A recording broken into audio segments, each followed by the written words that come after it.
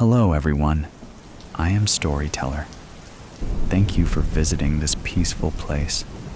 I know you are looking for something soothing to help you fall asleep, and I am here to accompany you. If you enjoy, please give me a like and subscribe, and let me know where you are from. Thank you. Frayed Edges, Monday, 6:50 p.m. Sitting hunched over the scratched wooden surface of the desk in the corner of his room.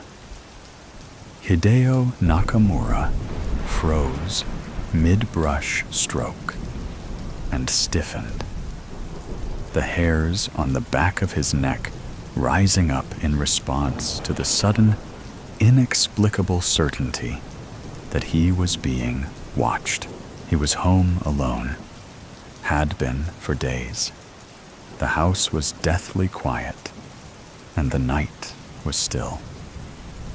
He'd been buried so deep in silent concentration while he practiced his kanji that he could have heard a moth flap its wings or a spider scuttle across the floor. Nobody, not a living, breathing soul, could have come down the hall, slid open his door, or entered his room without him noticing. Not a living, breathing soul. And yet, now he spun on his stool, expecting to find one, his breath caught in his throat as he came around and rose, arm up in readiness of defense. Calligraphy brush brandished like a weapon.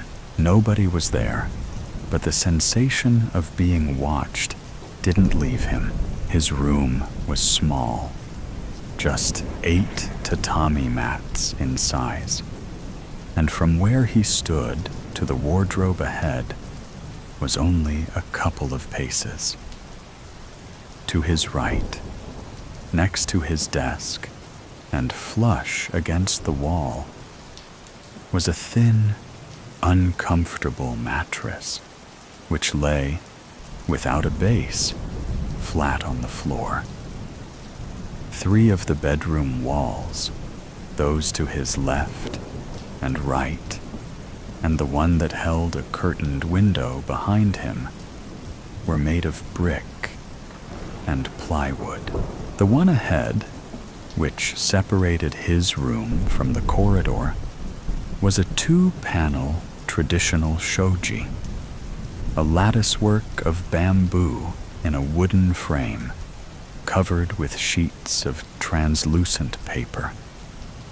The outermost panel was on a track so it could slide, but it was closed now, the way he'd left it after entering the room. A bare bulb dangled from the ceiling, illuminating the room sufficiently. Apart from a few boxes full of textbooks and a rack on which sat some pairs of shoes, there was nothing in the room behind which anything that shouldn't have been there could have hidden. The only place any such thing could have been concealed was inside the wardrobe, which was built into the wall and sealed by another sliding door. It was this door that captured Hideo's attention a second after he stood. Or, more specifically, it was the almond-shaped tear in the center-most paper panel, and the blackness beyond that his eyes came to rest on. The tear had been made a few days prior, when his feet got caught in the blankets as he hopped out of bed, causing him to stumble and plunge his thumb through the delicate paper. Ordinarily, this would have been a cause of concern for Hideo. But with his father away, there had been no need to panic. What his father didn't know couldn't turn him into that wrecking ball of rage Hideo had become all too familiar with. since the passing of his mother. So it was a blessing he wasn't there to discover the damage. As minor as it was, it would have pushed him over the edge, the way every slight inconvenience seemed to these days. His father's unpredictability had been growing steadily these past months. Along with his dependency on alcohol, and Hideo could no longer anticipate when or where he might snap. They didn't speak much anymore, not even by text, and he had no idea how long this latest business trip might last. It might be days like the last one, or weeks like the one the time before. Whatever the case, he really did need to find time to repaper that shoji. For all he knew, his father could return that very evening, and that would mean trouble and bruises. If only he could fit it in around studying for his exams, practicing for the upcoming calligraphy contest his school had put him forward for, and training for the baseball league finals. All would be good, or at least as good as it could be. While walking on eggshells, an unexpected flicker of motion in the darkness behind the tear made Hideo jump, and he staggered, bumping into his seat and knocking it over. He didn't know what he'd seen, but he didn't hesitate in dropping his brush and snatching up the wooden stool in panic. Turning back towards the wardrobe, he half expected to find the door sliding open, or something hideous wriggling out through the hole. Instead, he found there was no longer darkness behind the tear, and he thought he could see the sleeve of his jacket. He creased his brow and took a step closer, squinting to peer through the hole. Yes, that was it. His white and blue baseball jacket, hanging where it always hung, in silence. And with that realization, he no longer felt he was being watched. Just my imagination, he thought, lowering the stool to the floor and catching his breath. Studying too hard, too much time alone in this empty house. Whatever he'd felt, whatever he'd thought, it was just a con of the senses. His mind playing tricks, telling him it was time to take a break. Deciding to do just that, Hideo picked up his brush, put it back on the desk, then made his way out of the room, heading down the hall to a lonely kitchen. Tuesday, 5:45 a.m., an hour before his phone alarm blared, he came alert, woken not by hunger pangs, nightmares about his father, or fears of being late for an exam, but by the horrible, goosebump-raising sensation of once again being intensely watched. In the dark, he fumbled on the floor for his phone, snatched it up when he found it, and jabbed it out into the room. The screen lit up with the press of a button, and he scanned it around, searching for anything out of the ordinary. His surroundings were illuminated only slightly, but it was enough for him to see that all looked normal. His door was shut, his curtains drawn, the light bulb dangled darkly. His desk, his stool, his boxes of books, and his shoes. Everything exactly as it should be. His hand stopped moving when the glow from his phone found the tear in the closed wardrobe. Shoji. There was a darkness beyond that was darker than that of his room and seemed to throb. Panic seized his chest, and he jumped up, casting off his blankets and the textbooks he'd fallen asleep with, and stepping forward, free hand searching for a cord above his head, tugging it when he found it to ignite the bulb. "Is somebody there?" he asked, dropping his phone on the mattress and advancing in his shorts towards the wardrobe. Don't be stupid, he thought. Of course nobody's there. How could anyone be there? It's just the wardrobe.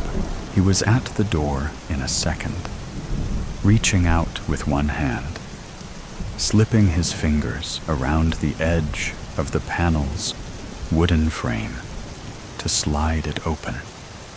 The light from the bulb rushed in, proving at once what he already knew, that there was nothing to discover within except dangling clothes, the smell of mothballs, and towers of folded blankets on the floor. The darkness, if it had been there to begin with, was gone now. The door had been opened, and Hideo stared in bewilderment. The wardrobe was void of evil, peeping entities, and he no longer sensed any presence. What is wrong with me? He wondered, wiping sweat from his brow as he slid the door shut. Why am I so on edge? Telling himself it had to be exam stress, performance anxiety, exhaustion, looming deadlines, fear of his father, grief over the loss of his mother, or some kind of mind-warping, paranoia-inducing combination of it all. He slid the door shut and returned to his mattress, switching off the light as he passed beneath it and crawling under the blankets to get more sleep. Wednesday, 7:58 p.m. The second he entered the room, sweaty in his mud-stained baseball uniform, aluminium bat resting lightly on one shoulder, he could sense the presence watching him again. Stopped in his tracks in mid-yawn, he spun to glare at the tear in the brittle square of paper. His ceiling light was on, as he'd left it, and though earlier it had shone into the hole, allowing him a glimpse of the clothes within, all he could see there now was darkness.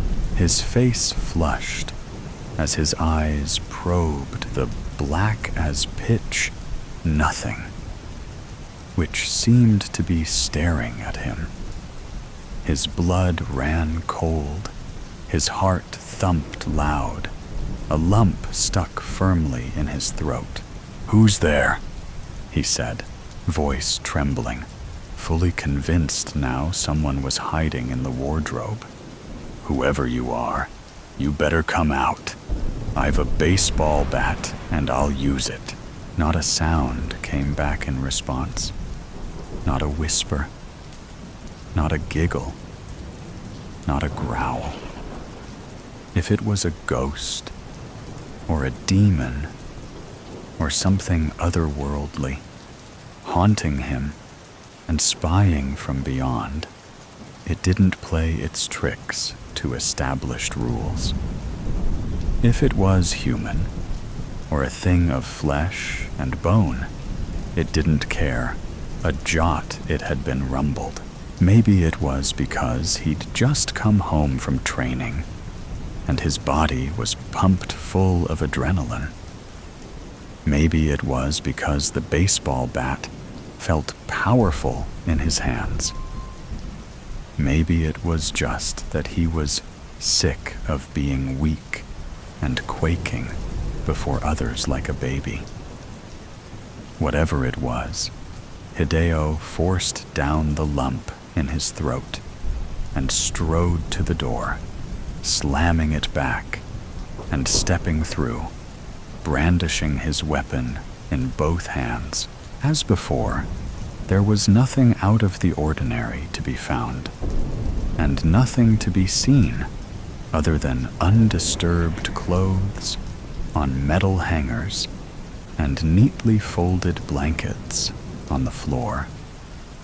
He jabbed his bat forward into his shirts, slid them aside, checked every inch of the back wall. There was nothing. There was no one. It was empty. "This doesn't make sense," Hideo said, lowering his bat. He was inside the wardrobe fully, in the space between threshold and clothes. He decided he should examine the torn paper panel from this side, in case there was something he was missing. So he took hold of the sliding door and pulled it shut. Almost at once, a chill seemed to descend, and he felt like he'd entered a vacuum. It could only have been his imagination again, brought on by the uneasiness of the moment. So he forced the notion from his mind and told himself it wasn't as cold as he thought. "Is it you?" he asked, craning his neck to examine the frayed edges of the tear. "Are you mad because I ripped you? Are you trying to drive me insane?" There was no logical thought behind his words. A shoji panel couldn't feel anger, nor did it have the ability to haunt or stare, regardless of how old it might have been. And old it was, which was clear from its brittleness and discoloration. Who knew how many people had slept in this room and used this wardrobe? Who knew what this door might have seen had it only had eyes? Logic didn't seem to factor into the current situation, so Hideo thought nothing of it when it occurred to him the tear did look like an eye, and he suddenly had the urge to peer out through it. Slowly, carefully, he moved his face closer and positioned himself right behind the hole. Squeezing one eye shut, he squinted to see out through it, only to be punched in the gut by the shock of seeing someone on his stool, hunched over his desk, apparently writing. Terrified, Hideo spat the air from his lungs and fell back, dropping to crouch amongst the blankets. What the hell? His mind raced, trying to process what he'd seen. What the hell was that? Starting to question his sanity, and clutching his bat in both hands, he straightened back up and returned his eye to the hole. He had to have been mistaken. He couldn't have seen what he thought. It was impossible as the fact it was now somehow dark inside the room. Someone had switched off the light. The person who'd been sitting on his stool? He couldn't see much, but he could tell right away that person was gone. He could make out shapes in the darkness, like the stool and the desk and the mattress lying flat against the wall. There was something else, too. A large mound on the bed. And just as he realized what that was, a light blessed into life. A rectangular light he knew came from a phone. He was frozen, captivated by what he saw, unable to look away. He watched the rectangle of light rise and bob around the room like a ghostly lantern. He knew, before it happened, the ceiling light was going to come on, like he knew who'd be beneath it when it did. "Is somebody there?" he saw himself ask, before jerking his head away and shuffling back, burying himself deep in shirts and jackets. "No, no, no, no!" he panicked, pressing himself back against the wall and clutching the bat to his chest. Eyes shut. He thought he heard the familiar swooshing sound of the shoji door opening. Impossible, he thought, squeezing his eyes so tightly shut he felt that they would burst. This isn't real. This isn't real. It can't be. Swoosh. Again. Then bang. And his eyes jerked open. Had the door opened and closed? Had someone peered inside? No. I'm imagining it. This can't be happening. It can't. The first time he'd felt like he was being watched. He'd been sitting at his desk, drawing kanji. The second time he'd felt it, he'd been lying in bed, disturbed from a restless slumber. The third time had been just a few minutes before, when he'd entered his room and sensed the presence. And what had he done then, as completely immersed in this nightmare as he was? Hideo didn't believe the door would open again until it did. Nor did he believe a version of himself, a doppelganger, a demon, would step across the threshold and enter the wardrobe. But it did. It was dressed like him. It carried a baseball bat like him. It was dirty from sliding in mud like him. But it wasn't him, because he was there, shrinking back into the corner, watching it prod its bat into the clothes to sweep them aside. Steel hangers screeched along a tarnished metal rail, like witches shrieking, and the noise cut right to his core. Just a minute ago, he'd done the same thing, examining the back of the wardrobe and finding nothing. This one wouldn't come away so empty-handed. This one was going to find him. And with that thought, that fear, that panic-inducing, life-threatening realization, Hideo acted. The scream surged from the depths of his being, and he pushed himself up and lunged forward, swinging his bat as he did, striking the shocked-looking doppelganger square in the face and knocking it out of the wardrobe. He didn't stop. The adrenaline coursing through his veins was electrifying. It made his body burn and flooded him with rage. This was a fight for survival, a battle to retain his place in the world, to protect his identity.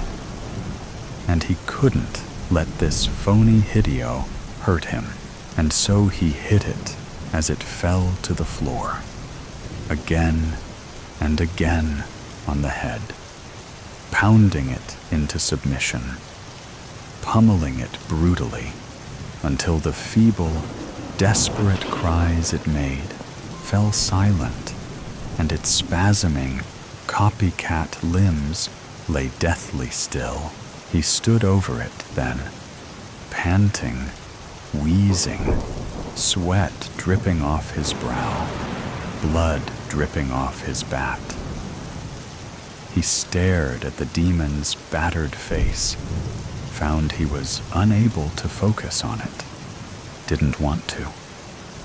Instead, he examined the blood splatter that decorated the tatami mats around it.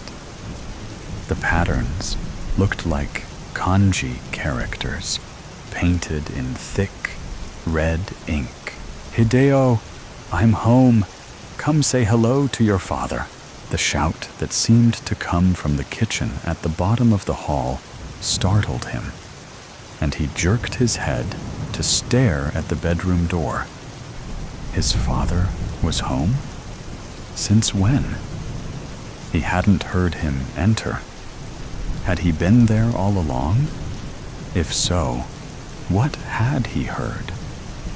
And what would he say about the torn paper shoji, let alone the monster on the floor, wincing, afraid to see the mess he'd made, and the demon's caved-in face? He looked back down. There was nothing there. No doppelganger, no splatter, no kanji characters sketched in crimson blood. "Hideo, get your ass out here, boy!" Confused, panicked, Hideo caught a glimpse of his reflection in the shiny, polished surface of his bat, and shuddered when he didn't recognize it. It was his face. Of that, there was no doubt. But something was different. Something had changed. Something seemed missing from his eyes. That's when he noticed the bat wasn't covered in blood, but he knew that it could be. "I'm hungry, Hideo.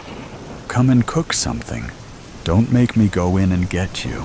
There's no food in the house," he muttered, too quiet to be heard by anyone other than himself. "There's nothing in this house at all. Hideo!" He knew what it was now. Hideo! He knew what was missing from his eyes. Hideo!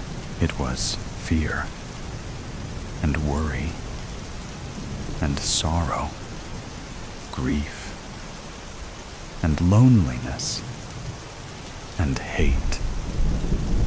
All of it gone, as if it had drained out of him, leaving just the one thing he had left: anger. "Coming!"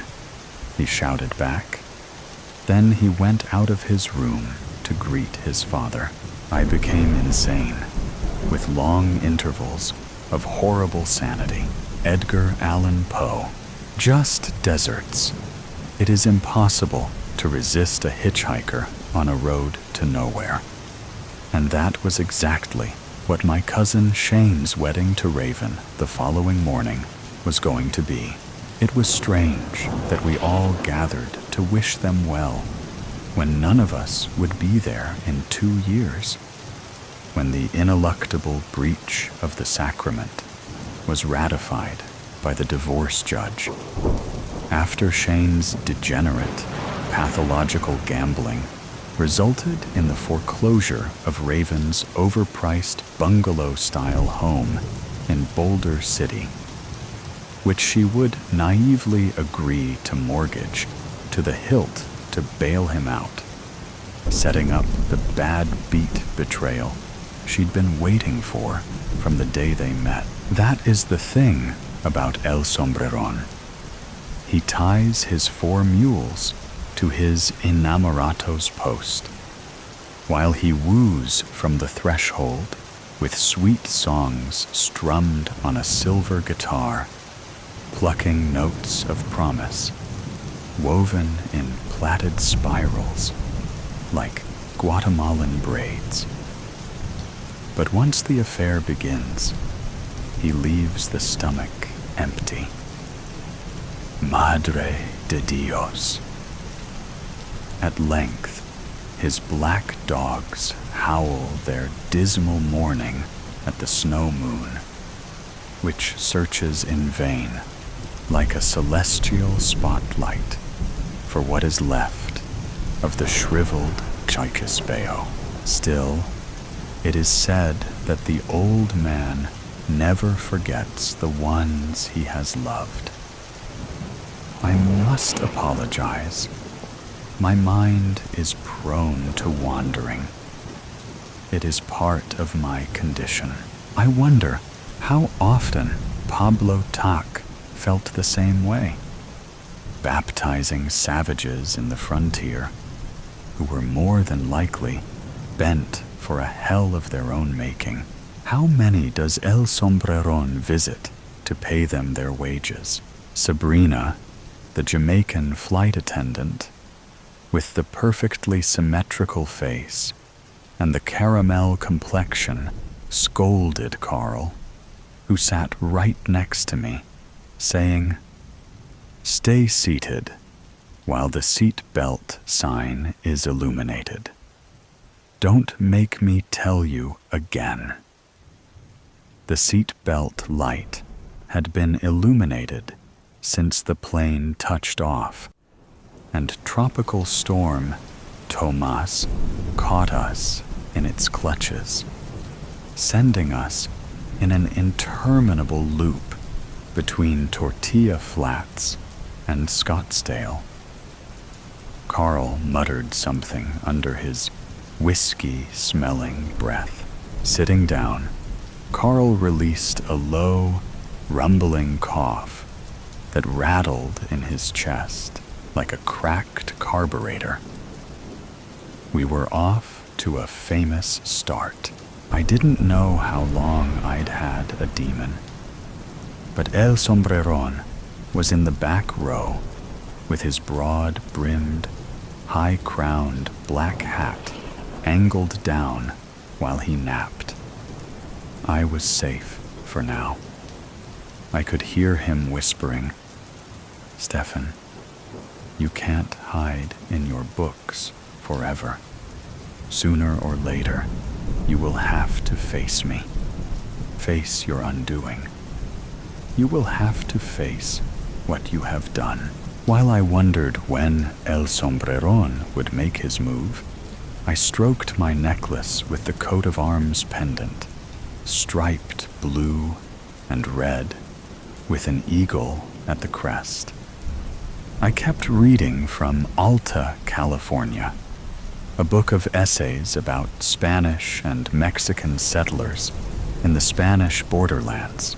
I was reading about the life of Pablo Tak, a Luiseno Indian, who, despite dying at age 19, was a prolific writer and missionary whose extensive writings were the only surviving accounts of the Luiseno language and culture, and one of the most studied reports of missionary life on the frontier. I had a second book in my bag, Memories of Life at a Mission, a biographical account written by Pablo Tak himself. Carl had to get up so he could get something out of his bag in the overheads. When he sat back down, he had a stack of medical reports in hand. The header of his papers read, Dr. Carl Kellogg, MD, Memorial Sloan Kettering Cancer Center. And I spotted a reference to someone named Sal. Carl said, "I have an appointment to keep. I'll be damned if I am going to miss it. The next thing they're going to tell us is the flight is diverted to goddamn Phoenix." On cue, the pilot came back over the PA to inform us that the flight was, indeed, being grounded in Phoenix for the night, and that the airline would arrange for replacement transportation. But given the lateness of the hour, it would have to be the following day. Those that did not wish to sleep in the airport would have a room comped nearby. I was relieved when they first told me about the glioblastoma. I'd gone directly to St. Peter's Episcopal Church and entered the confessional, and I'd told Father Darby how I'd been driving home from the history conference in Ithaca a few years back, after too many celebratory toasts, and quite a few tequila shooters from the minibar to boot. I'd only wanted to sleep in my bed that night. I'd told Father Darby how I'd heard a thud and a crack of my windshield. The blue-jeaned body of a teenage girl hung in the rear view, perfectly cradled in the refracted lamplight. How I'd kept on driving. How many Hail Marys to fix that one. Sabrina offered me a beverage, which I sternly declined, and I asked her softly, "Do you see a man about 6 rows back with a black-brimmed hat?" She turned dutifully, and then looked down at me with wide eyes. No,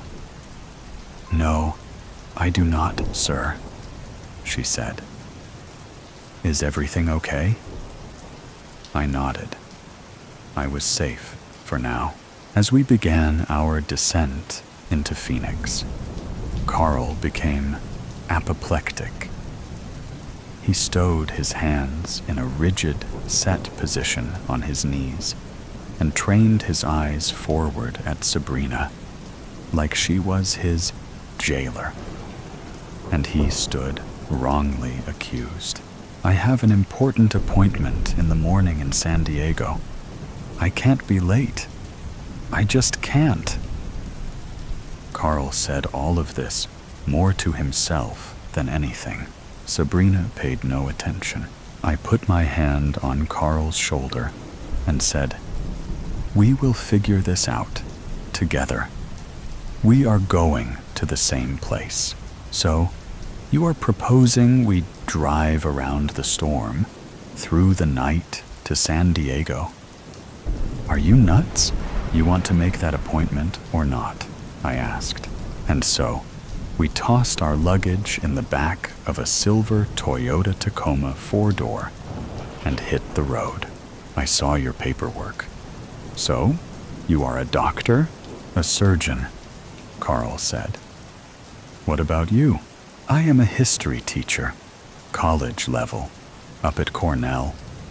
My research relates to sojourners and missionaries, all manner of settlers and vagabonds, anyone uprooted from their home and stranded in a foreign land. Aren't they fascinating, I suppose? That book you were reading, it was about one of those? Pablo Tack." "Who?" "A young missionary boy who grew up in the Mission San Luis Rey." "And what makes him so special?" "Pablo Tack? Well, for one, he had a motto. Siempre adelante y nunca para atrás. It was more than a saying. It became his epitaph. He died young. I don't know it for a certainty, but I imagine Pablo Tack didn't live long enough to make a mistake he'd regret for the rest of his life. Sounds foolish. He's lucky he made it that long, out on the frontier." Carl's mind seemed trained to detect pathology in everything. "You know, Pablo made it to Rome to study for the priesthood, then returned to the frontier. He left behind quite a body of work, made a record of nearly his whole life, day by day.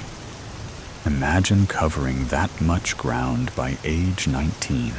And how did he die, if I might ask? Smallpox. There you go.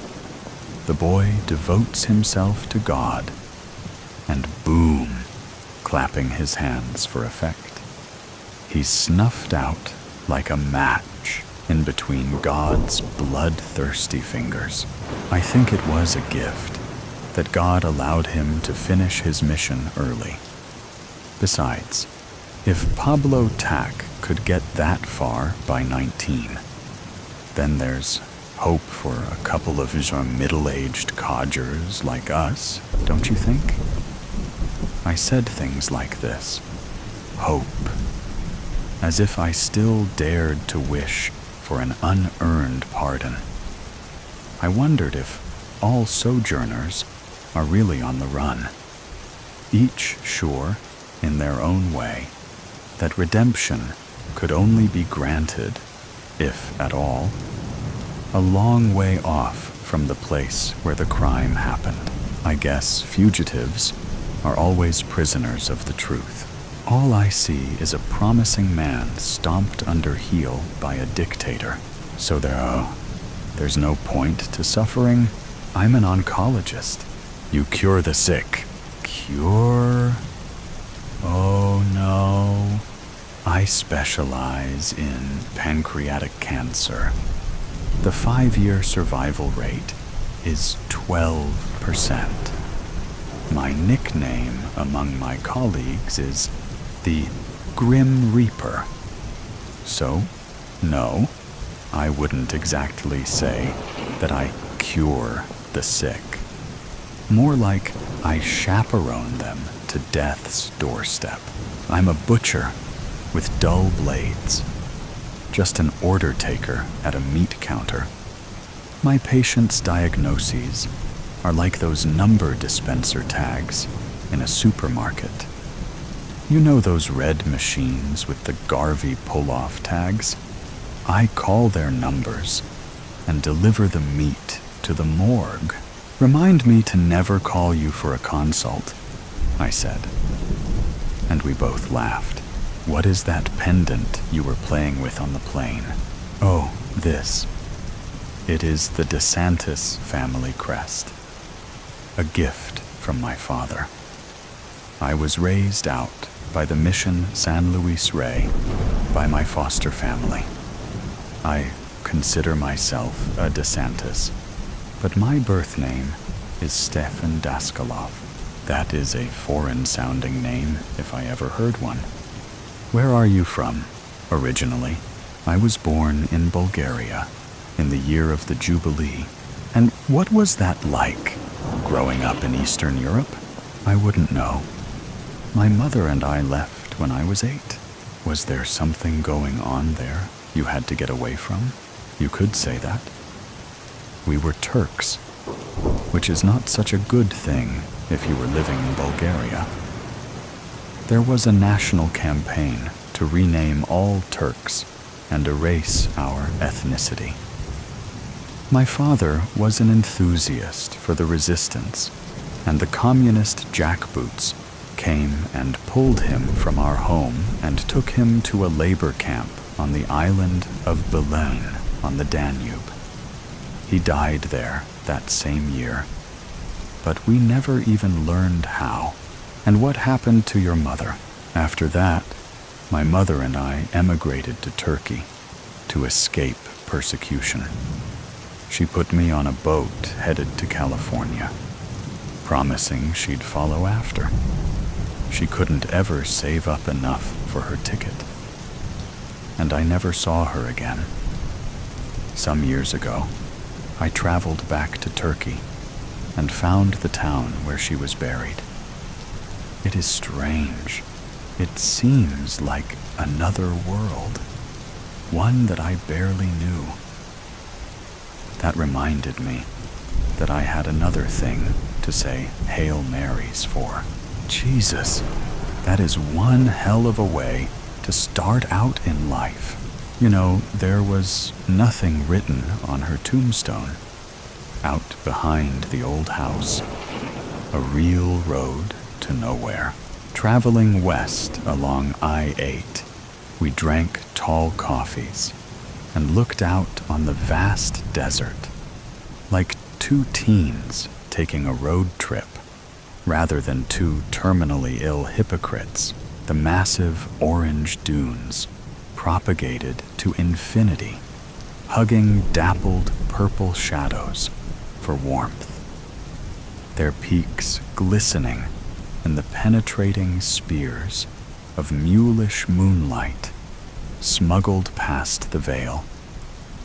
Great towering thunderheads bellowed and filled the sky like totipotent corpuscles injected with black-gray swirls of ink and mercury.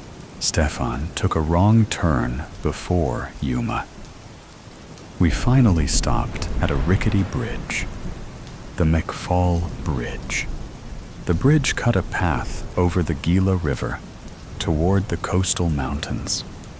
The GPS glitched and told us to cross, but the sign read, "Bridge closed." Graffiti on the guardrails read, "Bridge to nowhere. We'll have to backtrack and find another way through," I said. "I guess we've come to the end of the road," Carl said, belting out an uncharacteristic laugh, then resuming his rumbling coughs, the gasps and chokes of a stalling engine. "For your sake? I hope not."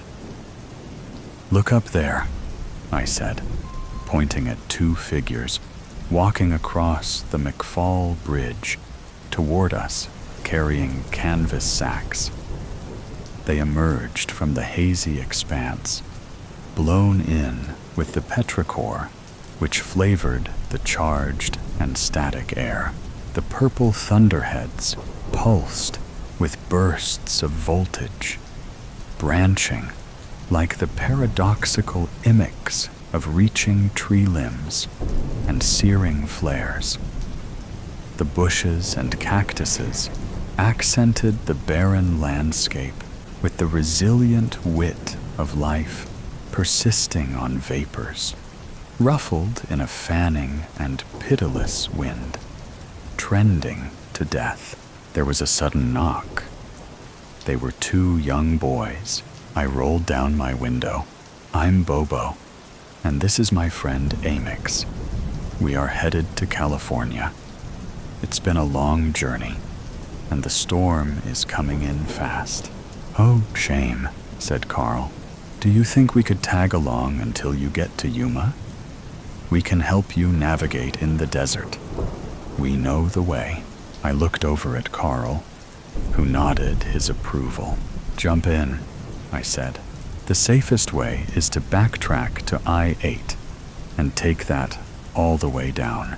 We are in a hurry." "Is there a faster route?" Carl asked. "Well, you could take the Camino del Diablo, but I wouldn't recommend it." "What is that in English?" "The Devil's Highway." Bobo nodded. Carl let out another hearty laugh. He turned to me and said, "How could we refuse?" And that was when I knew that Carl wasn't long for this world, and guessed that his appointment was not for a special case, but for palliative care. Over my shoulder, I saw that El Sombreron was sitting between the boys.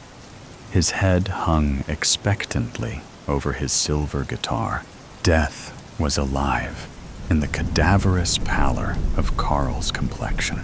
The color ran out of him like a rich, milky cheddar cheese that starts a bright orange but whitens and hardens so quickly when left out on the cutting board.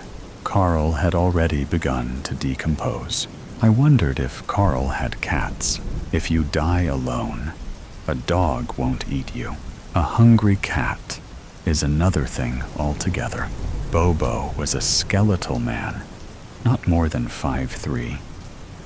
His khaki Anouks shirt hugged his body, making him appear in the dark like a human shadow.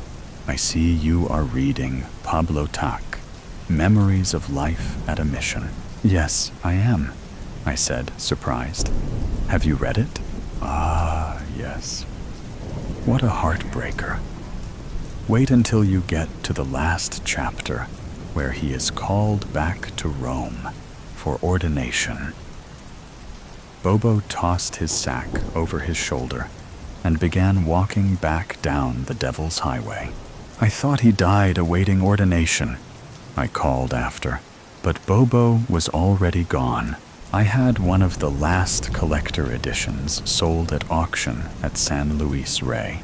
The thing is, as I watched Bobo and Amix disappear into the dust of the desert, it occurred to me that this book had been out of print for decades, since before these boys were born. Now, it was just Carl, me, and El Sombreron on the Camino del Diablo, in the dead of night, on our way to separate destinations, but sharing one fate. After driving for hours in what must have been circles, the warning light for refilling the gas tank came on, squeaking over and over at regular intervals, like a diseased heart incapable of variation. And we only had one reserve gas can left in the trunk. Carl, I said, let's camp out here for the night and save our last fuel can for the daylight. I don't want to get lost. Carl was looking ghastly and pallid. I have s'mores ingredients. I was saving them for the night after the wedding. But I say we build a proper fire and enjoy them tonight. We gathered sticks, and I used leader fluid, charcoal, and pieces of paper to help get the fire going. Even with all of that, I was barely successful, out there in the dark. How did men build fires like these for thousands of years in the hard-hearted blackness? I pulled the sleeping bags out of the trunk, grabbed little baggies with graham crackers, marshmallows, and chocolate squares. Carl livened up, and the two of us chatted late into the night before falling asleep in our sleeping bags. At the edge of the fire, fingers sticky and bellies full. The night grew cold. Before the first rays of efflorescent dawn emerged from the undercroft of Gehenna, I arose, a diaphanous shroud. Carl rose with me. We both looked at the smoldering fire, the fulgent, crackling embers, the hoary, thinning smoke. Two bodies in sleeping bags, cold and stiff in the first light, looking at one another. Then at the horizon, I noticed that the cool desert morning felt warm and radiant on my skin. It shimmered as it touched my arms, like the glint of light off a lizard's scales. Are we almost to the mission? I asked Carl. Carl barely had time to shrug his shoulders before we were interrupted. El Sombreron strutted in a waddling gait down the road ahead, leading his train of mules into our camp. His spurs jingled, and each rock gave its distinct harmony to the singing rowels. The mules whuffled and snorted the bass line, and El Sombreron whistled while chewing on a stick of straw plucked from the breaching rays of the new sun. The brim of his broad-rimmed black sombrero forever hid his visage. And he came to a stop just before us. Do you see him? I asked. Carl nodded. But when his strength failed him at length, El Sombreron said, and I instinctively continued. He met a pilgrim shadow. With that, El Sombreron gave a little bow and continued. O'er his heart, a shadow fell. But which way is the mission? I asked. Ride, boldly ride, the shade replied. To where? Over the mountains of the moon, down the valley of the shadow. These blades are made for Woundin. The knife whispered to him in its innocent, mouse-like voice. Tatum. Blythe gritted his teeth and squeezed the blade's handle in a white-knuckle grip. Moisture threatened to spill over from his eyes. No, he said. Not now. Not tonight. Stop it. But the knife, as usual, paid him no mind. Half hidden in the reflection along the blade, the little face grinned. It giggled. Its high-pitched tones recalled the voices of untold Disney characters. Murder, Tatum, murder, killing, death, slayings, stabby, stab. Tears spilling from his eyes, he began to chop the onion like a madman. Meanwhile, the blade giggled and chattered about everything it could do. Stabbing and slicing Tatum, punctured lungs, impaled hearts, slashed open bellies, sweet, juicy, beautiful blood, Tatum. Like a fountain, Tatum. Like a goddamn fountain. Tatum chopped, diced, and sliced the onion into oblivion. The recipe had asked for onion cut into cubes, and he had gone overboard. Behind Tatum, the toilet flushed. The sounds of hand washing came, and then the bathroom lock clicked open.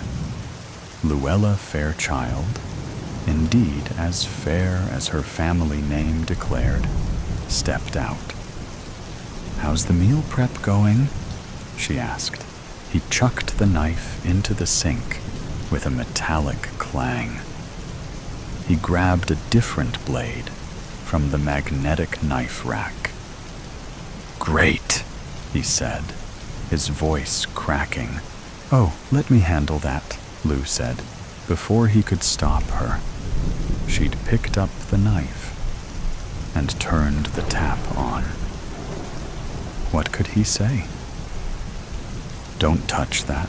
The blade is sentient and maniacal." He'd be the one who sounded insane. She'd leave and never look back. Hell, she'd tell her friends to steer clear of him, and they'd inform their friends. He'd be alone forever. So, he watched her with the knife. He waited for a tiny voice to delight in obscenities. Luella pre-washed the knife under the tap. With the sponge, she wiped the blade clean until it glinted. And then, she placed the knife into the dishwasher. Meanwhile, the knife said nothing. She caught his gaze as she bent down to the dishwasher. A small smile touched the corner of her lips, but there was a flash of confusion, like light on a blade, in her eyes. "What?" he laughed. The sound was wild and unhinged. "Nothing. Hey, would you pass me the wine? I want to caramelize these onions." It's on the dining room table. The caution in her face softened, and her smile became more relaxed. Sure thing. You sure do know your way around a kitchen, Tatum. I can't wait to try it. Be right back. He sighed and scrolled on his phone through the rest of the recipe. His battery was running low, so he plugged it into the charger cable he always kept on the counter. So, the next step is to, half a second after Lou had left the room, the fresh knife in his hands chuckled. Murder, Tatum. Beautiful, cold-blooded murder. Stab her in the back, Tatum, in the back. Get her in the kidneys and watch her bleed out. Gorgeous killings, Tatum. Slash, stab, and slice. No, not this one, too. Could it be that it wasn't the knives at all? That it was him? That he was the one who was insane? Tatum took the knife and threw it at the wall. He screamed, not thinking about his present company. No! The blade thudded into the wall with the accuracy of a circus knife thrower. It punctured the wall, pointy end first, and remained there, wobbling from the force. Behind him, Luella screamed and jumped, dropping the wine. The bottle hit the kitchen tiles and shattered. Glass fragments and splashes of wasted wine flew in all directions. That was that then. The gig was up. Lou knew he was nuts. Tatum turned to look at her. He stood there, panting, eyes wide, hair wild, madness written all over his face. His shoulders slumped. I'm sorry, Lou. I'm so sorry. You need to leave. Hands held to her collarbone. Lou stepped around the glass and approached him. She reached for him, shaking. Will you please tell me what's going on, Tatum? Her voice hitched. I can help. You need to trust me and open up. It's not good to keep this sort of thing trapped deep inside. He stammered. I can't. Tatum, leave. Go on. Get out. Go. Now! A heartbeat passed between them. Lou's eyes couldn't grow any wider. The world held its breath. The knives said nothing. And then the woman burst into tears and bolted from his apartment. Tatum sobbed. What was wrong with him? Had he lost it? Were the men in white coats coming to take him away? Ha! Coming to take him away? Tatum slammed the door shut. He took a step, tripped over the open dishwasher, and fell backwards. He landed on the knife Luella had cleaned and placed upright. The blade sliced through his back and penetrated out through his chest in a gout of blood. The wet metal glinted. Yay! Murder! Squeaked a tiny voice. Tatum gasped as the cold hands of death squeezed his heart. He reached up for his phone on the counter. His fingers crawled like a blind spider until Tatum found it. Lou! He choked, blood dribbling from his mouth. Lou? The charger cable, still plugged in, caught around something and yanked. The knife rack toppled from the kitchen counter, spilling the knives into the air.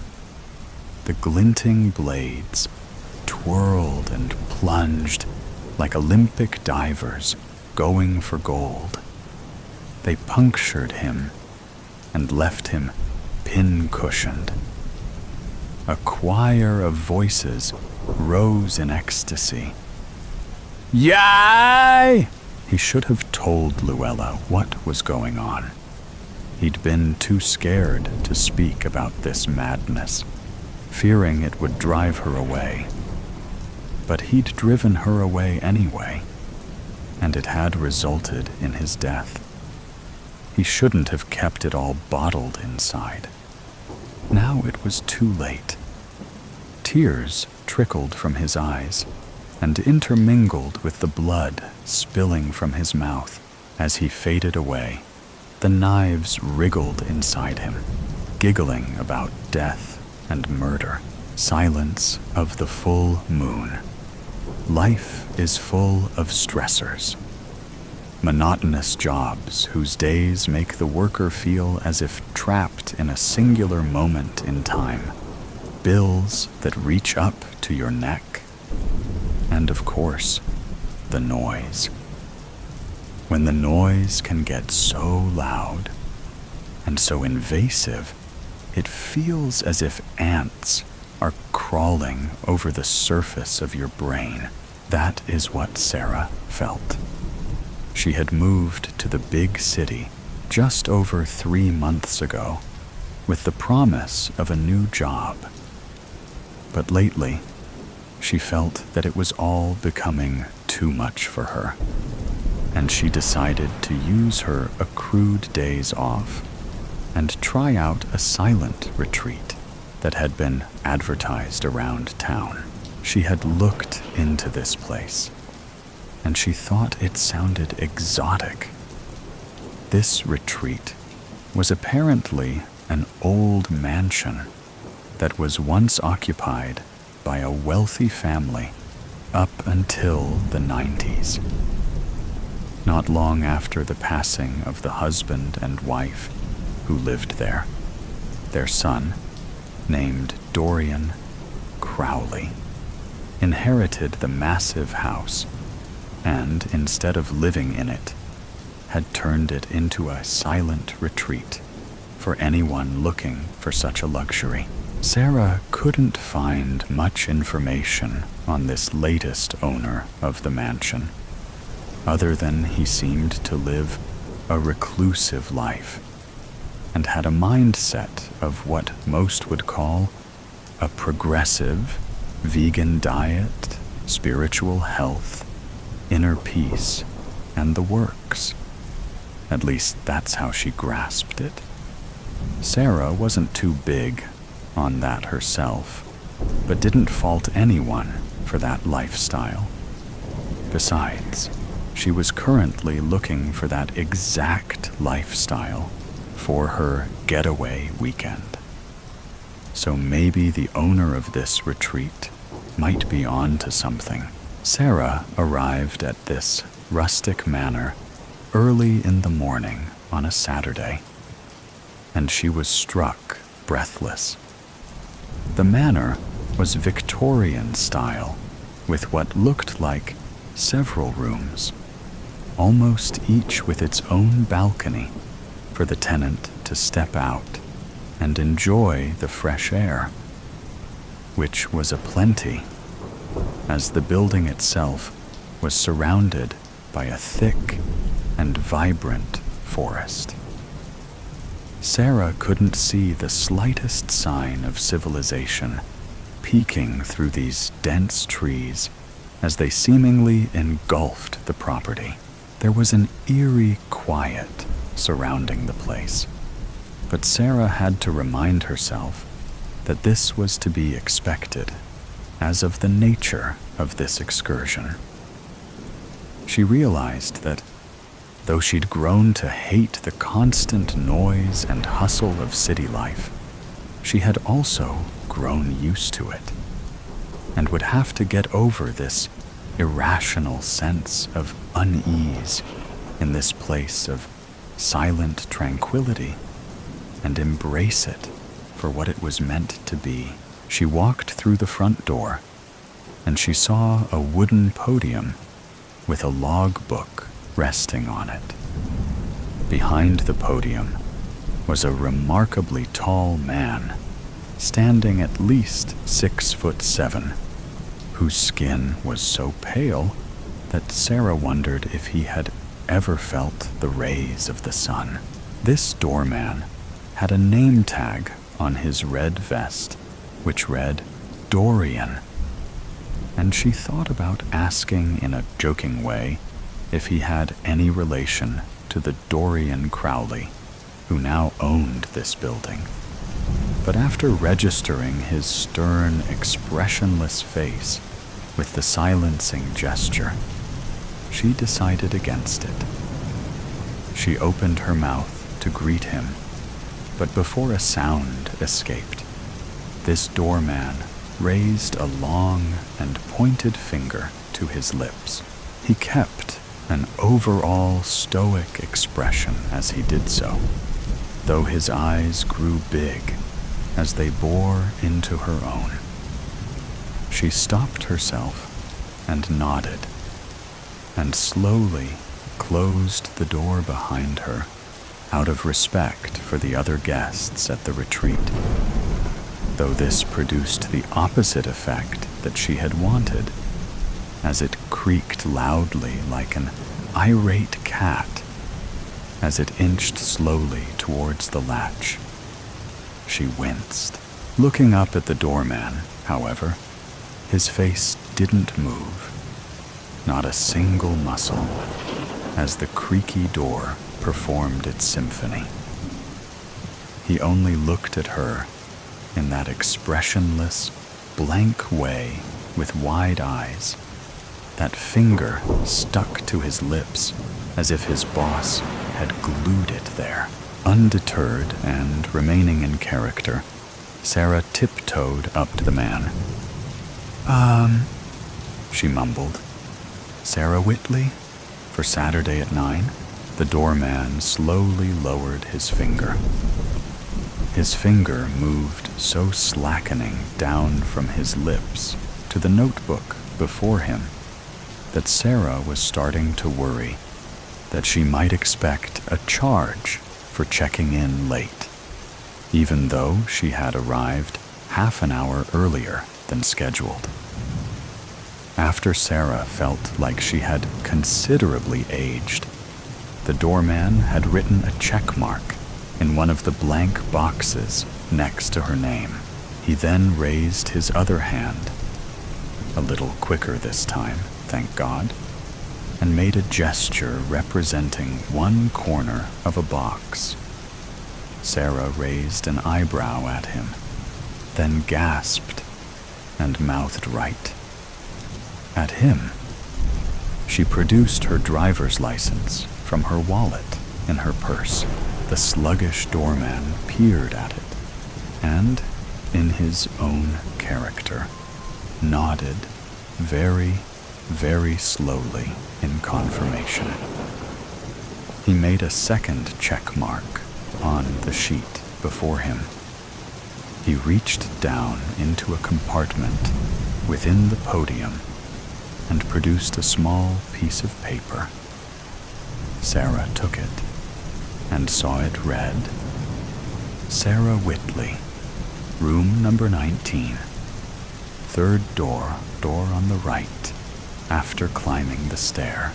Sarah certainly found this entire experience to be a bit odd, and wondered if all silent retreats acted this way. Of course, she didn't know, so she simply nodded at the doorman and mouthed thanks to this shallow doorman. She followed her small instructions as guided until she found her room in number 19. The door thankfully closed silently behind her, this time as she dropped her bag to the floor. She decided to unpack that later, as she wanted simply just to plop on the bed in this decent-sized room and let out a long sigh, like in a movie. And she did just that. She let several moments pass by until she finally opened her eyes and observed her surroundings. She saw the room was mostly kept tidy and uninspired, but there had been various knickknacks spread throughout the place that resembled the moon. Some of them were half moons, or waxed or waned moons, but the majority of them were full moons. She thought this was also a bit peculiar, but knew that the moon was symbolical for inner peace, and let thought nothing else of it. Most of that morning and afternoon was spent as the afternoon suggested: meditation, reading, and focusing on a hobby such as art.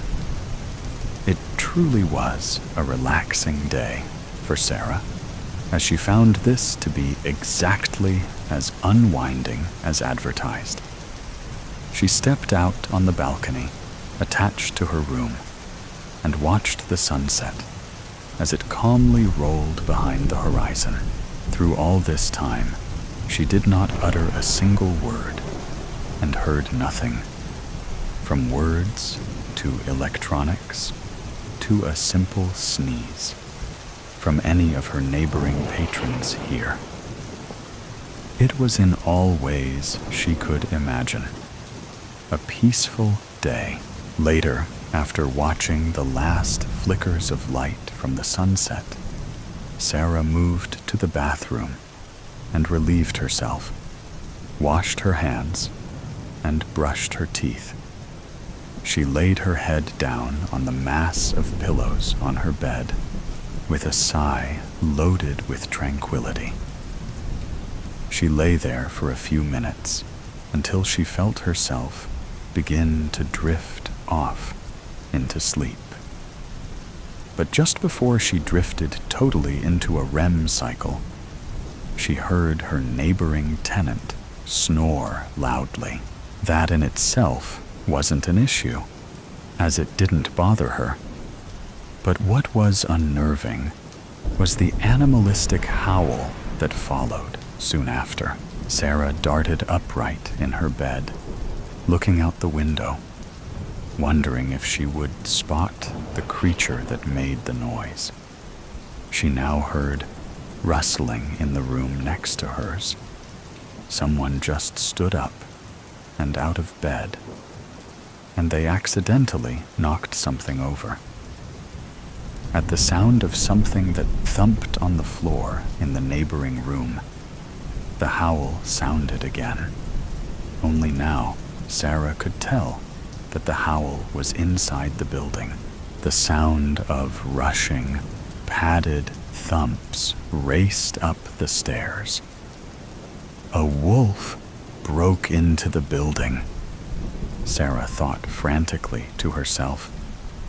She expected to soon hear the sound of paws rustling against the door next over.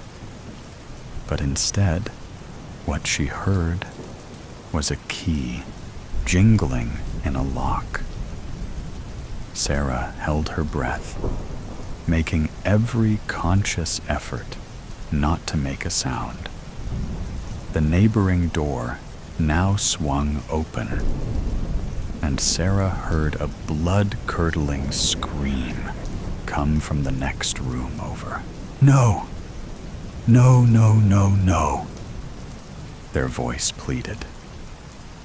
They were answered with a tremendous growl that made Sarah's spine chatter from her pelvis up to her jawline, and now understood why frightened characters' teeth chatter in a cartoon.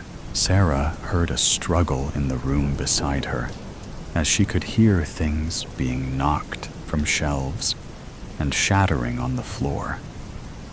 And now a mixed sound of thump, thump, thump, paired with what Sarah could only describe as something being drug through the doorway and out into the hallway. Sarah stood up from her bed, and despite all her instincts yelling at her to cease, she slowly turned the doorknob of her room. Quietly as she could, she peered her head out into the hallway. In the light of the moon piercing through the hallway window, she beheld a sight that she didn't know how to comprehend.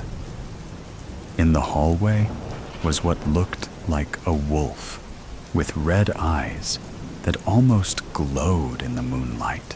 This wolf was standing on its hind legs, though it had an elongated torso that reached so far up its head, almost brushed against the ceiling.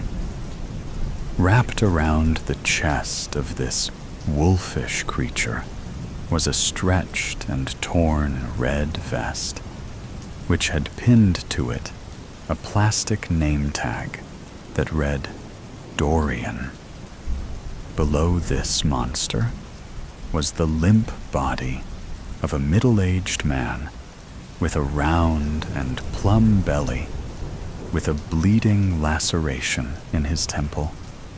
This man, whom the wolf creature was dragging across the floor by his ankles. Sarah gasped in astonishment, then raised a hand to her mouth to silence herself, though she knew already she was too late. Her eyes bulged as she watched the wolfman's eyes dart up to match her own. They stared into each other for what felt like an eternity, until the creature raised one gnarled claw to its mouth and made a sickeningly human shush motion before it looked back down to its victim and continued to drag it down the hallway and then down the stairs, the unfortunate man's head making a nauseating thump with every stair it collided with as they both descended. Sarah coughed back a scream as she flew the door shut in front of her and rushed to a corner in her room below the window. Despite her hands, which now cusped over her ears, she heard that reverberating howl around the thick trees outside, which was followed only once by a scream by the newly awakened victim of the wolfman, a scream that was cut short with a blood-curdling gurgle. Chomp, chomp, chomp.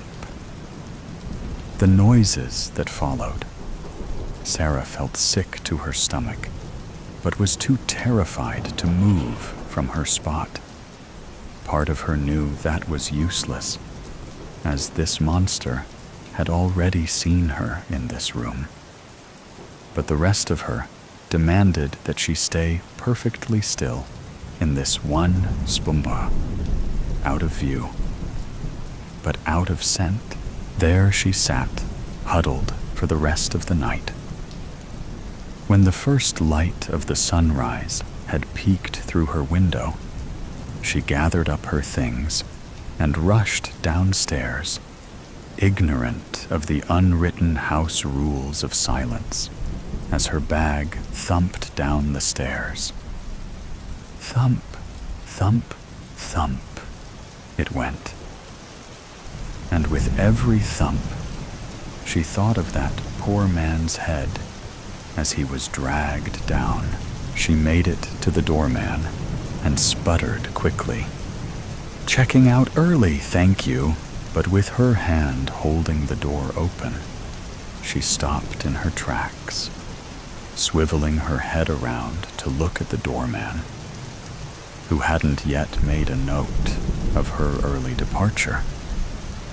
It was the same man as yesterday, and instead of writing anything down in the notebook before him, he kept that same solemn, and silent expression, with the bulging eyes glaring at her, as he raised a long and gnarled finger to his lips, giving her the shush gesture. Sarah glanced down at his vest. This one for today, now a sky blue, with a name tag which read Dorian. Her eye twitched at him as her hand trembled on the door. She opened her mouth to say something, but all she could muster was a weak groan. She darted out the open door and towards her car. She could feel his eyes digging into the back of her as she ran, though she never looked back. To this day, Sarah never went to another silent retreat, yet had refrained from making a single sound at night, especially on nights like that one, where the moon was full and the silence could be cut with a single howl. The Pinch ELCV 28, Earth's last chance vessel 28, was slowing down after 5 months at elevated distance speed. The 3-person crew were starting to feel the pinch. The pinch, as it had become known, was the phenomenon whereby the greater the distance from Earth, the more the human heart and brain would become panicked, fatigued, strained, and lost, as though there was an invisible bungee attaching everyone's core to the planet. There wasn't yet an acceptable scientific explanation for this effect, but the crew of the ELC-28 were really feeling it. They had just crossed the 960 million kilometers from the Earth, heading perpendicular to the gravitational rotation of the solar system. "It's always worse going south," Carl said with a smirk, looking across the table at 2 distraught faces. "What do you mean, south?" Casper said angrily. "There is no south, north, east, west. Just black, black everywhere. Listen, I've been through this 7 times, Carl said, trying to keep his cool and maintain a sense of leadership. "And that's another thing," Pearl said, getting drawn in by Casper's outrage. "How can this be the last chance if there were already 27 previous last chances that have failed?" The Earth's last chance missions had been funded globally and quickly established as the best chance of survival for the human race. Every nation had poured all of their resources and remaining workforce into it. Since it had been scientifically established 50 years prior that humanity would not survive much beyond 3397 on its current trajectory without finding another safe, inhabitable planet or a source of infinitely extractable energy. It was a question that had floated between Casper and Pearl for some time now. What had happened to the previous 27? And how had Carl come back every time? The first 15 ELC missions had been manned by larger and more experienced crews. By the 20th, there was no time to train anyone to the standard that was required. By this point, people were mandatorily encouraged to join a crew in a variety of ways. Shorter prison sentences, the promise of financial security for their extended family, and the knowledge they may be helping the survival of the human race as a whole. but it was becoming ever harder to recruit new people. Pearl was a space cadet in her 20s before the sudden, unexpected, and overwhelming societal dread. Now she wanted to volunteer in the hopes her kids might survive. Casper had some experience as an astronaut before being forcibly ejected after jeopardizing a mission due to drug use aboard the ship 5 years prior. He had been court-martialed, but promised a complete pardon if he volunteered for the ELC missions. "Think yourselves lucky," Carl said. "The first 3 missions I was on had 10-person crews, then 6. Now we're down to 3. It's much easier this way. More food, more room. All we have to do now is locate the BL hip and choose who's going in first." The BL hip, black hole with inversion potential, was a discovery made in the year 2868. A micro black hole, less than 300 microns in diameter, could, with the right equipment, be inverted to create a temporary door in space, which could theoretically lead anywhere. The hardest part was locating the BLH IPS. The ELCV-28 was the furthest any ELC had to travel so far, and it was understood that the effect of the pinch could be life-threatening beyond 1,000 million kilometers. The first attempt to send anything through a BLA chip in 2950 was an automated sensor-packed bot. But the bots would only be able to communicate data back to the vessel for a maximum of 20 minutes before losing all connection. It was later deemed more cost-effective to attempt to send humans through, with the hope of reopening the door for them to return with any data collected. This was soon stopped after 5 failed missions, as it was believed inhumane, as the participants were never heard from again after entering the BLA chip until the recent determination of the definitive extinction of the human race. "Do you ever go first?" Casper said cynically. "Well, no, not so far," Carl defensively shot back. "Listen, like it or not, I am the captain on this ship. I have the most experience, and I'll have to be here to guide us home." "Guide one of us home," Pearl said. "Only you and one of us have any hope of making it home, right?" When she said home, her voice cracked sorrowfully. "Look, you have to fight the effects of the pinch. I know it's getting to us all, but if we let it, we'll end up like ELCV-9. And no one wants that." "What happened on ELCV-9?" asked Casper. "Let's just say they never made it to the BL hip," said Carl. "The only reason I'm able to deal with the pinch is because I've done this so many times. I'm used to it now, and I know how to keep myself together.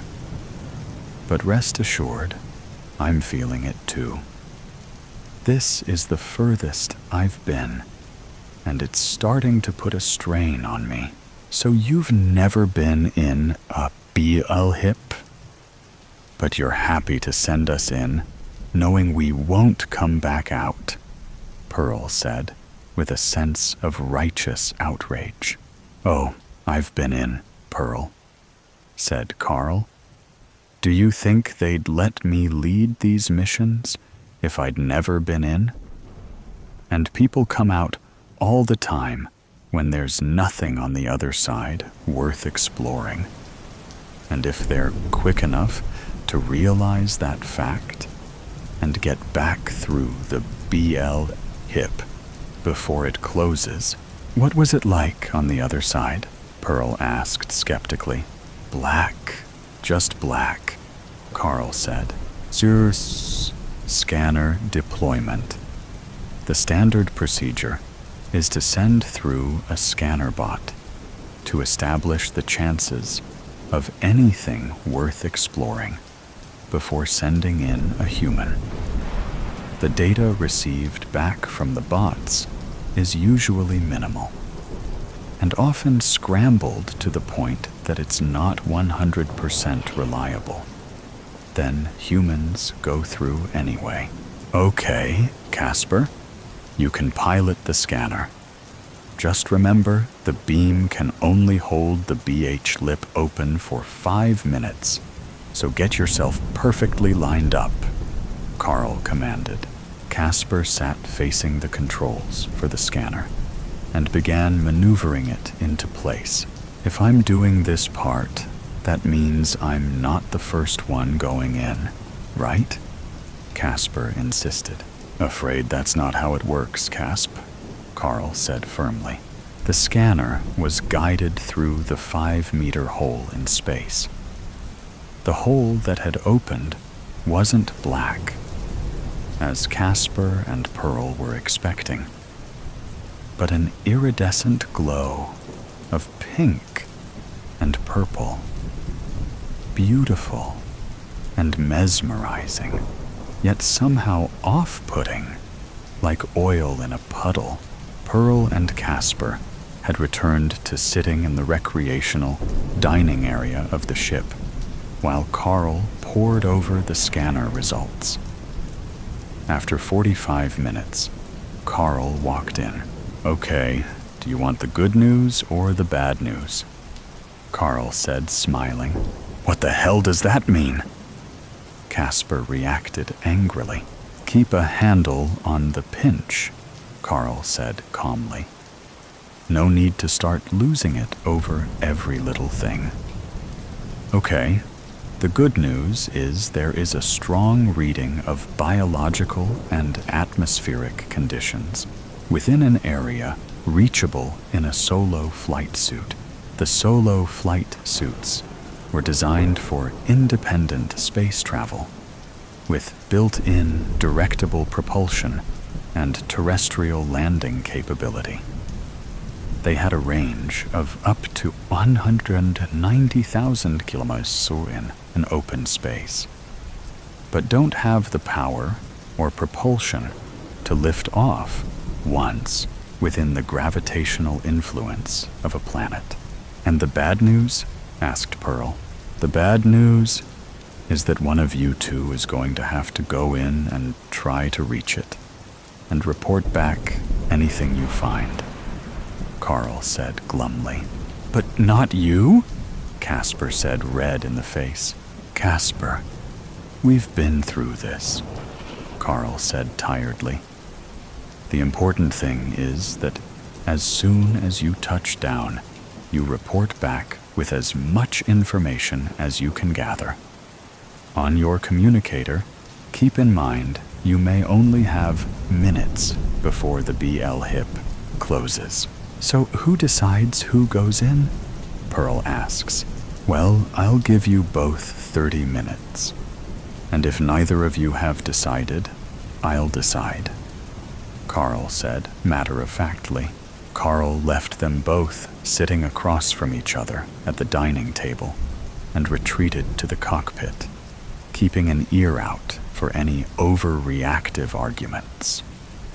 Carl knew that this was the time that anger had spilt over into violence in the past. His mind recollected the stories he'd heard about ELC-V9 and shuddered. Not on my watch, Carl thought to himself. So do you want to go in first? Pearl said, trying to maintain a tone of civil diplomacy. I mean, let's face it, we're probably both going in eventually.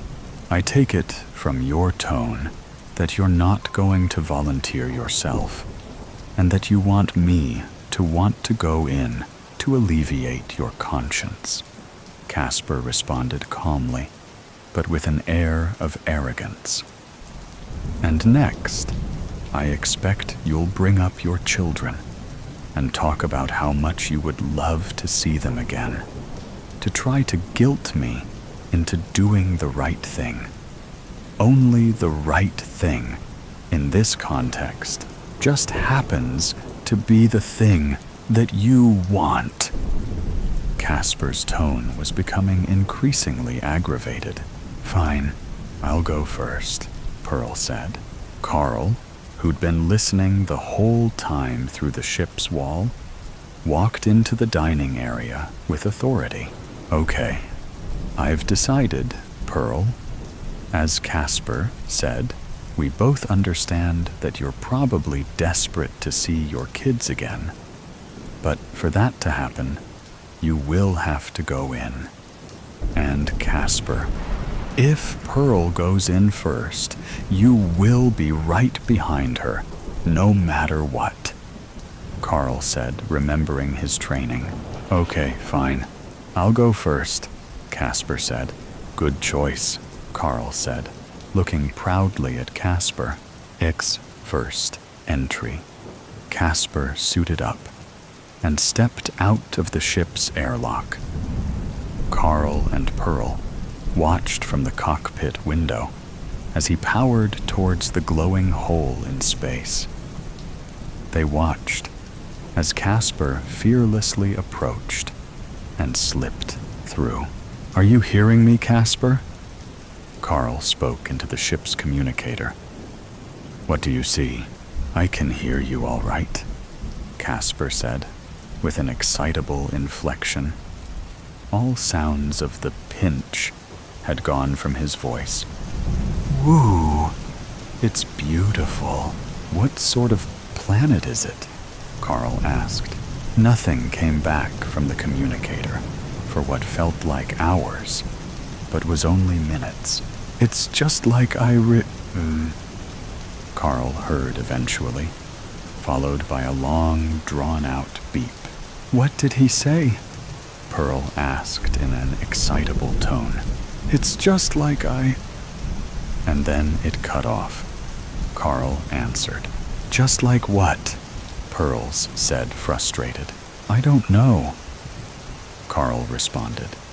Let's listen to it back again. Carl replayed the message. It's just like came out of the machine. Pearl said, puzzled. What? Recognize? Remember? You're going to have to go in after him, Pearl, Carl said, looking back at her. And you'll follow, right? Pearl said pleadingly. Of course, I'm not going to miss another opportunity, Carl said. What does that mean? Pearl asked, frowning. It wasn't just Black, the one you went through. Was it Carl? You were just too afraid to make landfall because you knew that would be a one-way ticket. Carl looked down, ashamed. It wasn't as simple as that, Carl said. There are lots of planets that can come back with breathable atmospheres on the scanners. But when people go through, it's a death trap. The one I saw when I went through was not right. The sky was orange, and the land was black. I knew straight away that if I touched down, I'd never be coming back. So you were scared, Pearl scoffed. And yet you've sent plenty of scared people to their deaths. How do you know this one will be any different? And yet you are more than happy to send me through. Casper said, it's beautiful. Do you think he would have said that if it didn't at least look safe? Carl said encouragingly. The BL hip will stay open long enough for you to establish a connection with Casper. He should have made landfall by now if it's safe. And you'll know if you should turn back. And you can come straight back through. Ix landfall. With that, Pearl suited up and reluctantly entered. Carl sat waiting, watching, and trying to calculate how long it might take for Pearl to communicate with Casper, and how long he'd have before the BL hip would close. Anything from Casper? Carl asked nervously through the communicator. Is he alive? A long pause. Wait, he's talking, Pearl said. He's ranting and raving. I can barely make it out. Another long pause. He says it's Ert, Pearl said. With that, the BL hip closed suddenly. Carl sunk his head into his hands in despair. It's Earth? Carl thought. Was that what Casper was saying? It can't be. There are no BL hips that close to Earth. I would know. Unless one has formed since we've been traveling. Or maybe a new BL hip is created when we travel, though? Nobody knows for sure. Carl thought. He sat and dwelled on this new information for some time. He could wait for Pearl to make landfall, then travel through. But if Casper was wrong, then he, Pearl, and the ship would all be lost. And if he was right, and it was, in fact, Earth, all that's been achieved is finding a shortcut back home. Still would have lost the ship, and the Earth would still be on a collision course with annihilation. But at least he would have proven himself courageous enough to follow the crew through a BL hip, or he could open the BL hip right now in the hopes he could at least save Pearl before she attempts to land. But save her how? We're all dead either way. If I bring her back on board, we'll just head back to Earth with no confirmed news of salvation. Carl was distraught and angry with his inability to think clearly. He was supposed to be the one to keep a clear head and make firm decisions. Damn pinch, Carl thought. Carl opens the BL hip and tries to establish a connection with Pearl on the communicator. It's taking too long, Carl thinks. Suddenly, he can hear Pearl's breathing coming through. Pearl? How far are you from landfall? There's not much time. Carl shouts through the mic quickly. I'm within the gravitational pull now, Pearl says excitedly. Casper's on the ground and he's breathing without his suit. He says it's safe. Send a message home. Carl quickly uses the onboard computer to send a message back to Earth. This is ELCV-28. We've found a new home, location details included. Begin the evacuation process. Carl hits send and prays that was the right decision. He climbs into his suit and heads towards the BLH hip. This is it. He thinks. Carl gets through just as Pearl is making landfall. How was the descent? Carl asks. Fine. Not much in the way of clear landing areas. Pearls responds, "A lot of flora and fauna where I am." "Flora and fauna?" Carl says, "That doesn't sound like the Earth I remember." "Have you got a connection with Casper?" "No, his communicator cut off abruptly about a few seconds ago," Pearl said, concerned. "I'm going to desuit now." Carl tried to establish a connection with Casper, but nothing but static came through. "How's the air?" Carl asked. "Clean, weirdly clean," Pearl said, taking deep breaths. Carl was getting close to the inescapable gravitational pull of the planet. He soaked up the beauty of this vantage point. It looked like Earth, green land and sun and oceans. Carl couldn't contain his excitement, but something was different. Carl didn't recognize any of the continents. A scream pierced Carl's ears through his communicator. Then Pearl's voice came through panicked. "Carl, turn back now. Get back to the ship and send another message to home.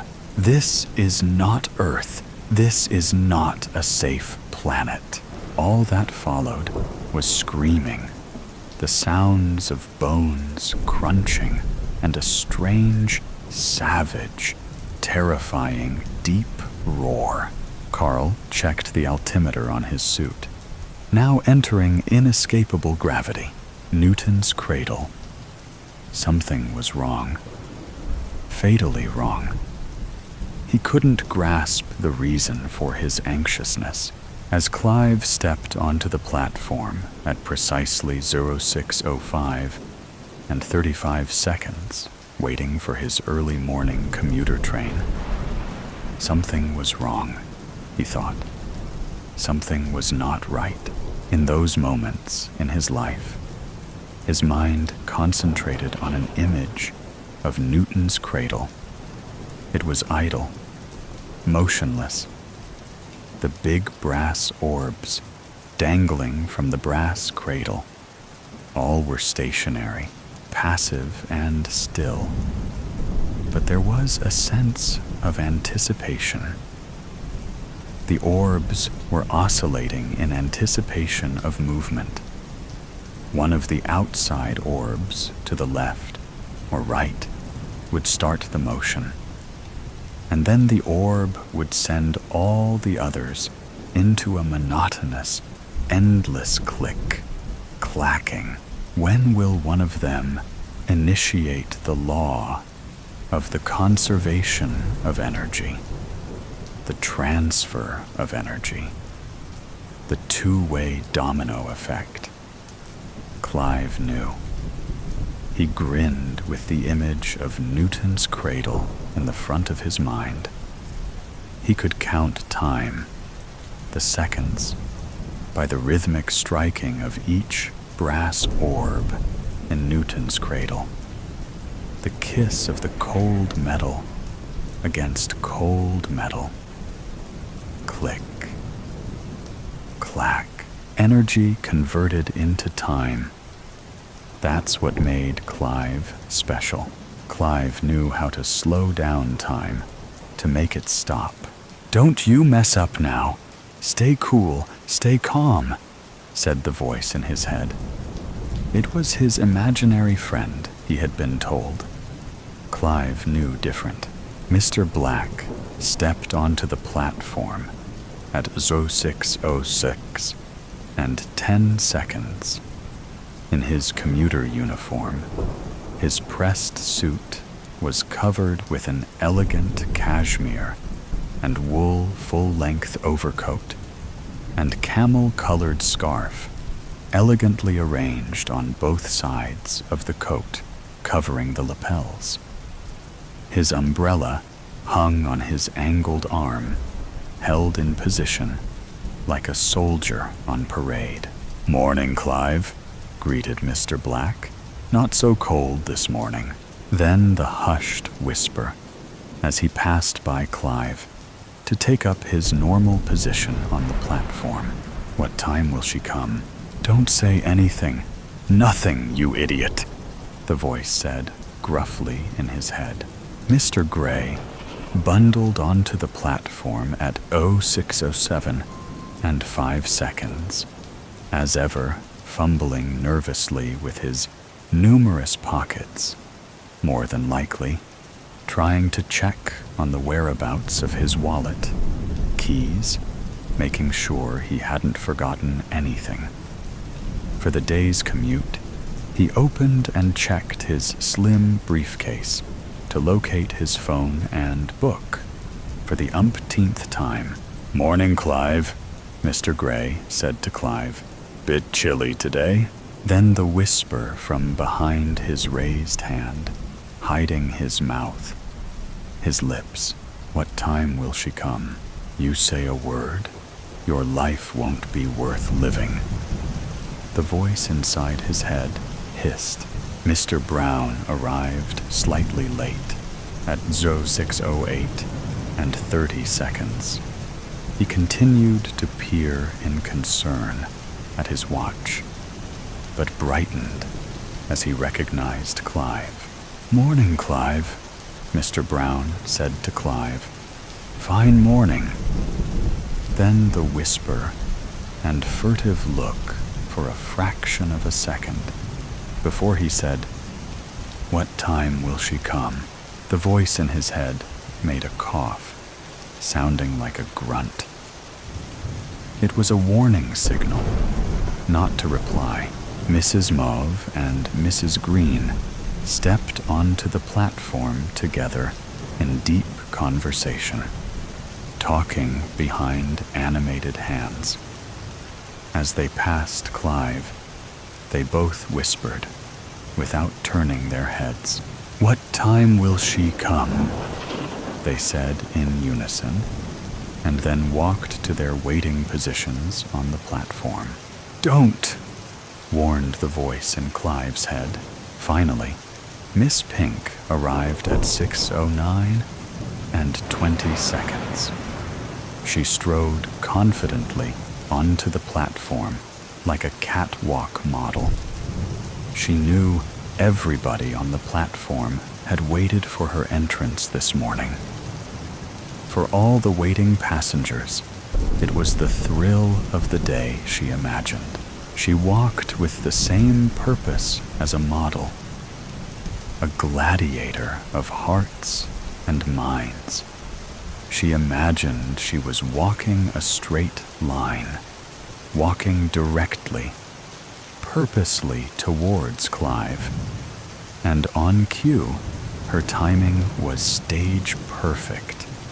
She winked flirtingly at Clive, the wink that meant, "Any time, I'm your license to promiscuity, buddy." A longing stare to the recipient of her wantonness. An unsaid message. "Take me." "Shut the up! You dare! You just dare!" said the angry, slightly nervous voice in his head as Miss Pink passed Clive. She whispered like everybody else, "What time will she come?" He followed her path, looking enviously at her long, shapely legs, her tight backside. Everybody was in their normal position. They all started looking downline for sight of the commuter train to the right. The tunnel entrance to the left was a dark, black hole, like a large muzzle of a gun. A void, an impenetrable blackness. It was different to the darkness of the early winter morning, where the light pollution and illuminated glare diffused the blackness and played tricks with eyes. Then the stranger arrived. He wore dark glasses and a long black trench coat styled raincoat. He looked around the platform and recognized Clive. He bowed his head and strode up to Clive. There was intent in his voice when he said, "Mr. Caldwell, I need a few words with you. Do you mind if we talk?" "Don't tell him anything. Understand? Not a word," screamed the voice. "It's an important matter, Mr. Caldwell. It's about your wife." The stranger in the long trench coat didn't finish the sentence. "Be careful now," said the voice with a menacing tone. Instantly, the golden orbs started to move in Newton's cradle. Click, clack, click, clack. The energy and counter-energy started to dance. Both the cradle and balls were shuddering, jerking in an erratic, crazed movement. "What time will she come?" said the stranger. He didn't whisper it like the others, but as the voiced question appeared in the hushed morning air, the stranger smiled a knowing smile. Clive thought he noticed a smirk. "Keep that mouth shut. Keep it shut." The voice in Clive's head was getting more than angry. It was becoming uncontrollable, insane. Click, clack, click, clack. The golden orbs had really started to move now. They were moving back and forth with the velocity of a funfair ride. Clive had forgotten the name of the ride. His brow started to sweat. His palms started to feel clammy. He felt nauseous. Bang! The explosion came from the black tunnel entrance. The impact, the latent energy of the explosion, was made more catastrophic as it was ignited from inside the tunnel. And then the trapped energy blasted outwards with more force at its mouth. The entrance, a titanic release of deadly energy. Huge pieces of masonry. Metal flew like missiles through the dark morning air, hissing with a deadly force. The sonic boom of the explosion deafened the dark morning skies. Clive had a slow-motion image of the chaotic debris decapitating some waiting passengers on the platform, their bodies smashed into pieces by the force of the explosion. Clive slowed the titanic forces in his mind to a still photograph type image. He made it stop. Click, clack, click, clack. The sound of Newton's cradle returned from his peripheral hearing as the sound of the explosive forces stopped at the same instant as the horrific images. "She won't come now," said the voice with evil mirth in Clive's head. "She's gone forever." There was a sense of finality in the last words.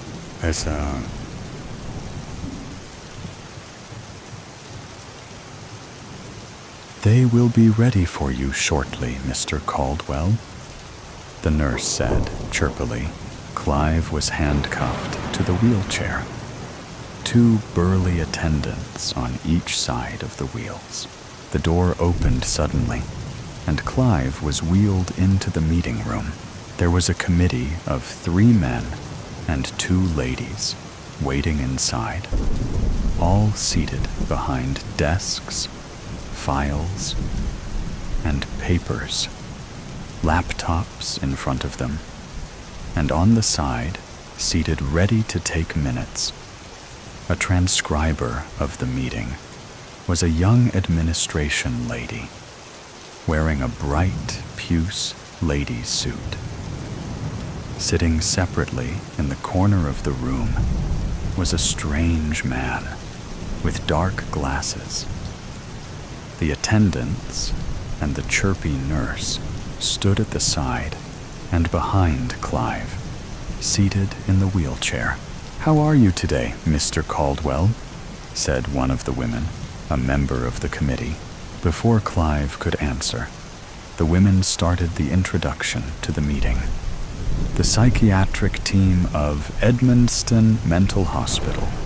In attendance today, Dr. Schwartz, Dr. Seri, Dr. Braun, Dr. Zellini, and myself, the chairperson, Dr. Malva, presiding over case 10476, Mr. Clive Caldwell.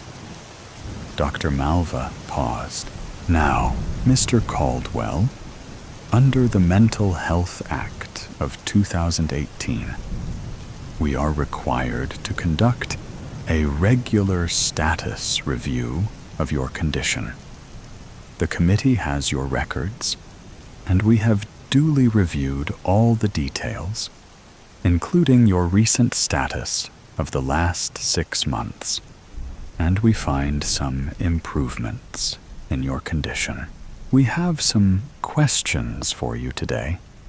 Do you feel in a frame of mind to answer?" Clive paused for some moments before he answered calmly.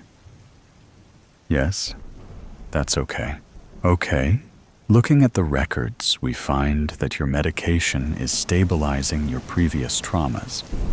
There are no reported incidents of violent behavior. Do you have visions? Or when was the last time you had any distressing visions, Mr. Caldwell?" "I can't remember. Not for some time," Clive quietly replied. "Good. And what about voices? Do you hear any voices in your head nowadays?" "No, ma'am. And I don't have any headaches either," Clive added. "Very good. We, the committee, believe that you no longer pose a security risk, not whilst you are in this institution, and you are taking your prescribed daily medication. We have also agreed that based on a clean incident-free record under the constant observation of this institution, that in 6 months we can look at a release program. What do you say about that, Mr. Caldwell?" "Great. Getting me time back again. Thank you, ma'am," Clive said with some hesitation. He looked to the corner of the room at the seated stranger. The seated stranger took off his dark glasses and peered directly at Clive. He had no eyes. Instead, where there should be eyes and eye sockets, there were 2 black holes. They looked like tunnel entrances, with the scars and scorch marks of fire caused by a tremendous explosive blast were evident on and around the circumference of the black holes. The stranger's expression didn't change. His face was peering directly at Clive, and then he smirked and mouthed silently, "What time will she come? Who is that?" Clive thought. "The past and the future, you arsehole. Don't look at him, you idiot," said the voice in Clive's head. "Okay, nurse, take Mr. Caldwell away, and we will see the next patient." The attendants reversed the wheelchair out of the meeting room. Clive's first thought, 5 minutes and 12 seconds. Meetings are getting shorter. Clive was grinning, a crooked smile which never disappeared off his face. But no one noticed his eyes, peering at nothing. There seemed to be something going on behind the masked appearance on his face, his pasted-on smile. his eyes. It was a charade for the continued monitoring and inspection of all at Edmundston. He wore the mask like a reveler at Mardi Gras, his unique disguise. Fake it to make it, the voice in Clive's head. Told you we'd be out of here. Just keep smiling, Sonny. Just be patient with these arseholes for a little while longer. Who's always looked after you, Sonny Jim. Always. Right from the beginning of time. Click. Clack. The sound of the orbs in Newton's cradle continued counting time. Clive's time. An emerald deal. This is unbelievable, Francis exclaimed as he held my self-portrait in his hands. It looks just like you. Francis Frankie Cullens is my best friend, and he holds in his hands what I hoped to be the beginning of my illustrious career as an artist. I smile at him, a humble, gentle smile, as I contain the bubbling anxiety within the pit of my stomach. Do you really think so? I asked, in what I hoped to be a tone that indicated only mild curiosity, and not that of a child seeking validation. Frankie looked from the painting and up to me with blazed excitement in his eyes. This is no joke, Mort. What I have in my hands here is pure, uncut talent. He lightly shook the painting in his hands as he said so, but abruptly stopped when he realized he was doing so, as if worrying he could ruin it. As a matter of fact, Frankie continued, I'd like to post this on your page and talk about the process of how you painted this, if you're all right with that. Honestly, I was taken aback by this offer. What, like, you want to be my manager or something? I sarcastically asked him this as I chuckled, but Frankie's face remained sincere. His response to me felt so genuine, so lacking in the raillery I expected, that it took me some time to register it. Why not? I've always believed in your work, Mort, even when no one else did. But with this... He trailed off as he looked back down at my painting. Finally, he continued. This was seriously all freehand? I nodded. Yes, it really was. But, Frankie, would you really want to be my manager? I don't even know what that job would involve.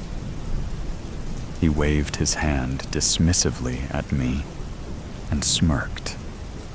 Exactly why you need one.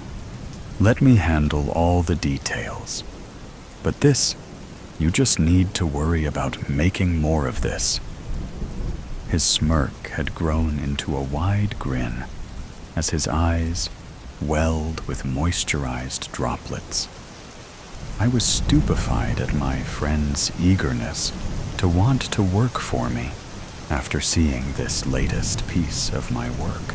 I knew, of course, that this painting, and all others that followed, would be different. But to have this sort of hypnotic effect was entirely unexpected. Yeah, okay, I hesitantly agreed. Go ahead and post it, then. Frankie's eyes widened in a somewhat disturbing display of ecstasy. Perfect. I'll get on that right now, and you do what you gotta do for your process, and you get another painting out. ASAP. I promise you, Mort, this is going to be huge. Before I could even open my mouth to respond, Frankie had already darted out of my studio, which was just my room in our shared apartment, and into his room across the hall as I heard his door slam behind him in an eager swing. I stood silently amidst the canvases on easels, which all displayed different degrees of blankness to what had the appearance of being worked on for several minutes of brush strokes. Then, forgotten, they stood around the room in a way that formed a labyrinth to the bed, one which only I knew the right way through. I looked at all of these unfinished and unbegun paintings and vowed they would not stay this way for long. Things were different now.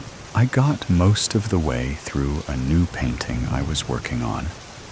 I believe I will title Green Singers, when I noticed I was at it for almost 10 hours straight.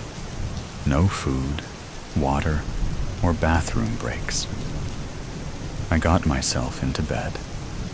I lay there for an unknowable amount of time as sleep eluded me, and I found myself thinking back to a conversation I'd had with an alluring stranger. It was last week, on a Thursday, when I was at my favorite art exhibition in town, which thankfully had a small coffee shop near the entrance. As I sipped at my caramel macchiato, I was scrolling through the reactions, or lack thereof, one of my paintings received. It had been posted for approximately 72 hours and had garnered 7 likes, while most of the comments were uninspired at best and rude at worst. One of them even said something along the lines of, "This is motel art at best. You look too scared to put any real expression into your work. Don't quit your day job for this. Hope this helps." What the hell was that even supposed to mean? I dropped my phone on the table in such a frustrated way that my coffee trembled and nearly spilled. Not that I cared. I threw my hands over my face and exhaled in an admittedly over-dramatic, defeated way. There I buried my face as I gathered myself when I heard someone sit down in the chair across from me. I looked up, expecting to see Frankie. Instead, it was a man who I had never seen before. I recall little from his physical appearance, but I remember he was wearing an expensive-looking suit, and his eyes, those piercing emerald green eyes, with an intense and age sheen, the likes of which I had never seen before. "Can I help you?" I asked, making sure the irritated tone, hinting at "please go away," was noticeable in my inflection. The stranger gave me a smile that was warm and comforting, and I felt my disappointment in myself and the world melt away from my chest. I know it's weird to say, but I instantly felt comfortable with this man here. "I'm a fan of your work," he said to me. His voice was velvety and sweet. "I wanted to meet you in person, but I have to say, there is room for improvement." Of course, I thought to myself, another critic who thinks they can tell me how to paint. "Oh yeah?" I said, with the irritation back in force. I took another sip from my coffee. "Oh, yes," the man said. But that's not a bad thing. Every great artist knows there is always room for improvement. It's the knowledge that one would never achieve perfection, yet their pursuit for it is endless. I rolled my eyes at him, though I guessed he did have a point. Maybe you're right, and I'm guessing you have the solution for that? This was obviously a rhetorical question, yet the man kept his gaze locked in mine, and he said, "It so happens I do." What would you say if your paintings would become the epitome of perfection? That through your great works, your name would be immortalized, etched into the framework of history alongside Monet, Van Gogh, Michelangelo, and so many others. I laughed dryly at him. For that, I paused, peering searchingly into my cup of coffee, now at room temperature. For that, I would give everything. That statement came out of me so much more sincerely than I would have expected from myself. Realizing this, I laughed at myself, raised my coffee, and gulped the rest of it down. I was feeling this odd sense of anticipation I could not explain. Like the feeling a kid at a theme park gets when they are near the end of the line for a ride on one of the attractions. The man with the green eyes raised an eyebrow at me as he said, "While I admire the enthusiasm, I wouldn't ask you for everything. If I were to perfect your art, I would ask for very little in return, in fact." Now it was my turn to raise my eyebrows, but in a more incredulous, disbelieving sort of way. "Wait, are you serious right now?" The man said nothing. He only kept that cool, soothing smile. I pressed on. "So, you could make me one of the greatest artists of all time, and you would want, what, my soul? That's what this is, right? Some low-budget Twilight Zone episode where you grant me my biggest dream, and all I give in return is my soul?" Now the man leaned forward in his chair, closer to me. I could smell him now. It was a scent that felt so refreshing, as it ignited nostalgic feelings for events of my life that I could not recall ever happening. It soon dawned on me that the feelings of nostalgia his scent gave me were not like smelling freshly mowed grass and remembering a magical summer from childhood. This was a sense of longing for events in my life I had not yet lived. "No, you don't have to worry about that," he said in a reserved timbre. "Despite what certain media would tell you, I don't barter for souls." I considered this, then asked him, "Well, then what do you want from me?" "Two things," he said. "If I immortalize you and your art, I need you to paint something for me. I will tell you what at a time of my choosing. Second, I need you, Jack Mortimer, to say 5 little words to me to endorse our contract." I was practically vibrating in my seat now, with anticipation, as if a colony of butterflies had birthed within me. all at once. He didn't need to tell me what those 5 words were that he needed, as I could feel them on the tip of my tongue, ready to burst. I stood up and eagerly reached my hand out to shake his. He did the same. I fervently told him what he needed to hear. "I see you, Mr. Green." 3 months had passed since I painted that self-portrait, which I allowed Frankie to keep. He keeps it proudly hung in his new office, where he works around the clock to get me new exhibits for my paintings. Green Singers had been a phenomenal success, and there had been 12 others so far after.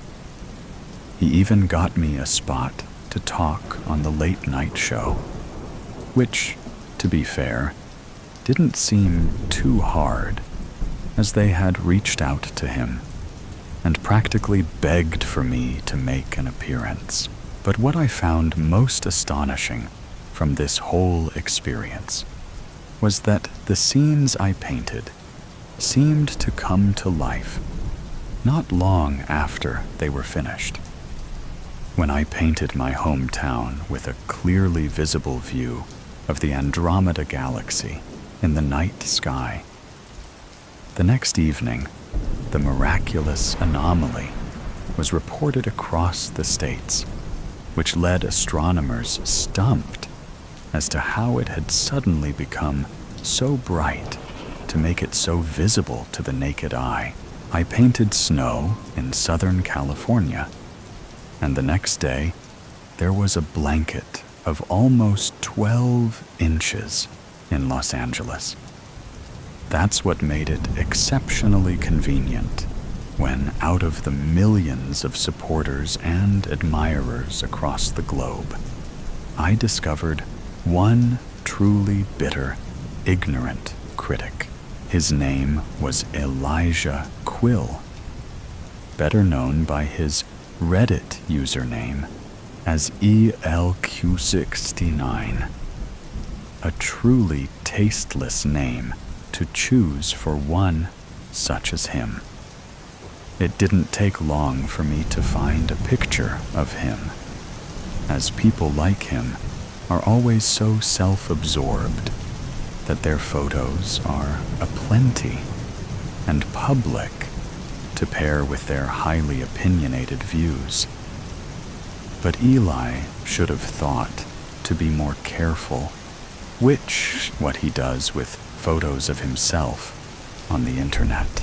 After I had memorized his face, his body type, and what style he wears, it was almost too easy to paint his liking as I saw fit. Elijah Quill, in my depiction, was seen in a dark alley somewhere, having been beaten to death. The folds inside his pocket turned out to indicate he had been robbed after the fact. I kept this painting to myself, of course, but couldn't resist the urge to Google the news in the city I found that he lived in. There he was, the egotistical bastard, making the top headline. Good for him. A few days after the oh-so-tragic passing of LQ69, Frankie came to see me. We no longer lived in that small apartment together, as I had found a nice condo in the city. I buzzed him in, and he came in with that adoring, eager grin. That suck-up smile was starting to get on my nerves. "Hey, Mort," he said cheerfully. My God, he's practically skipping towards me, I thought exasperatedly. "Listen, I got a new opening for you downtown, and if you're okay with it, I'm thinking somewhere around 5 We can... I held a hand to stop him, which he did instantly. Hang on a second, Frankie. There's something I got to tell you. Something I should have told you a long time ago. He cocked his head to the side as he asked me, "Sure, what's up?" I looked him into those weirdly adoring eyes as he waited. "I'm going to have to let you go, Frankie." The look Frankie gave me was as if I had just kicked a puppy across the room. "Well, what?" he stammered. I blinked and said, "You're fired, Frankie.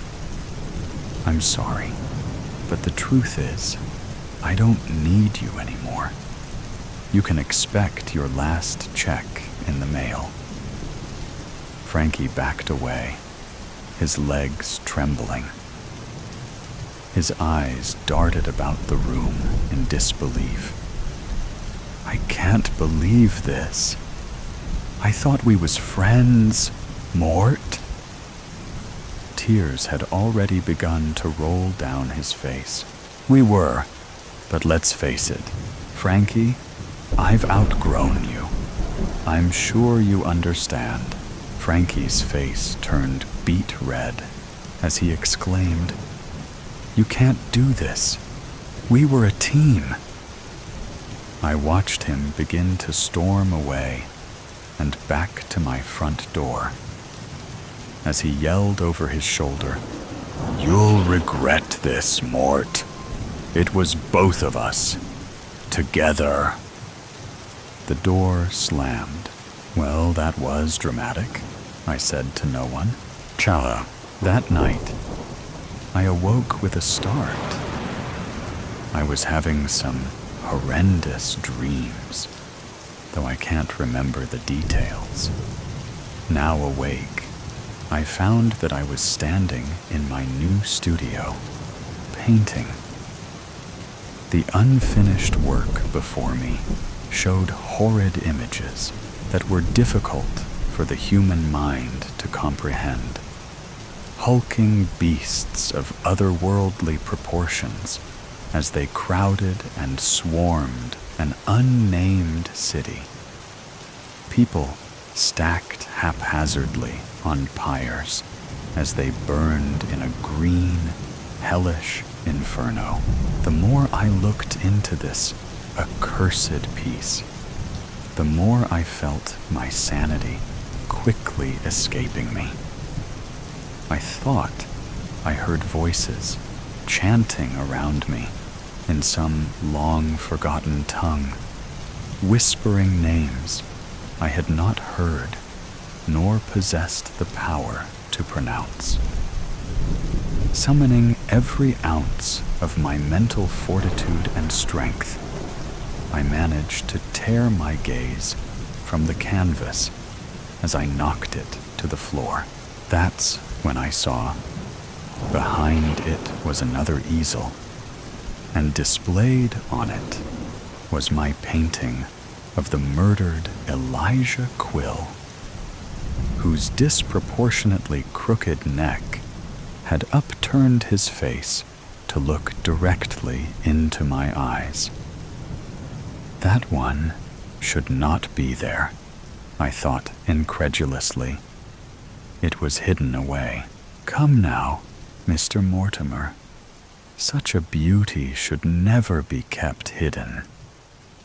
That voice behind me. It was his voice. I spun around and saw the man, this Mr. Green, smiling at me. "You," I said, as I pointed an accusing finger at him, "you're what made me paint that nightmare, aren't you?" Mr. Green looked at the unfinished painting on the floor, then back to me. "That was our deal, Mort. One painting of my choosing, when I wish it. It would be in your best interest to uphold your end and finish it." No, I muttered. No, I will not bring that hell into being. The deal is off. You can take away this power. I've already gotten enough out of it anyway. Mr. Green sighed at me, but coolly said, I would have to agree. Thanks to your admirable work with Mr. Quill. I was taken aback by this. What do you mean by that? I demanded. Mr. Green's smile vanished. He sneered at me as he explained. I told you when we first met that I do not barter for souls. I don't have to, as your kind are always so eager to place it in the palm of my hand. For just the smallest taste of power and ultimate adoration, you burned yourself on the very pyre that you built. My jaw dropped open. No. But what could I say? What could I do? I go now, Mr. Green continued with a returning smile, now sinister as a dealer in a rigged game of poker, to prepare a place for you. And with those parting words, he faded from view, until all that was left were two floating orbs of emerald glaring at me until they, too, were gone, alone again. In the darkness of my condo, I began to see visions, things that were not of my home, of a similar layout to the one I used to live in the apartment with Frankie. On a table, I saw a mostly empty bottle of Jack Daniels. I turned and saw on the edge of the bed was Frankie. He still lived in that tiny apartment, and here he was, drunk beyond all reason, with tears flooding his face and snot oozing from a sniffling nose. I saw in his hands he held that self-portrait, the first of my paintings after that deal. Damn you, Mort, he whimpered. He produced a pocket lighter and set the flame to the bottom corner of my self-portrait. No, Frankie, wait! I screamed at him, but he didn't appear to hear me.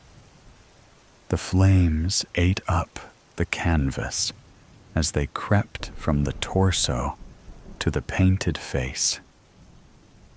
Damn you to hell, Mort, Frankie began to sob. The images of Frankie's room vanished, and my own dwellings had returned. This is unbelievable, I cried as the last image of Frankie disappeared. Standing here in the dark of my own vanity, I felt the effects of Frankie's actions with that damned painting. The fire started at my feet and quickly licked and raced up my legs, soon engulfing my body. I yelled, swatting at the flames, yet the inferno continued to spread all around me, and only me as I raised my hands to my face and screamed. The Roomba Facebook Marketplace, Roomba 600E, details, condition, used like new, description, slightly used, comes with all accessories and 2 chargers. Price, negotiable. Need gone, ASAP. Christine kicked off her heels as soon as she walked through the door. The French baguette, peeking out of the brown paper bag in her hands, wobbled precariously as Sir Lancelot wove his way beneath her feet while she attempted to place the groceries on the bench. Lancelot was a Persian crossed with a rag doll, and the combination equated to hair. Lots of it. Christine scanned her critical eye over the apartment. Clumps of fur wafted everywhere. She loved little Lancy immensely, but she didn't love his hair. She sighed as she opened the hall cupboard to get out her cumbersome Hoover, a relic that had belonged to her mother and had been passed down to her. It was time for its second workout of the day, and she just hoped the ancient beast was up for the task. The high-pitched groan was ominous, as was the smell of electrical burning that began moments after she had switched the machine on. Christine immediately disconnected the power and resigned herself to her fate. It was time to purchase a new vacuum. Unfortunately, her finances were still limited, and so she opened her phone to browse Facebook Marketplace. Surely she would find a deal there. It wasn't as if she was fussy. Anything that would work would be better than trying to sweep up the unsweepable.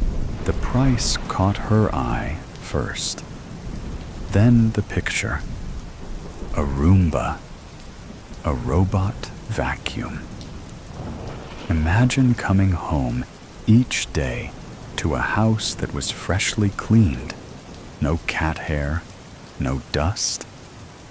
The more she thought about it, the more Christine became convinced that she could not possibly live one more day without the services of her own personal Roomba robot. A quick series of messages back and forth, and soon Christine found herself the proud new owner of a second-hand robot vacuum. Be careful with the settings. It's a bit of a beast if you're not keeping an eye on it, the previous owner had advised her. She'd smiled and nodded, figuring that the internet would have all the instruction manuals and safety precautions listed somewhere. Once she plugged in the charging dock, Christine Googled the instructions and set the operating time to run twice a day while she was at work. With a happy sigh, she fed Lancy his dinner, reheated leftovers for herself, and went to bed. She was jolted awake at 4 a.m. by a soft mechanical whirring and solid, repeated thumps that shook her bed. Lancy, startled awake from his sleeping position at the foot of her bed, hissed violently as he landed on her chest, claws extended. It took her a bleary moment to connect the dots, but she finally realized she'd set the timer incorrectly, setting the machine to work at 4 a.m. instead of 4 p.m. It seemed to be stuck, trying to vacuum under her bed, catching itself repeatedly on the leg, and unable to navigate its way out of the situation. The bright lights, like little eyes, glinted with frustration, which echoed her own emotional state. It really was way too early for her to remember the settings, so she stumbled out of bed as she tried to whack the off button on the machine. It finally powered down with a petulant wheeze, the lights blinking off sadly. Placating Lancy took much longer. as his fur was literally on end. But after much stroking and coaxing, the cat settled back at the foot of the bed, curled up in a cat ball, and purred himself to sleep. The following morning, after feeding Lancey his breakfast, Christine studied the online manual closely as she absently munched on toast and sipped her coffee. Carefully following the instructions, she set the timer, double-checking the AM/PM setting. From his sunny position on the windowsill, Lancey hissed and arched his back. A familiar whirring caught her attention, and a soft bumping nudged her toes. When she looked beneath the table, the Roomba was carefully vacuuming the crumbs she had spilled. "Odd," she muttered. "I haven't turned you on yet. Must be a saved setting from the previous owner." She didn't have time to look for the clear all settings section of the manual, but resolved to look into it after work. Once again, Christine was rudely awoken at 4 a.m. by the repeated thumping of the machine and the yowling hiss of the cat as Lancey landed claws first on her chest. "For the love of," she muttered, tossing her blanket aside to deal with the rogue machine. This time, the off button seemed to stick, and she was unable to power it down. "Well, if you won't switch off, you may as well do your job out here." Christine shoved the machine into the living room and firmly closed her bedroom door. Lancey would be all right for a couple of hours. She'd let him out for a kitty litter break as soon as the sun was up. The morning brought chaos. Christine's living room was spotlessly clean, immaculate even. But she couldn't find her shoes. She usually kicked them off by the front door, but they were nowhere to be seen. She rummaged under the sofa and coffee tables, just in case she had kicked them off in the living room, and then crawled into the dust bunnies under her bed, on the off chance they were there, but to no avail. Finally, she had to do a quick change of outfit so that she could wear the more casual loafers in the back of her wardrobe, and rushed out of the door, late for work. When she came home, Christine kicked off her shoes near the door as she juggled the bags of groceries she'd purchased after work. The light on the Roomba's dock was flashing, indicating that the dustbin needed emptying, so she dumped the heavier bags on the floor to attend to the task.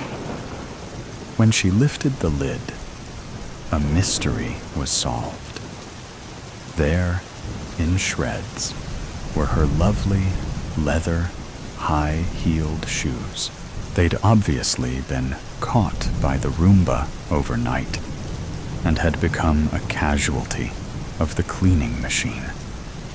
At least there's a reasonable explanation, she sighed as she took the small dustbin to empty into the outside bin, happy that she wasn't losing her mind, but not happy about the cost of replacing her favorite shoes.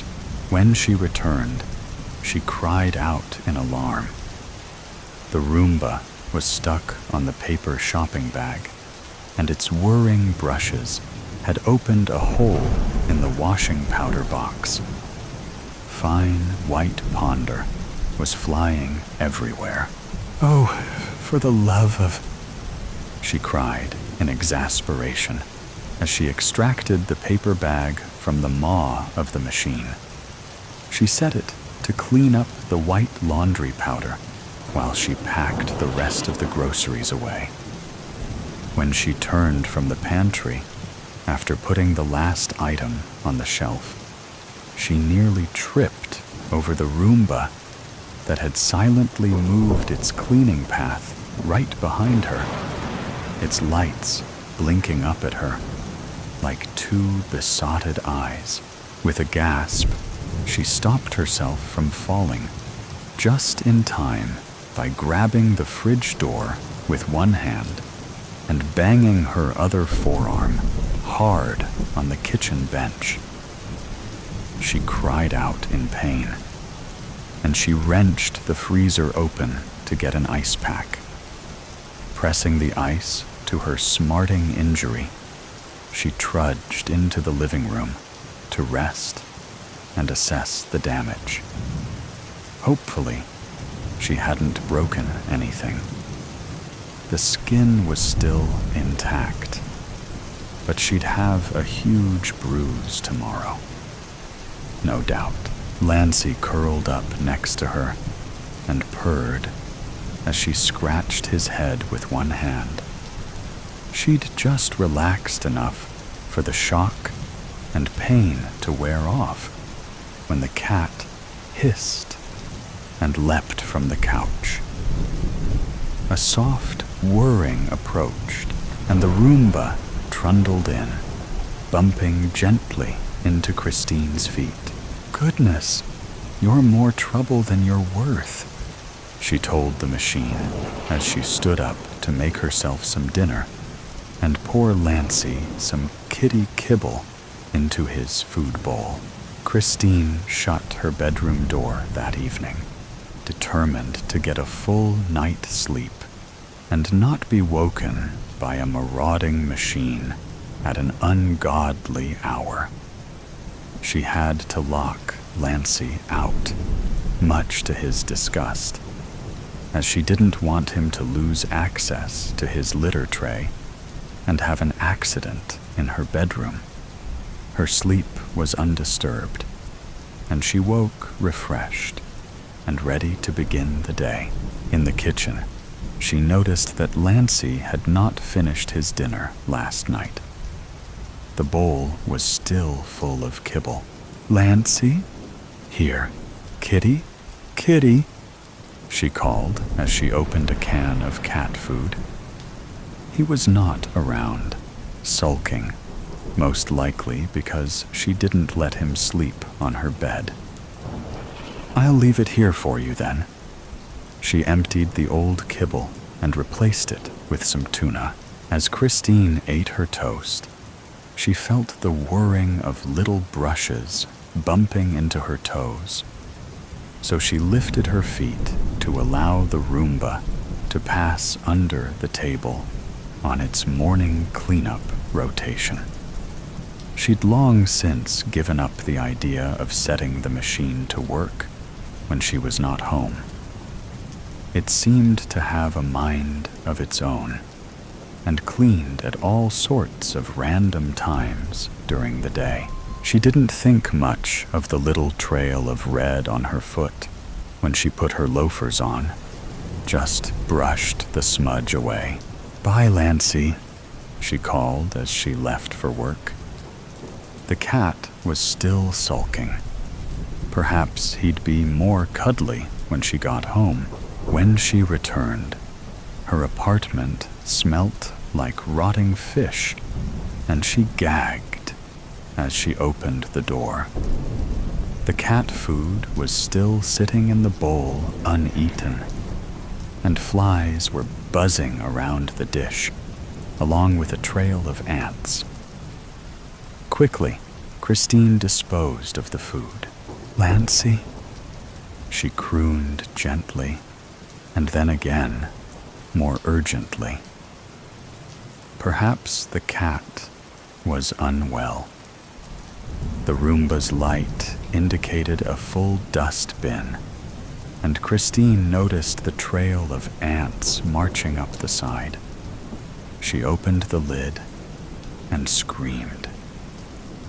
Blood and fur and pulverized viscera filled the bin. She ran to the bathroom and heaved, retching up the contents of her stomach as tears ran down her face. From behind her, there was a whirring sound, and the Roomba looked at her with its bright lights unblinking. Facebook Marketplace. Roomba 600E. Details. Condition. Used like new. Description. Slightly used. Comes with all accessories and 2 chargers. Price negotiable. Need gone ASAP. The Pen Ultimate. It was a bit of a shock to see Sophie again at the door on a Thursday evening during the pre-news sitcoms, because by all accounts, she was quite dead. Peter Lander distinctly recalled kissing her passionately, bittersweetly even, because it was their last kiss, and he knew it even if she didn't, right before he blew her brains out with his Colt python. He knew he was right, because Eileen made a big fuss. Why the hell did you kiss her? She's my wife. Not anymore. True. And given the insides of her skull, confettied all over the living room. And that later that week, they put the rest of the package 6 feet under. And then a day after that, they collected on the staggering life insurance. Yes, Sophie was dead. She had to be. And yet, hello, Peter, said Sophie, standing at their door. Said Peter. Dirt dribbled from her dress and hair, and actually, she was covered in dirt. No makeup, but her hair was done up, and frankly, she looked like she might just have gotten back from a rainy rugby match, which she for some reason played in her funeral dress. And maybe she was a little paler than usual. Oh, and she had that gaping hole in her forehead, of course. Sophie rolled her eyes, pushed past him, and muttered something about, "Why don't I let myself in?" Peter followed her to the kitchen, where Eileen was making herself a vodka cranberry. "Oh my God," said Eileen. Her tone was shocked, but not the kind of shocked you get when you see a dead person walking around, but rather when you see the wrong dead person walking around, like when you're in line at the express checkout, but the old guy in front has more than 10 items, and it's noisy, and the AC doesn't work, and a greasy tween elbows you in the boob and doesn't even notice, much less apologize. "Peter, what the hell? She just showed up," he said with a shrug. "What do you want from me?" "Right," said Sophie. She placed a briefcase on the kitchen table, her lawyering briefcase from back when she was alive, and a lawyering, and unclasped it. "Gather round. Family meeting time." Peter and Eileen sat, though she huffed and crossed her arms and kept the vodka at hand. "Are you even part of our family anymore?" Eileen asked. Sophie glared her silent. Then she pulled out piles of papers, old yellow paper, covered in horrid red ink, all over the table. "Soph," Peter said. And then he winced. He never really knew how to broach deeper topics with her, which was maybe why their marriage was so-so. What's happened to you? Are you a ghost?" "She's obviously a zombie," Eileen snapped. I told you to use the shotgun, but did you listen? No. Sophie drew herself up and sniffed. I am not a ghost, Peter. Ghosts aren't real. Out of her briefcase, she pulled out, reverently, a ruby-red fountain pen. Except it wasn't merely ruby red, it was ruby, with a gold nib, and placed it gently beside her. Neither am I anything so gauche as a zombie, Eileen pouted. I am a revenant. Peter and Eileen shared a look. What's a revenant? He asked. I'll put it this way. When I ran into the devil in hell, told you lawyers went to hell, Eileen said, sneering. Sophie cleared her throat. When I ran into the devil, I made a deal with him. He'd let me come back as an undead murder machine so that I could wreak unholy vengeance on those who wronged me. You know, tear you limb from limb, eat your heart, and drag your sorry soul back down with me. Kind of one last big hurrah in the world of the living. Peter gulped. Eileen dropped her glass, which wobbled on the table and spilled all over her lap. Thing is, Sophie continued, holding up a parchment covered in bloody writing, I've gone over this contract hundreds of times, and as soon as I kill you, I go back too. But not until. She took a couple fresher-looking sheets of yellow paper and slid them across the table, one each for Peter and Eileen. So, I'm willing to offer you a deal. Feel free to read over that. But the gist is, I don't murder you. And in exchange, I get to live here and get access to the millions from my life insurance policy. Peter looked at his paper and gulped. Is this written in blood? It's Lucifer ink, by Lucifer Inc., Sophie said. Then, with a distant look in her eyes and an unsubtle tremble, she added, blood tends to boil down there. Oh, it is written on human leather, though. Peter and Eileen dropped their papers. What if we don't sign? Eileen asked. Then I murder you now and drag your soul down to hell. Can we just shoot you again? Peter asked. Technically, yes. But come on, Peter. Use your thinking brain. I'm already dead.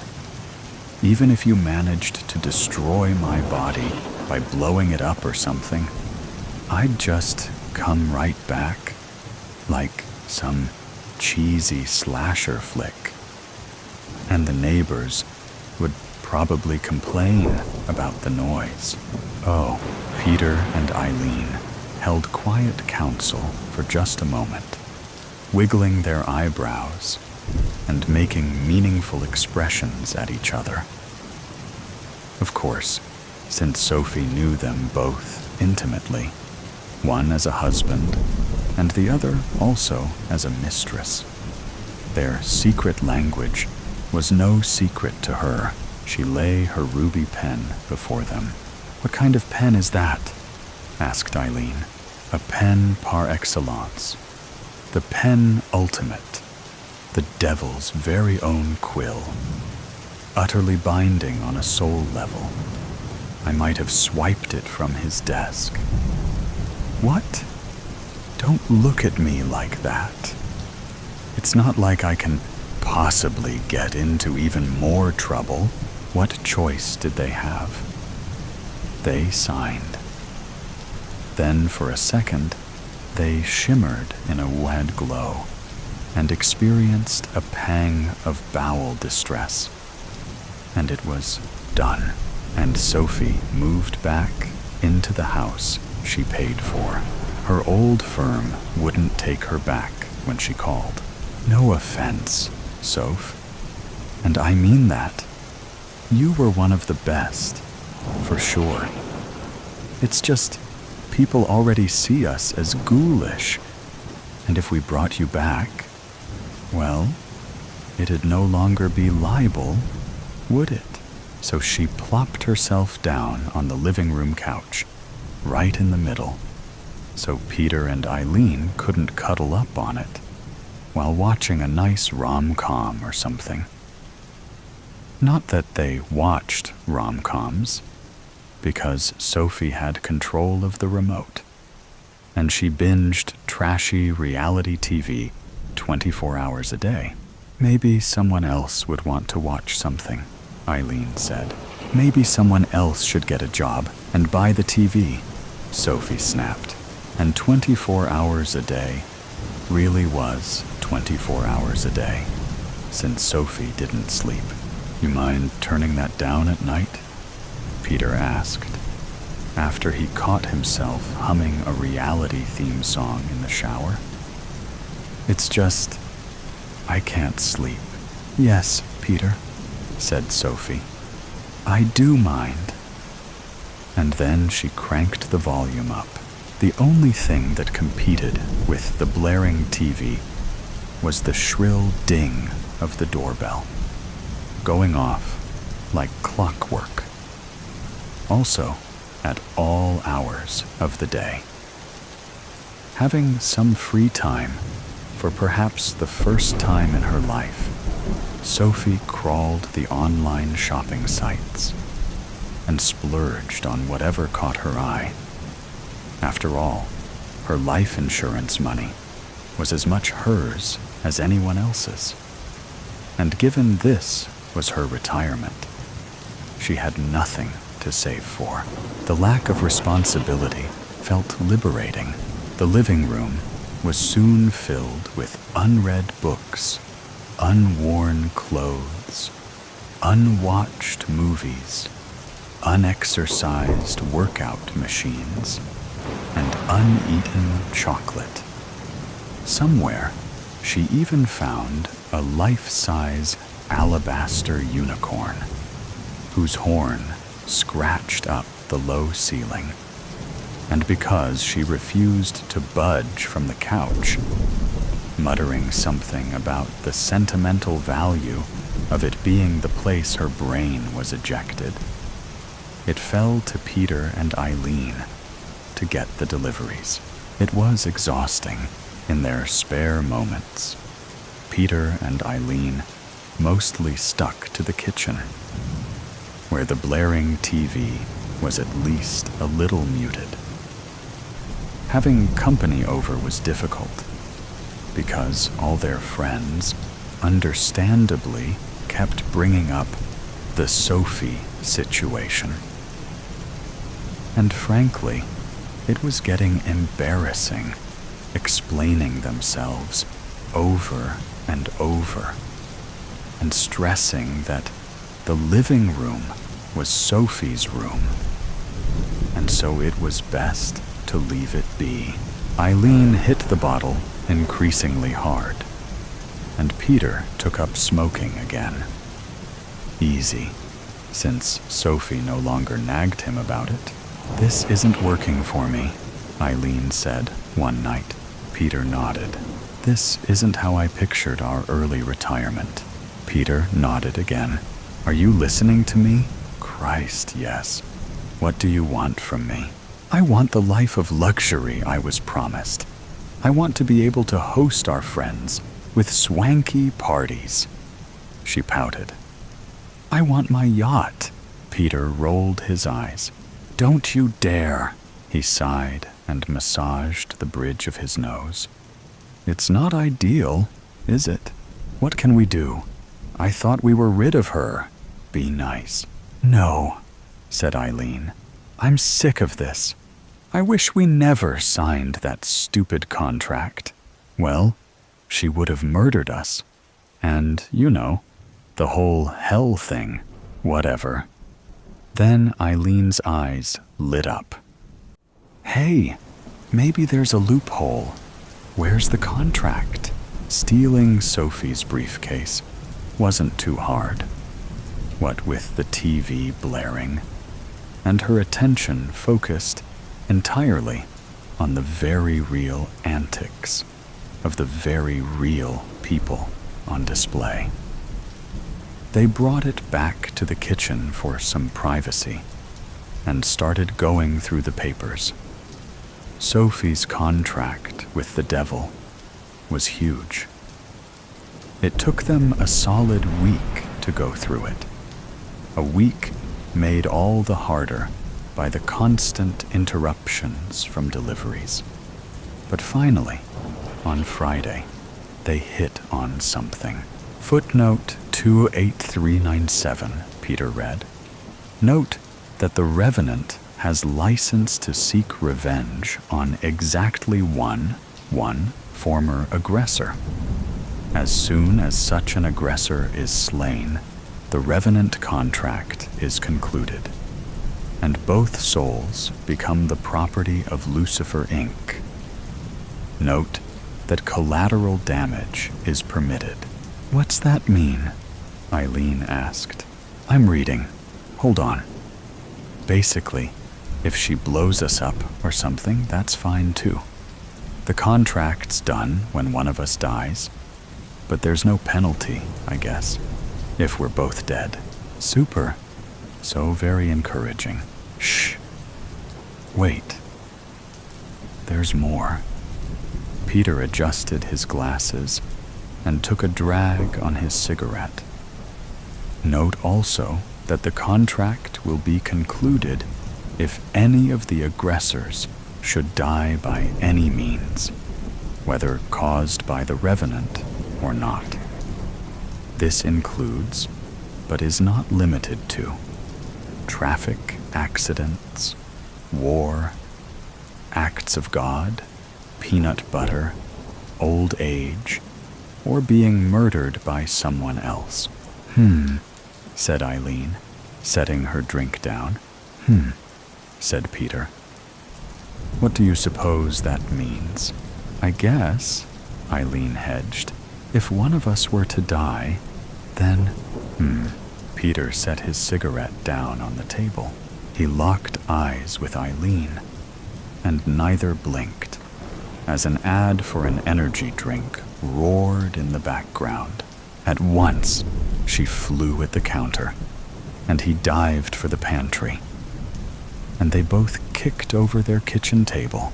Eileen grabbed the first things available to her, a cutting board covered in raw, soon-to-be schnitzels, and a gory meat tenderizer. She flung the floppy meat patties across the room and roared, hoisting her tenderizer into the air. And then, with a shriek, brought her cutting board up, just in time to block the worst of a volley of canned pinto beans. Peter charged her with a battle cry, holding a jumbo can of tomato juice with both hands. He leapt at her, right as she swung. Her tenderizer savaged his temple, but he tackled her. I think we should see other people, he roared, bringing his can of tomato juice down and down again. Eileen screamed, desperately blocking with her cutting board and flailing her face tenderizer, until it finally connected with his jaw. It was enough for her to push him off and then roll on top. And now Peter was on the defensive.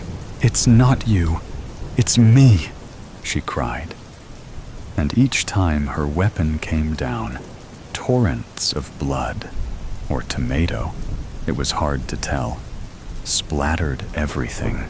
They rolled again when Peter was able to get a hold of a raw schnitzel and shove it into her face. And then again, when she managed to can opener his ear. and on it went, until they both flopped onto the kitchen floor, gasping for breath, covered in cuts and bruises and meat. "Truce," he wheezed. "Yeah," she managed, and then coughed. "I thought killing was supposed to get easier after the first one." "Hey, do you smell that?" Eileen sniffed. "Is something burning?" Laboriously, they both sat up and found their kitchen to be on fire. The worst of the blaze was their table, which had been covered in Sophie's dry old contracts, Eileen's liquor, and Peter's lit cigarette. "Oh, hell," he muttered as the flames drew closer. Then they both screamed for help. Sophie ignored them at first, because their drama was just too much, and nowhere near as interesting as TV. But it grated on her enough that she finally rose off the couch. By then, the kitchen was a conflagration, with nary any raw meat in sight. Neither Schnitzel nor Peter and Eileen. "Damn it," she said, planting her hands on her hips. "You two are just the worst." And then she exploded into a cloud of sulfur and flame, and the house burned down. "Nature's the bomb." Landon's phone pinged again, disturbing the peaceful mountain hiking path. Woodrow Alfredson's right eye twitched from the tension building up in his body. It grew like static electricity in the air. "Will you turn that damn thing off? This is a relaxing father-son hike. It's hard to enjoy the beauty of nature with your mobile beeping like a bomb. Shh, this is important. Tensions are escalating in..." He acted without thinking. He'd been absent for most of Landon's upbringing, gone in the mornings and evenings. He was missing most weekends, and even when he was present, he was tense and exhausted. But what kind of a father would he be if he allowed his teenage kid to silence him with a shh? It was never too late to start acting like a dad. Woodrow grabbed his son's phone, hateful device, and hurled it down the mountainside. The black rectangle clattered and crashed and banged along the rocks. Its screen shattered. Bits of computer chips and internal wiring flew away as it spiraled to its death. "Dad, what? Enough!" Landon recoiled, eyes wide. He stepped backwards and tripped over a stone. He landed on his backside with a winded grunt. Woodrow inhaled through his clenched teeth. He wanted what was best for his son, and that involved working long hours to ensure that Landon never wanted for anything. But now, with the military contract signed and sealed, money was no longer a problem. Woodrow could now spend some quality time with his boy. The problem was that he'd left it a bit late, and Landon no longer cared whether his dad did anything with him. So Woodrow needed to find a way to crack through Landon's "I don't give a damn" veneer. No more. This is you and me time. I know I haven't been around much, son, but you should know I only ever did it all for you. I worked such long, long hours to give you everything you needed, to bring us to this point where we can enjoy this moment. Right here, right now, on top of the world, looking down upon the beauty of nature.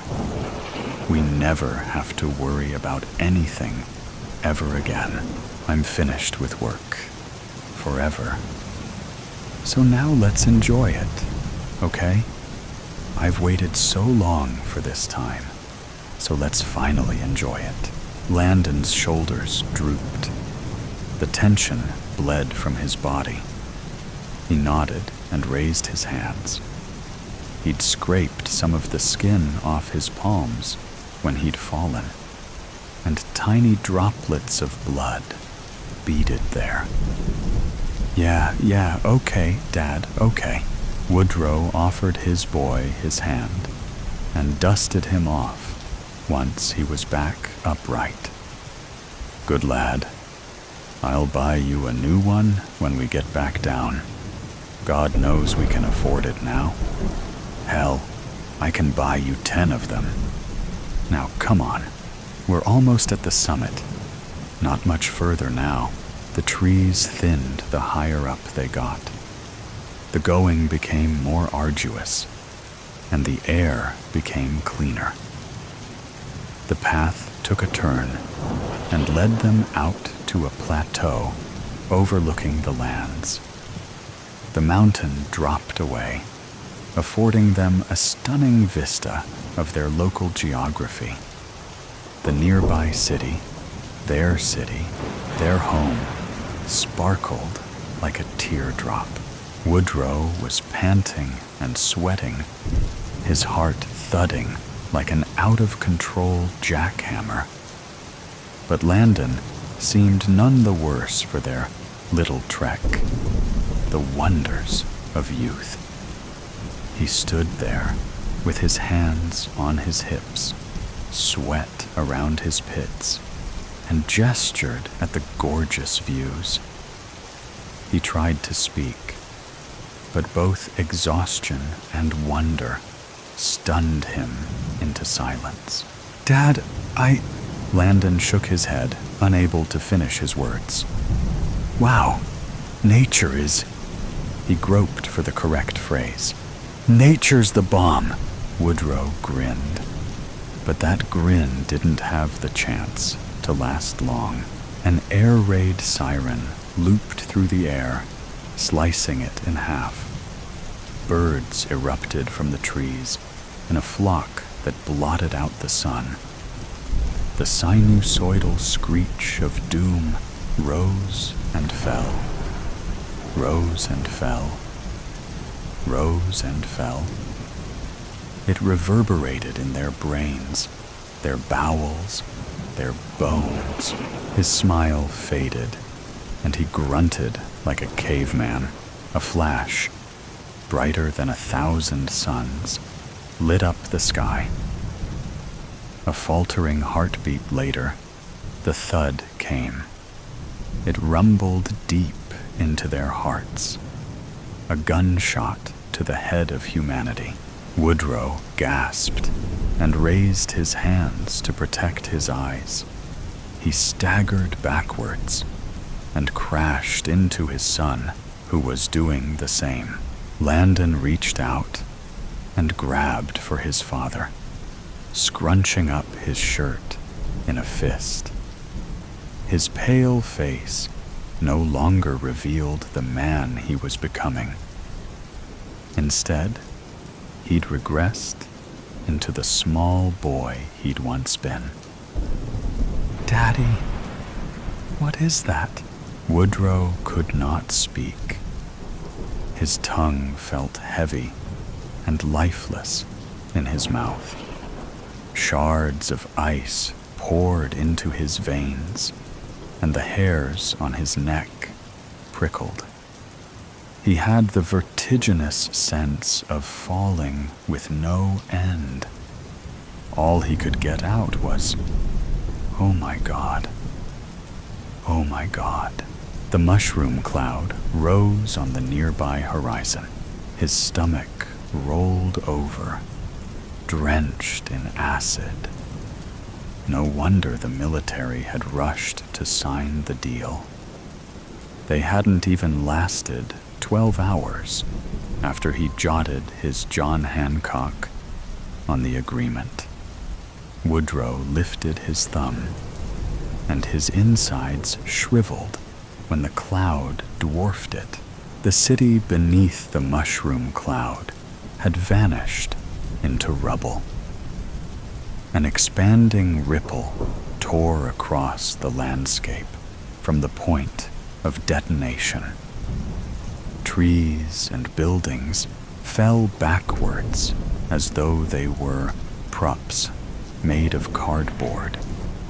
The green earth exploded into radioactive dust. The landscape flattened. The blast sanded every feature and landmark away like an angle grinder. The soil rolled in a wave as though liquefied. Woodrow had wasted his son's childhood, working towards a comfortable future. But all that hard work had branched them off into a timeline where it came back to bite him on the behind. There was money in weapons manufacturing and war profiteering, and such investments would indeed pay off. But not, it seemed, in the direction one would hope. Well, there was no future now. Woodrow had not missed the irony. He threw up his hands. "Ah, for God's sake."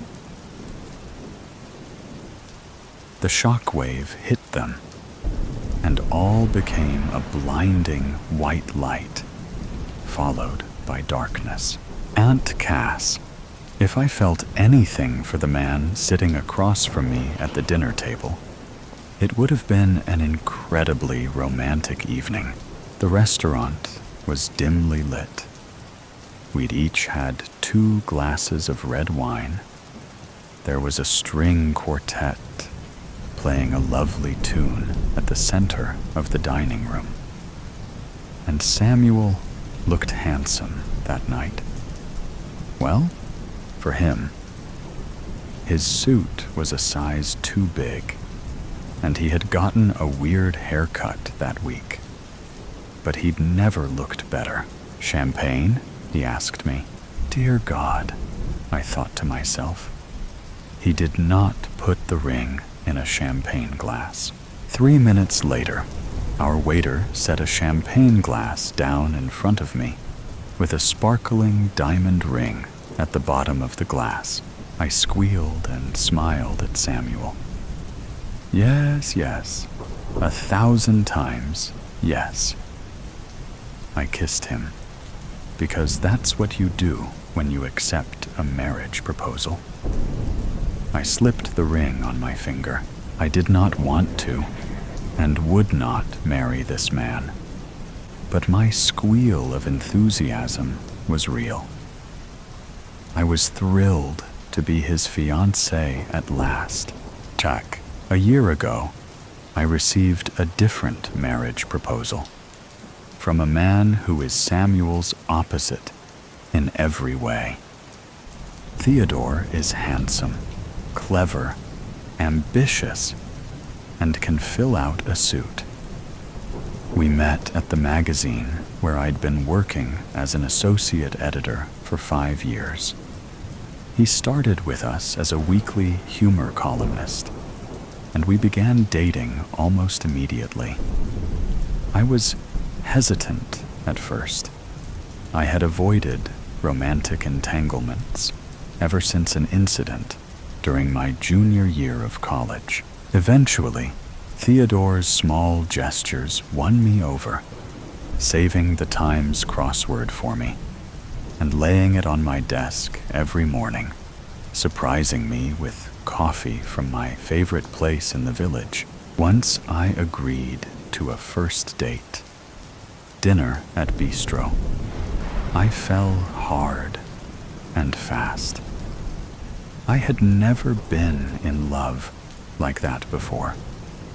I couldn't wait to open my eyes and see him beside me every morning. And there was no moment of my life, exhilarating or devastating, that I didn't want to share with him. I did try to stop. I tried to keep things casual, suggesting that best friends with benefits could be an option for us. Theodore just laughed at me, his blue eyes sparkling. It was impossible. We were clearly meant to be more than friends. The inevitable was drawing closer and closer when Theodore suggested dinner at Bistro on the second anniversary of our first date. I started to panic, Aunt Cass's voice echoing in the back of my head. I tried everything I could to cancel our anniversary dinner. I blamed a family commitment, but it turned out that Theodore had gone to my parents to ask for their blessing, so that plan failed. I told Theodore I had a deadline at work, but the editorial staff was in the loop and had cleared my schedule for the weekend. The night of the bistro dinner, we left straight from the office. Theodore went downstairs ahead of me to get a cab, and I looked frantically around my office for a reason to stay. "Do I have any messages?" I asked my assistant. Samuel shook his head, giving me a dopey grin. "None." "Check. The thing you need to understand is that I desperately wanted to marry Theodore. Everything about our relationship was amazing. The sex, the conversations, the unconditional emotional support. Everything. An engagement, however, was out of the question. When we got to Bistro, Theodore had reserved a quiet table in the corner. I observed all the small details, the music, the lighting, the flowers, and I suddenly felt dizzy, like I needed to sit down. Theodore pulled out the chair for me to sit. Yet another sweet and small romantic gesture that made me love him even more. "I can't marry you," I exclaimed. I'd never seen a person's face crumple like that. He was 31 years old, and he looked like a distraught toddler. Theodore let go of the back of my chair and started to back away from the table silently. "No," I said, seizing his hand. "You have to let me explain why." That's when I told him about Aunt Cass. "Chakak, it's really hard to explain, Aunt Cass. Our family was Italian, passionate, loud, and full of characters. An aunt who made racist comments after 3 glasses of wine. The cousin who would always end up passed out around a table. And Aunt Cass, who everyone said could predict the future. It supposedly started when she was a kid. Her mom asked her about having a play date with a friend, and 5-year-old Cass said she couldn't go because of Uncle Joey's funeral. Uncle Joey, healthy as a horse, collapsed and died of an aneurysm 2 days later. After that, her predictions were a regular occurrence. Sometimes, Aunt Cass delivered warnings, attempting to help family members avoid a negative consequence, like when she warned my oldest cousin, Mia, not to go to a school dance, or she'd risk a grave injury. Mia stayed home. The limo her friends rented was in a horrible accident, and 3 kids ended up in the hospital. Other times, Cass's predictions were more definitive, unavoidable, like when she told her cousin Freddie that he was about to be fired. He was furious, stormed away from the Sunday dinner table, called her a liar. Yet when his boss called him into her office 2 days later to give him the bad news, no one in our family, not even Freddie, was surprised. It was accepted family lore that Cass's predictions were accurate. For that reason, I did my best to avoid her. Occasionally, her predictions were positive, like when she told my sister Tori that she'd get into Juilliard. But for the most part, they were gloomy and eerie, words that would haunt you every moment until the prophecy was fulfilled. Aunt Cass tended to make her predictions in private conversations during our weekly Sunday dinners at Nonna's house, so I stuck with my sisters during those evenings.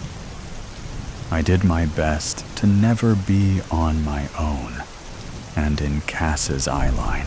Then one night, during my junior year of college, we were watching TV in Nonna's den, and my little sister stole my dessert.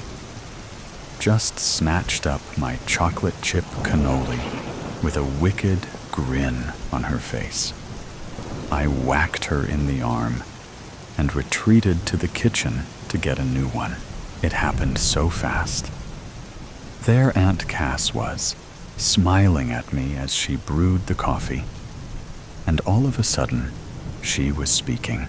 "You'll have 3 men in your life," she said casually. I froze, one hand about to select a new dessert.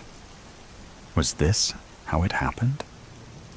Aunt Cass had cornered my sister Isabella last month to tell her that she'd never be a movie star, but Isabella hadn't mentioned such an informal tone. The first one will break your heart. The second man will become your fiancé, but will die before you can marry. The third will be your happily ever after, Aunt Cass continued. She handed me a napkin and a paper plate for my cannoli. Aunt Cass, I wasn't typically speechless. I had goosebumps on my arms and legs. She left the room, and I heard her start talking to my Nonna about a doctor's appointment she was taking her to the next day. Aunt Cass had delivered her prediction, and now she was ready to return to small talk. I didn't tell anyone. I had a boyfriend at the time. We'd been dating for 3 years, and we talked about marriage and kids. 6 months after Aunt Cass's prediction, I caught him cheating with my best friend. It was upsetting, but I wasn't surprised. Jag. This was the story I told Theodore that night at Bistro. The look he gave me afterward was scornful. "Gia, you can't possibly believe that nonsense," he said. I was crushed. Theodore had never looked at me like that before, with something close to contempt. He didn't know what it felt like to be in my family and watch impossible things occur and know that disbelief did nothing. "I can't. I just love you too much to risk it," I exclaimed. My eyes filled with tears. I did love him. I loved Theodore with a strength of feeling I'd never experienced before. The second man will become your fiancé, but will die before you can marry. If he died, I would want to die as well. The thought of losing him was too much to bear. He stood there, absorbing the information, and I could see a shift in his expression. I was becoming a different person in his eyes. A kook, a nut job, someone not serious or stable enough to love and marry. It was infuriating that Aunt Cass had done this to me. I was 29 years old, and her prophecy had been haunting me for a decade. I avoided intimacy. I resigned myself to a lonely life. I was scared of never finding someone to love, and equally afraid that when I did, they would die, and it would somehow be my fault. Enough. A small voice inside my head pushed Aunt Cass out, and I felt calm and resolute for the first time in weeks. "It's really nothing," I said, striving to make my voice sound conversational. "It's just a hard thing to shake, and I've been—" I paused, sensing it would give my next words more impact. "I've been lied to my entire life." It was as if a light that had flickered out reignited in Theodore's eyes. He looked at me hopefully. "Give me a little time," I said to him. "I just need to work it all out. Someday, maybe, I'd be able to give him a different answer." Our co-workers were shocked when I started dating my assistant, Samuel, a week later. He had always had a crush on me. He was young, impressionable, sweet, dopey. It was refreshing to be with him. Everything with Theodore had been so intense, and my relationship with Samuel was easy. We had to transfer him, of course, for HR purposes, and he ended up as the assistant to the editor in the office next door to Theodore. It was challenging, watching Theodore from afar for all those months. I watched him, watching me and Samuel, and I wished I could whisper what I was really thinking into his ear. It was simple to encourage a quick engagement and wedding. From the beginning, I told Samuel that I wanted to wait until after marriage for us to have sex, and he obliged. I blamed my Italian Catholic upbringing, and he was supportive. The abstinence was part of my plan to keep us moving forward. Nothing encourages a man to speed up a wedding date like a vow of chastity. After I accepted Samuel's proposal, after we told our families and started making plans for a wedding, after we set a date that was just 6 months away, I waited. It was agony. Theodore started to date. I couldn't invest in wedding planning with any enthusiasm when I knew the event wouldn't actually occur. My mother adored Samuel, who was happy to help with choices and errands, and they planned happily together, while I pretended to be busy at work.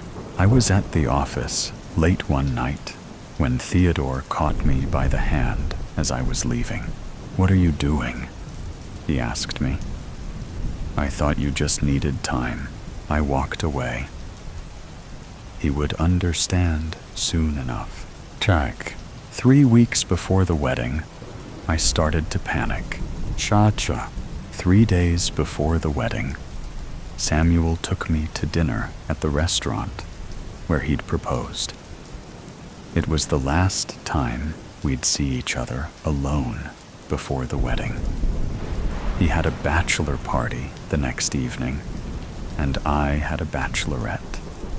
And then we'd have the rehearsal dinner. It was so sweet that he'd thought, just as Theodore had, to bring me back to a restaurant where we'd had a beautiful memory. It seemed I was destined to have boyfriends who excelled at romance. I didn't feel romanced. I was terrified. I was waking up screaming at night, and I felt tremors in my hands and feet periodically throughout the day. I couldn't eat. I knew what true love was. I'd had it with Theodore. A marriage with Samuel would be devastating for me after the years I'd spent as Theodore's lover. And if the wedding actually happened, well, my parents would throw a wild fit if I even mentioned the word divorce to them. I needed to end it. We took a walk through the park after dinner, and then we went up to the roof deck at the top of my apartment building. It was a cool evening. I walked over to the edge of the roof to stand at the railing. The building was 20 stories tall. I felt Samuel wrap his arms around me, rubbing my bare arms to keep me warm. "Do you want my jacket?" he asked. "No," I said. Then I seized his arm and swung him forward. I watched him fall 20 stories to the street. Chatra. It occurred to me during the memorial service that everyone in attendance would have been at our wedding. The death was ruled an accident by the authorities. No one had seen Samuel fall. After years of feeling like I lived beneath an unlucky star, things were working out in my favor. Aunt Cass hugged me tightly at the funeral. "I'm so sorry, baby girl," she said, crying and whispering so that only I could hear. "I hate when I'm right about these things." I hugged her back and wished that I could thank her for saving me from a worser fate. There was no way to know if I could trust her, though. The plan wasn't always supposed to be this. For weeks, I'd waited for some accidental calamity to befall Samuel. I would have grieved it. He was only 28 years old. But I wouldn't have had to resort to what I did. It simply wasn't fair, the way Aunt Cass's predictions ruined lives, ended lives. Jack, after everything was over, the funeral, the memorial service, I called Theodore and asked him to dinner. His voice sounded perplexed. "I've been thinking about you," he said. "I'm so sorry about what happened." It had been about a year since I'd rejected his proposal. "It was terrible," I said quietly. He was so young. Theodore was silent for a few moments. I wished that he was in the room with me, that I could look at his face and guess what he was thinking. "And you're calling to ask me to dinner?" he asked slowly. "Things are different now," I said. "Bistro, 7 p.m. There was another beat of silence. "I'll pick you up at 6:30 p.m., he said. We hung up, and I frowned. He didn't sound excited. But then, I'd broken his heart a year ago, and it might take time for things to mend. Trenchalo. When I opened the door at 6:30 p.m., 2 uniformed police officers were waiting to patiently explain to me about the footage that had been found on a neighbor's security camera and the motive that had been revealed to them by the love of my life. I used my phone call to reach Theodore. "How could you do this?" I asked him. I didn't even recognize my own voice. It was high-pitched, wild, and frantic. "Who's going to be my happily ever after?" "I don't know," he said coldly. "Maybe the lady in the cell next door." He slammed down the phone. That was ludicrous, I thought to myself. Aunt Cass's prediction had clearly stated that there would be 3 men in my life. I held the phone to my ear, briefly after he hung up. I needed a moment to breathe. All I could think about was Aunt Cass, with her words that had haunted me for the past 10 years. The woman was insane. She ruined lives. C-section. Scar. I can pack all of my belongings and my son's in under 30 minutes. I attribute part of this to my military kid upbringing. My parents liked to live the minimalist lifestyle. They'd only put a few decorations up here and there. And while I hated seeing bare walls on each house or apartment we lived in, I definitely see the appeal now. My son is homeschooled because it is easier to do that than explain to his teachers why we move so often. And before you ask, it's not because of the military. Granted, my son is only in 1st grade, so I'm finding the material relatively easy to teach. But I'm sure in a few years, it'll get hairy. My son, Carter, is always a good sport about leaving. He may not fully understand why at times, but he's too young for me to tell the whole story, and I don't want to burden him with that right now. This has been the longest we've stayed in one place. It's almost been 8 months now, which I've found is long enough for Carter to make friends, and I loved and hated that at the same time. Not at the thought of him making friends, but the inevitable conversation I'm going to have with him when the time comes to leave. He took the last move a little hard, and frankly, I did too. I moved us to the West Coast, a place I had always wanted to live since I was little, but never got the chance to. I wanted Carter to breathe in the saltiness of the seawater, put his feet in the sand, and build sand castles. I wanted him to experience what it was like to just be a kid for once, and hopefully put down roots. And he got to do that, but only for a measly 4 weeks. Now, living in dreary Seattle, a place I never wanted to move because of its constant gloominess and downpouring rain, is the place we get to call home. Well, at least until she finds us again. And I hope, for Carter's sake, she won't. I supposed I should now tell you the story of why we are running. On the day that I turned 38, I realized how quickly my biological clock was ticking. I had 2 failed marriages at that point, and I was desperate to have my own child. I did a few rounds of IVF using a sperm donor, and when I received countless negative pregnancy tests, My hope dwindled, and so did my bank account.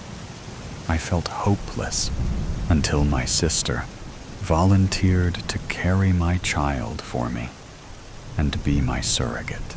I was surprised, to say in the least, considering we had a rocky relationship over the years and rarely saw eye to eye. But when she offered to be my surrogate, it was as though we had a clean slate. Though I'll admit at times that I was jealous that she could be pregnant while I couldn't. But I knew without her, I wouldn't be having a child. I was just thankful she was doing this for me. Her labor was horrendous. She pushed and pushed for hours and wanted nothing more than a natural home birth. The home birth was one she planned for as soon as she found out she was pregnant. Instead, she was taken to the hospital for an emergency C-section. I held her hand the entire time throughout the ride in the ambulance and to the surgery. I felt as though I had taken a breath for the first time when I heard his cry. When he was set in my arms instead of hers, I watched her joyous expression turn to envy. As she laid in the hospital bed, recovering, she stared at him in the bassinet before turning to me. "Can I name him?" My eyes flickered towards her, her mouth agape as she gave me a sweet smile. "Name him?" I asked, still in awe. Yeah, I had a whole list of names while I was pregnant, and now that I've seen him, I have the perfect name. She paused, waiting for my reaction. I raised my eyebrow, and she replied, "Elliot." Excitement was written all over her face as soon as she said it. While I didn't hate the name, I have always wanted to name my son Carter. There were no words to explain how grateful I was that she did this for me. But I couldn't just give up the name that I've been wanting to use for years. Carter Elliott Smith. Her face dimmed when I said this. "So you won't use Elliot as his first name?"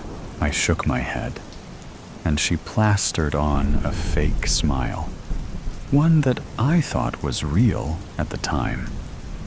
"I love it." When I left to go to the bathroom, I thought I heard her call him Elliot, but I didn't know if I was just being paranoid and hearing things, so I brushed it off. The first couple months were hard, way harder than I was expecting. He was colicky, barely sleeping, and therefore neither did I. My sister was more than helpful, and even started living in my guest room to help with those late-night feeds and anything else I needed. It was perfect until I woke up one morning and they were gone. It took me almost a week to find them, and that was only because my mom managed to trap them at her house. My mom knew that she took him as her own when she called him Elliot. Now, looking back at it, I wish I never would have taken her up on her offer. Not that I don't love my son, but I don't love having to move every time she discovers where we live. I hoped she would move on by now, but she's reminded of Carter anytime she glances down at her C-section scar. I heard feet scuffle in the hallway, and my breath hitches every time I hear the sound of shoes close to our door. Not knowing whose they were, I walked over to the door and stood on my tiptoes. She's standing right in front of the door, as if she knows I'm standing behind it. She smiles that sinister smile of hers and says, "You can't run forever." A decently modest proposal. Hey you. Yes, you. Reading this story. Don't worry. This isn't some piece of meta-fiction. I'm dictating what I say to a gracious volunteer who will post it for me. I've got an offer for you. And no, not like a door-to-door salesman peddling dull kitchen knives or what have you. You see, my offer is as genuine as a baby's first laugh. My name is Donald Basemore Cooper. Quite a mouthful, I know. My friends call me Donnie, DB, Coop, Basement, and so on. Take your pick. They're like paint samples. But the people I do business with, oh, they call me a lifesaver. Believe it or not, old Donnie here knows a thing or two about you. I'd wager 9 out of 10 of the people reading this are sitting down. Maybe you're lucky, number 10 though, standing up at work, browsing your phone, blessed enough to have clicked this offer. Maybe your job doesn't let you sit down like a cashier or that guy who takes the stubs off movie tickets. Regardless, whether you're sitting or standing, you'll realize that your feet probably hurt. Maybe a little, maybe a lot. Maybe sitting down is just a temporary oasis from the desert of swollen soles and pained pinky toes. But we've all been there. We all know what it's like to have our dogs barking. Think about it. From the moment you were born, your mommy or your daddy had a countdown going for the day you'd take your first steps. Maybe they even filmed it, a joyous occasion to look back on. But was it really? Because after that, you might have found walking fun for a year or two. Then you might have graduated to running, sweating off the sugar highs you'd get from your candies and such. But at some point, I'm confident walking and running just became, vanilla. Plain and simple. Boring, even. Hell, I'm taking it one proverbial step further and guessing it's just plain tiring too. Now, as an adult, say you can't find a parking space close to where you need to go. Now you gotta walk. Or maybe the bus station isn't that close to where you work. We haven't exactly designed cities around those of us without cars. Maybe your job keeps you on your toes. Go run this. Go clean this. Go serve that table of assholes their food, knowing they won't tip you. More walking, and even if you try and relax on a weekend, guess what? How long can you last until you go shopping at a store, or even a mega shopping center, floor after floor, dedicated to glorious capitalism, a shrine to enjoyment and consumerism. But your feet will have hell to pay. And I know I can hear some of you thinking to yourselves, but Donnie, I like to walk, run, and jog. Hell, I eat marathons for breakfast. I hear you. I promise you still gotta listen to my offer. You see, why do we do those things? If you ask me, it boils down to 3 different reasons.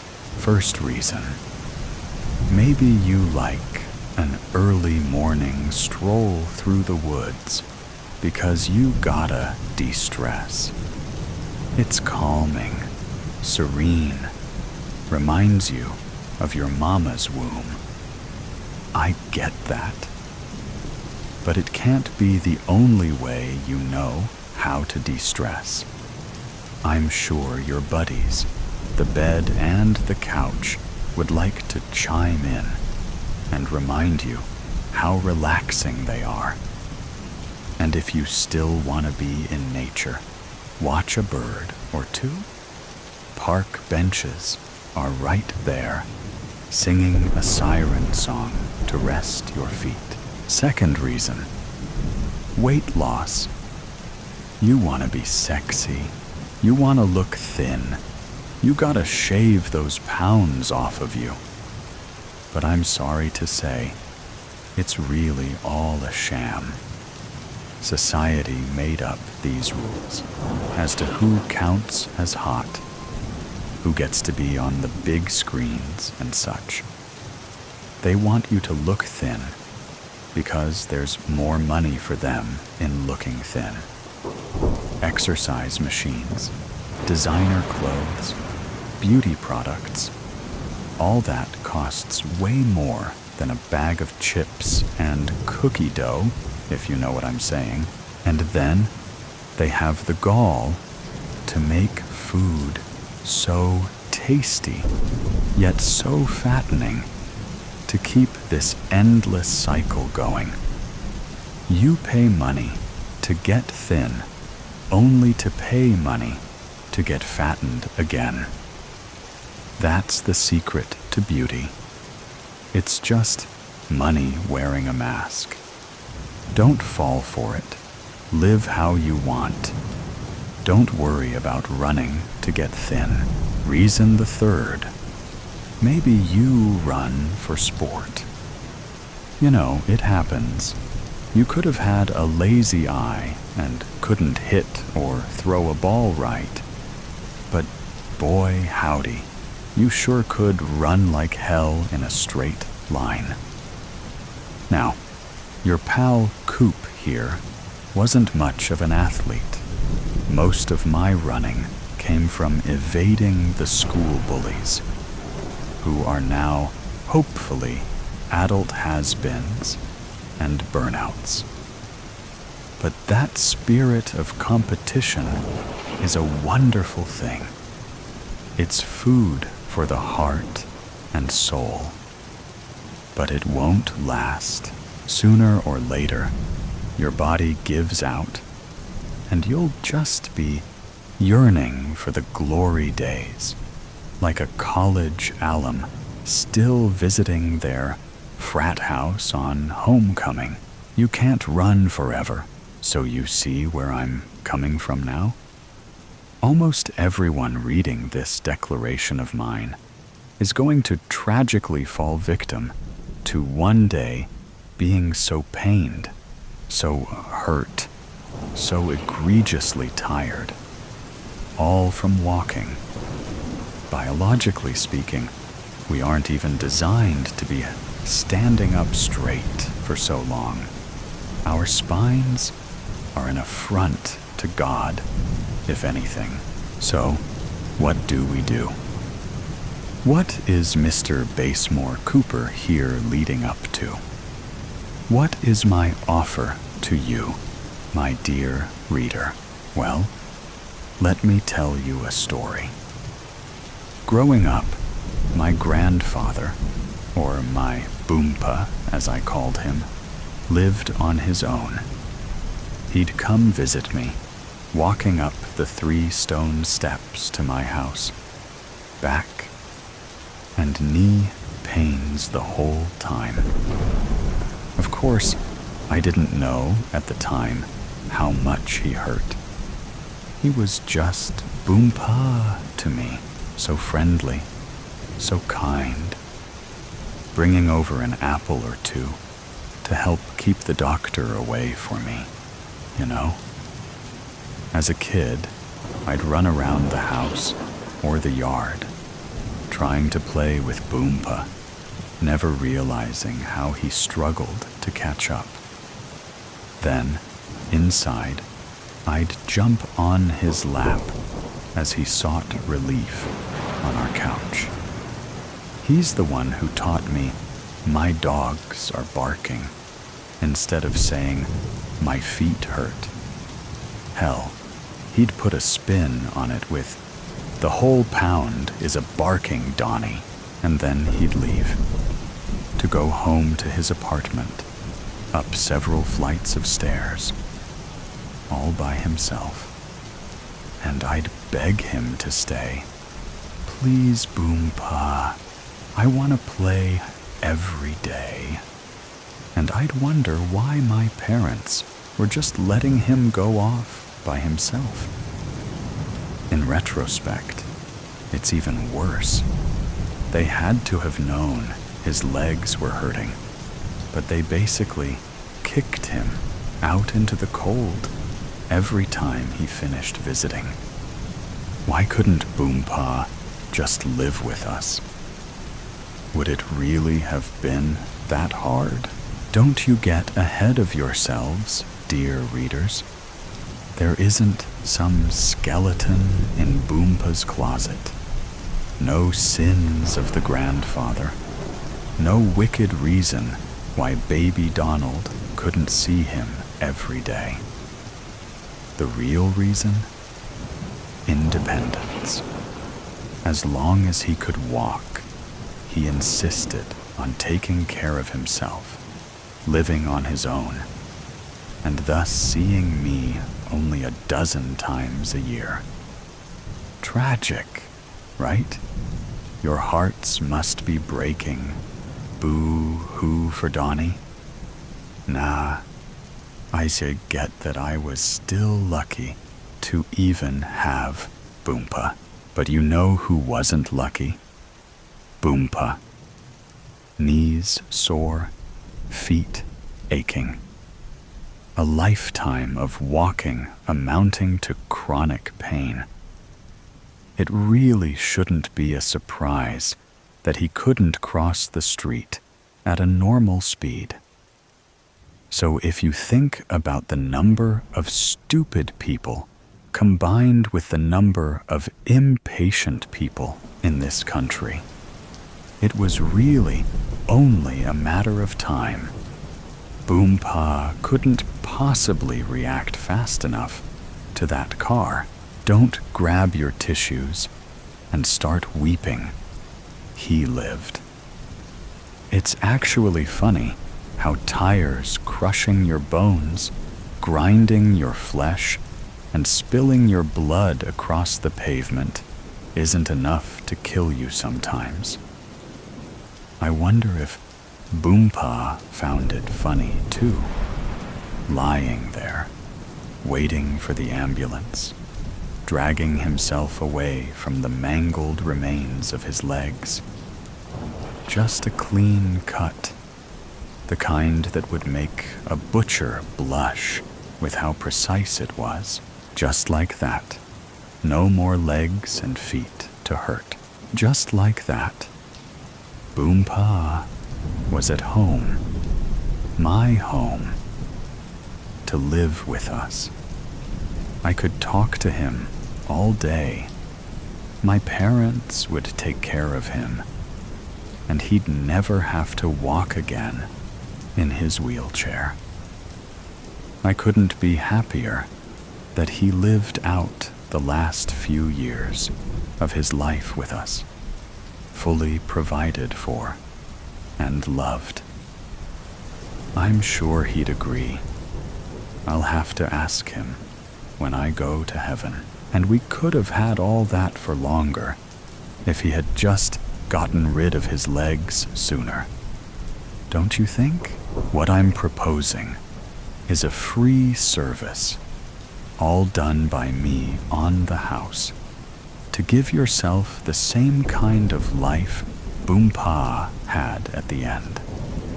Fully taken care of, free from the stress of walking. You'll find new ways to relax, new games to play to pass the time. And losing weight? Well, a leg is a little under a fifth of your weight. So losing both? You're talking upwards of 50 pounds off, all at once. Way more efficient that exercise ever could be. Come on. Working out is hell. All the sweat and the pains and finding time to do it. I'm telling you, my offer is way better than that. You might be hesitant because you don't have a spare wheelchair lying around. No worries. Part of the service is that I'll help you procure one suited just to your needs. What about housing? Making sure you can still move around. Your boy Donnie is right here. We can rearrange your house to be a more wheelchair-friendly space. What's that? Your job? Going out in public? Right now, I'm working on pushing the government to pass legislature to increase disability pay. Most public places have to be wheelchair accessible already. But with an increase to monthly payments, you'll have more than enough free money to use on both living and entertainment. You'll see, it really won't be a big deal to use ride-sharing services once you have the money from selling your car. How is the procedure done? Well, there are too many hoops to jump through to doing this in a hospital. God forbid us red-blooded Americans exercising the freedom we've been promised. I'll gladly come to your house instead. Just give me your address, and we'll pick a time that works best for you. Maybe you want the kids out of the house. Maybe you've been looking for an excuse to get off of work on a Monday. Certainly won't be going back to that job after we're done. I've got my bag of tools with me here. We've got some chloroform here, a new set of rags, some ropes too. I find it decreases the squirming if you happen to wake up. You don't have to worry about carpet stains either. I'll throw down a tarp. We could even set you up in bed for maximum comfort as well. Then you've got your choice of tool. The chainsaw is a wonderful choice for those horror fanatics out there. Plus, the noise will drown out any screaming that might occur. Again, if you wake up. But maybe you want quick and painless. Or at least as painless as possible. That's where the elegant Japanese katana comes in, fully capable of slicing through bone. Maybe you want to savor the moment you give into a lifetime of relaxation and sitting. Or maybe you find your jollies from a little bit of pain here and there. No judgment here. But I've still got my trusty hacksaw here, still good to go from the first time I did this procedure.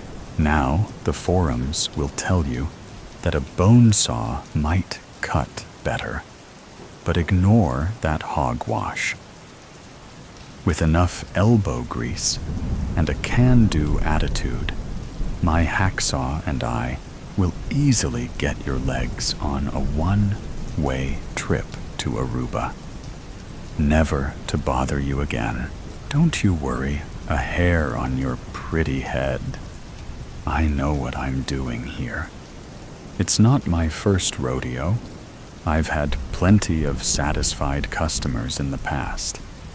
It does take a little convincing, but if you met me in person, my pearly white smile would knock your socks off. Be warned, ladies, I'm quite the charmer. I wouldn't be surprised if we end up chit-chatting mid-procedure too. Why, yes, I'd love to take you out to dinner in your fine new wheelchair this Friday. I'll hold the door open for you and make sure you get home safe before I lift you and tuck you into bed. Nice and snug. Now, in full honesty, not everyone is fully on board with this procedure yet. But I really am doing people a huge favor here. The couple of times they hesitated to say yes didn't stop me from grabbing the old chloroform here. I remember this one gentleman, surely an upstanding and strong man, didn't hesitate to start crying and begging me to stop once he was tied down. Those tears reminded me a lot of myself when I used to cry when Boompa left. Oh, how things got better for me. And soon they'd get better for him too. In fact, this young gentleman typing this all out is my latest customer. You see, I'm not the best with computers, so we cut a deal. He could keep one of his legs if he helped me spread my word far and wide. So here we are. If only you could see him hobble, a little tear in his eye. There won't be any tears once he moves into his wheelchair, with my help, of course. I'm not a monster, after all. So folks, if you're interested in changing your life for the better, taking a stand against pain by sitting down permanently, then I'm your man. For Donald Basemore Cooper, call 555-NO-LEGS-FOR-ME. You want to be free?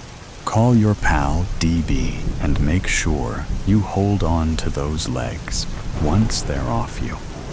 Because I've got a great home recipe to share with you in the kitchen. The fulfillment. Swaths of red and blue intermittently flooded my vision. Beneath the flimsy plastic, my limbs still pulsed with adrenaline. Initially, the barrage of sirens and shouts was an audible assault. But now, my thundering heart drowned most of it out. An officer loomed over me, his mouth forming words that failed to reach my ears. The paramedics seemed to retort, much to his chagrin. I cast my gaze upon the modern structure ahead, an incandescent glow piercing the night. Panels of glass stared back like watchful eyes, knowing the truth of what lay within. The smooth chime of a bell reverberated through the room, joined by the squeak of feet on yoga mats. My eyelids fluttered open, just in time to see the instructor place a hand gently over her heart and give a slight bow. A lithe figure next to me uncurled like a cat, stretching to life. Feline and graceful in her movements. Her name-brand attire hugged her toned curves, the same curves that I'd seen in an Instagram post this morning. Retreat Day 1. Learning to love my body. The caption was a paragraph thinly veiled as self-love and content, but the undertones bled through. Despite, rather, instead. I learned I don't need it was smoke and mirrors, the edited photos, smiling to promote green juices, the constant upgrade of wardrobes and skincare products and makeup. Behind the facade was a girl grasping at the straws of relevancy and follower counts. And judging by the way she cut her eyes at the woman in the front row of the studio now, the straws were becoming further out of reach. Allison Divino. I recalled her name then, as she continued to glare at the woman. Long auburn locks whipped in my direction as Allison spun on her heel to leave. The woman under the fire of Allison's burning gaze appeared none the wiser. She smiled as she departed, holding an air of confidence that only a ruthless businesswoman could. Genevieve Sterling, financial investment heiress and CEO. It's no wonder Allison was green with envy. After all, I imagined the salary of an influencer paled in comparison. And how nice would it be to start life with a silver spoon? I made another mental note, trying to piece together the puzzle of faces I'd encountered last night at the welcome dinner, albeit a somewhat difficult task at a silent retreat. As I made my way to the doorway, a burly shoulder jostled against my own. Glancing to the side, I was met with the red-faced glare of Victor Russo, the lawyer who constantly seemed on the verge of a tantrum. For him, this event seemed more like mandatory anger management than a relaxing weekend of introspection. Victor grumbled something, shoving his way past me and out of the boiling studio. Hot yoga was never something I'd been eager to try, and the sweat pricking my skin reminded me of that. I yearned for a shower. I padded my way down the hall to my assigned room. Stretches of glass greeted me, late afternoon sunshine glistening upon the elaborate furnishings. As I turned on the shower, steam curling into the air and coating the mirror, I observed my reflection. Brunette hair, stringy with sweat, obsidian eyes gazing back, muscles aching. I peeled off my tank top. In doing so, a prickling sensation tingled beneath the skin of one of my shoulder blades. I strained my neck to inspect it in the mirror. A patch of redness had started to form, itching with each movement, skin flexing. Running a few fingers over the spot, I hissed, the sting palpable. Perhaps it was from one of the yoga positions, rubbing against the mat as I tried, unsuccessfully, to keep up. Stepping into the steam, I relished the warm caress. Since dinner wasn't for another hour, I took my time washing, scrubbing, and generally enjoying the sound of silence. I could tell most of the others were already struggling to cope with the drastic dissolution of most noise. All of them extroverts in their daily lives. This was a challenge for them. My thoughts wandered as I went about primping myself for dinner. After curling my hair, applying makeup, strapping on my heels, and sliding a pendant around my neck, I shimmied into my dress. A vibrant red. The satin of it clung in all the right places. A flat note that gradually increased in volume hummed from the digital panel by the door. Dinner time. The savory aroma of roasting meat wafted through the dining hall. My mouth watered. The chefs here were world class. The welcome dinner the night prior exemplified that as I had torn into a leg of lamb and wolfed down perfectly steamed asparagus, so I knew tonight would be no different. Our selected meals were hand-delivered to each of us, half the group abstaining from meat. As I sliced into the steak before me, crimson juices pooling, my skin prickled with the sensation of being watched, I glanced up, a pair of blue eyes catching mine. His chiseled features were intense, and he didn't avert his gaze as he took a bite of his meal. The twitch of a slight smile pulled at the corners of his mouth as he continued to stare. Jackson Rothmeyer, corporate real estate mogul.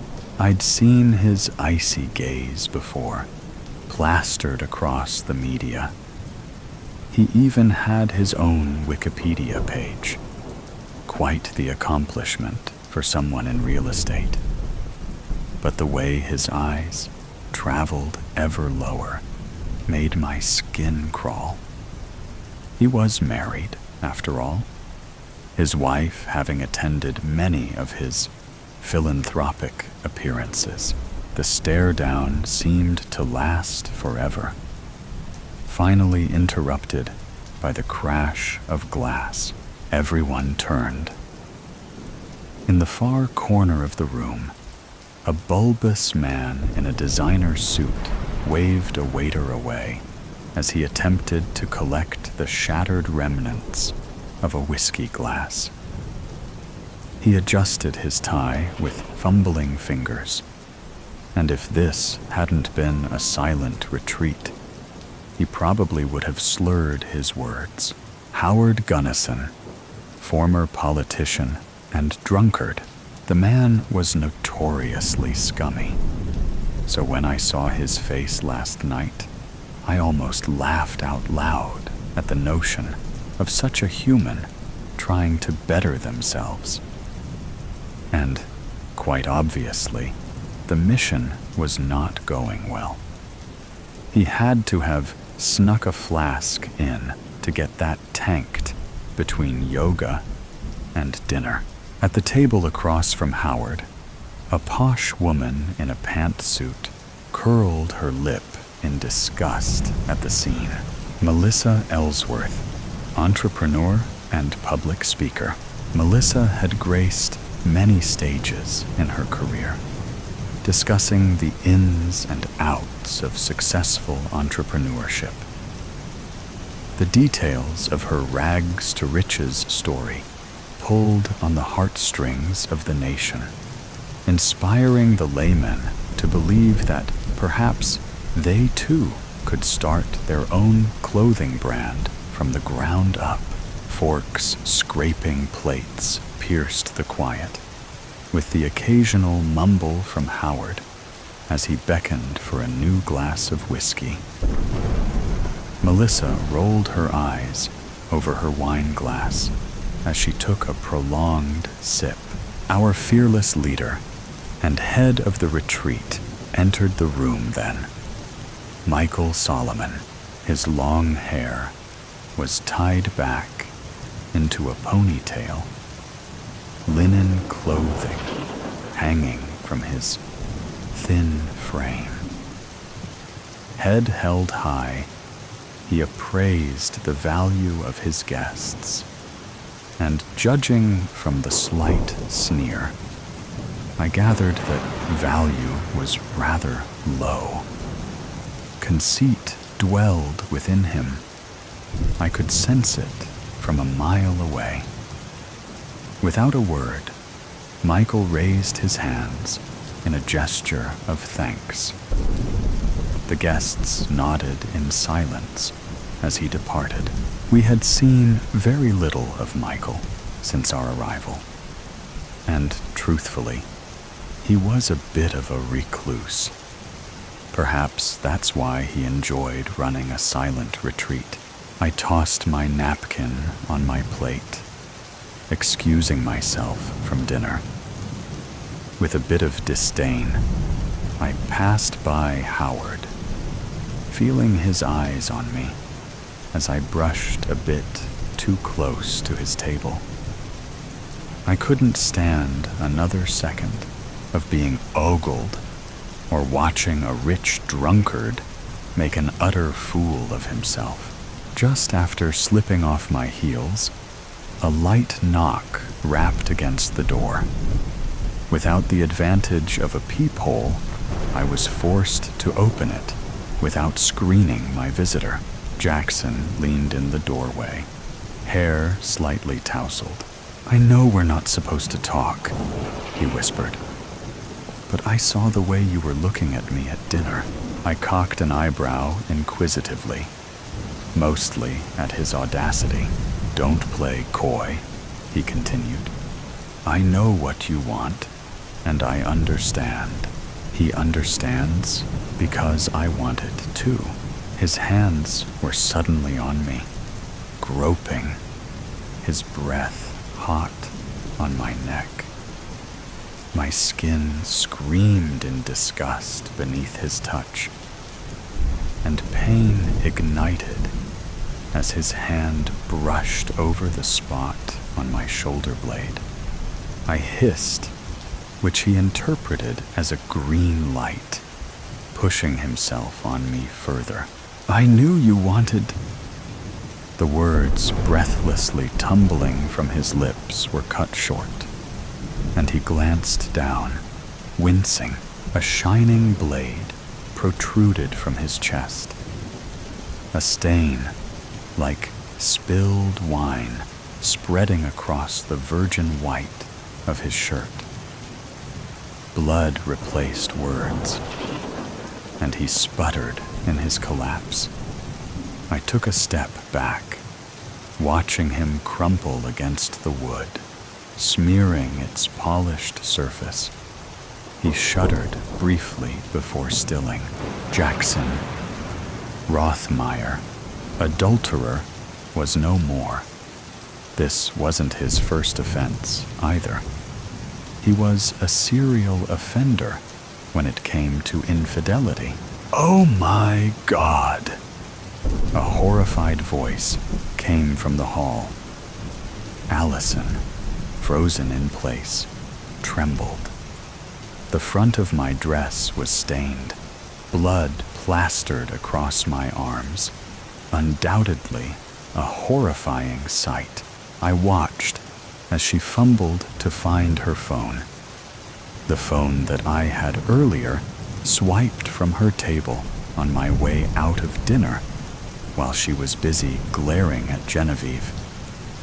If anyone was a liability to call for police, it was the influencer practically glued to her phone, and I needed more time. "Please," she begged, stumbling back. I had originally planned this differently, but she just happened to be in the wrong place at the wrong time. My muscles screamed as I lunged for her. She squealed like a frantic pig. Scarlet footprints trailed me as I chased Allison into the dining hall.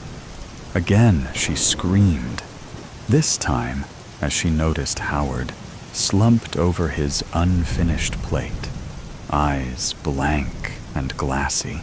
That one had been rather easy.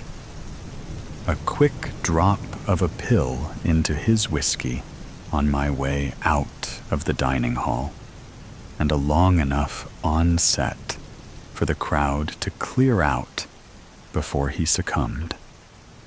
A silent tick off the checklist. There was no need for Allison to cry over Howard. Not only was he a scumbag, but his drunkenness had taken the life of another. A few years prior, blitzed from a night at the bar, Howard had struck and killed a teenage girl who had snuck out of her house.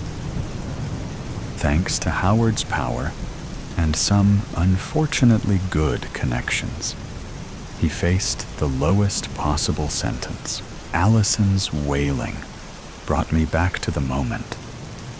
She cowered in a corner, eyes darting wildly in search of an escape. Though she was the lowest offender on my list, I still couldn't let her go. It was a formality. I plucked a knife from a nearby table and flung it forward with a dizzying speed. The crying stopped, and Allison slumped against the wall, the handle of the blade jutting from her eye socket. Footsteps echoed from down the hall, and I turned just in time to see Victor gawking and tripping into the room before wheeling backward. What the? His face blanched, a stark contrast to the usual beet red. He clutched his chest and staggered back. "Help," he croaked. This one would finish itself, I supposed. Victor collapsed. I stepped carefully over to him. For a few moments, he clawed at my claves, pulled at the hem of my dress, sputtered, then silence. No longer would Victor's temper detonate at the expense of others, namely his battered wife. No longer would the law protect him from the wreckage of his short fuse. I paused for a moment, surveying the mess. Things had been set in motion now, and there was no going back. An hour later, I found myself sitting alone in the foyer. Luckily, I had managed to avoid any more blood. In one room, Melissa hung from the ceiling fan by a twisted, overpriced dress one of her company's very own. But I was certain the children who fabricated it in her sweatshops, one of whom perished due to poor labor conditions, wouldn't be too sad. Melissa had never lifted a finger to go the extra mile in life, and now she didn't even lift a finger in her own death. In another room, Genevieve lay still, adjacent to a gun that had likely cooled off by now. She snuck it in for protection, a paranoia developing since her defrauding tendencies were exposed to the public tendencies that cost so many others their livelihoods, while she raked in the profits. It was ironic. Her career had been upheaved by a smoking gun, and now she was leaving this world by a smoking gun. I tallied 6 bloody fingers, sitting cross-legged under a lone chandelier. Only one more to complete the requirements. I caught him earlier, cowering in a storage closet with a cell phone. But knew I had to save him for last. With the retreat being so isolated, I knew I had some time to wrap things up. I gathered my remaining strength, peeling myself from the floor. "Michael!" I called lackadaisically. My voice ricocheted in the barren foyer. I never did grasp the appeal of the minimalist aesthetic, the coldness and emptiness of it. Like a fox in winter, I stalked through the white-walled expanse, listening intently for my prey. A muffled sob came from the storage closet. The idiot hadn't even bothered to move. I knocked politely, opening the door to reveal the coward huddled in the far corner. "Stay back," he shouted, wielding a mop handle in defense. "I'm warning you." Michael, you just don't get it, do you?" My tone was condescending.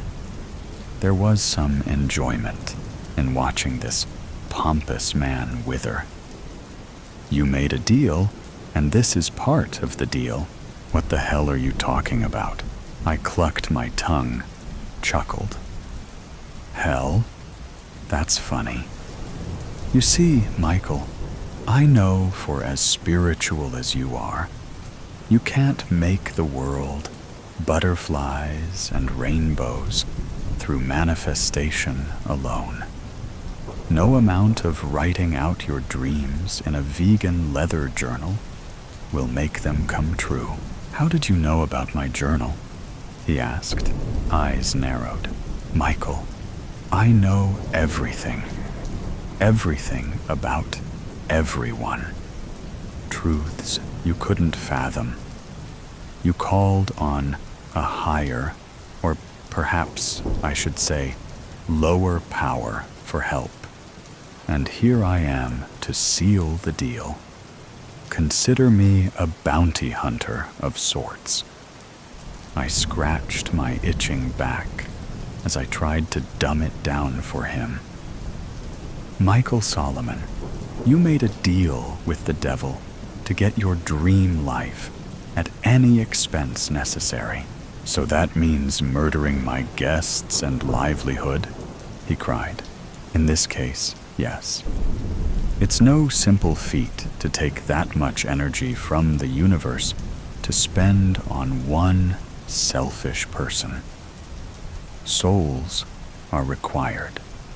Souls of 7 people, 7 deadly sins." "I don't understand," I sighed, exasperated, and proceeded to check off the requirements. Jackson Lust, Allison Envy, Howard Gluttony, Victor Wrath, Melissa Sloth, Genevieve Greed. I counted, putting a finger down with each name until only one remained. That leaves Pride. I could tell he still wasn't following. "I know how high you hold yourself, Michael, looking down your nose at others. And the fact that you were willing to sacrifice anything for your benefit says it all." The gears clicked into place in Michael's mind, and he started to sob. "Please, I'll do anything. We've already gone that route, Michael. Besides, you had your dream life, a successful business in solitude, where you could control the lives of others exactly how you wanted. It just happened to have an expiration date." I snatched the mop, snapping it in half over my knee. The unevenness of splintered wood made as good a weapon as any at the moment. Michael trembled, closed his eyes. "Don't worry, it's all about to be over." With unswift jab, I checked off the final requirement. I tossed the other half of the mop handle aside with a clatter. The sting in my shoulder blades blossomed into a full-blown ache, and I rolled them to quell the pain. Not long now, slowly, I wound my way back to the foyer, sucking in breath after breath, quicker and quicker, until I was practically hyperventilating. Sirens wailed in the distance, growing closer before screaming into the drive. I held my breath and willed the tears to come until they streaked down my ruddy cheeks. "Police! Come out with your hands up!" I obeyed, whimpering in my exit. "Please, help me!" I screeched. "He tried to kill me. I had to do it. He killed them all." I collapsed to my knees in the moonlight, feeling a heat begin to burn as the gravel bit into them. Once they cleared me, the paramedics quickly became preoccupied with searching for signs of life inside the blood-soaked retreat. The cops questioned me, but I feigned catatonia. It didn't matter anyway. I could feel the pull towards home, my skin smoldering beneath the emergency blanket. For a brief moment, no one watched me. I shrugged off the blanket, once again rolling my shoulders. The ache crescendoed, skin tightening. I winced, and one by one, feathers burst forth in two black plumages, wings of the fallen. The mission was complete, and the heat emanating from the earth beckoned me. "It's time," a familiar voice hissed. The heat intensified, another 7 souls feeding the flames. "General!" My eyes fly open, like I'm waking from the dead. I start up, tossing aside the blanket that had been tangled around my legs. Something woke me up. I kick dirty laundry out of the way and shift my body to sitting up, head swimming. The sunlight is too bright in the room, and I find myself squinting around. When I lean forward, my phone tumbles off my lap, hits the edge of the coffee table, and clatters to the floor. I wince. "Shh!" I hiss at it. Why is that so loud? It echoes through the whole house. I look down at the dark phone, way far away on the floor, and can't convince my arms to swing down to grab it.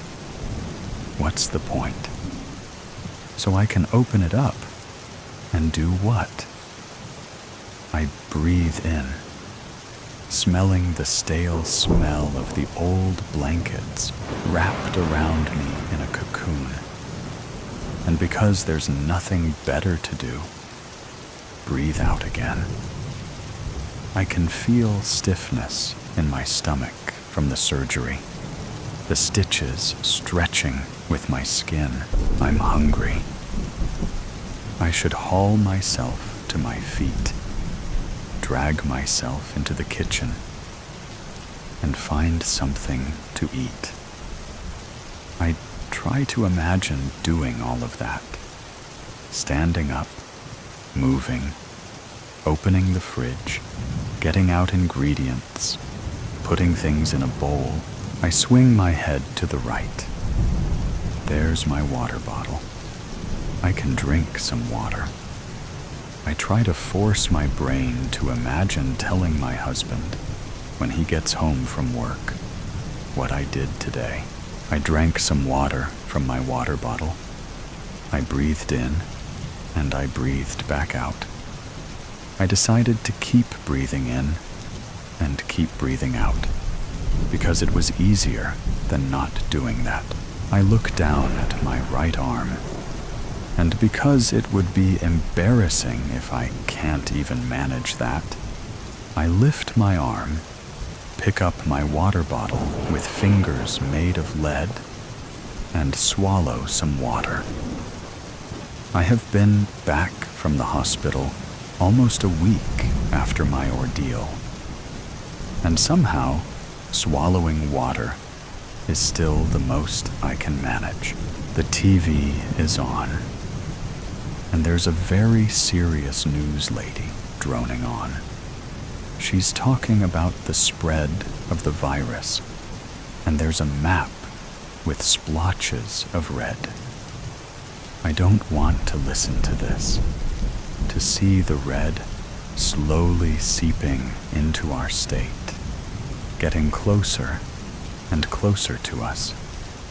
I want it to be quiet. She's talking so loud, she needs to be quiet. But I don't know where the remote is, and I don't know if I can remember which buttons to press. I lean my head back and think about going back to sleep.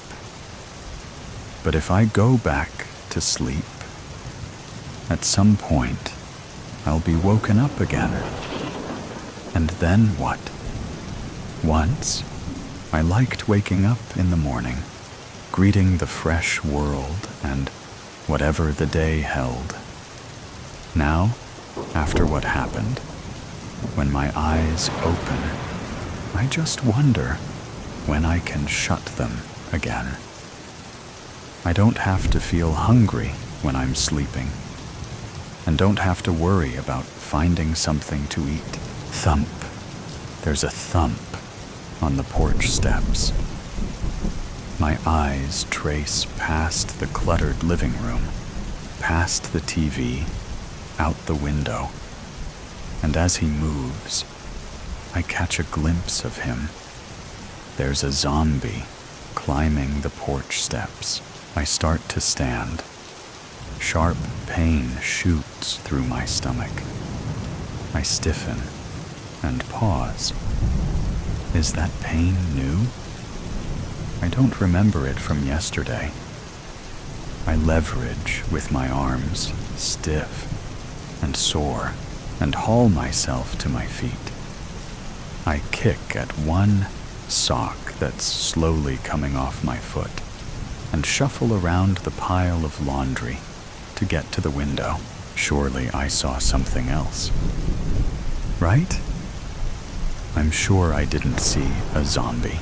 The lady on the news is saying to be very, very careful. She's saying that the virus spreads not just from the bite, but that it's in the water supply too. She's impressing on us how dangerous it is, because everyone knows that zombies are incapable of hurting other zombies. That's why it's spreading so fast. I reach the window and stop. My arms are limp at my sides, and I can feel the lopsided bun on my head slowly falling out. There's something damp on my sweatshirt. What did I spill on my sweatshirt? Outside the window, I see him. He's climbing the porch steps. He's lifting one foot, and he's looking down at it. Then he's dropping it, thump, onto the step. He's lifting the next foot. He's looking at it, then he's dropping it. Thump. I take a step back. He's an old man, a stranger I don't know, with stringy gray hair and mottled green skin. The brass buttons on his moldy wool coat still shine in the sunlight. Looking at them makes one half of my head ping with pain. His fingers are curled into claws. His face is gnarled into a wince, his teeth slimy and yellowed. I turn away. Thump. He's a step closer. I turn again. On the floor of the living room is a bath towel.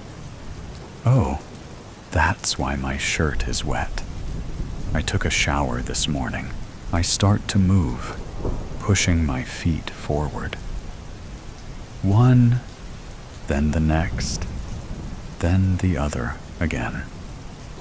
I reach for the doorway to the kitchen. Like, if I can find it with my fingers, I can draw myself through the doorway faster than my feet can move me. Why are my feet so slow? I kick the bath towel out of the way. It's still damp, like my sweatshirt. What do?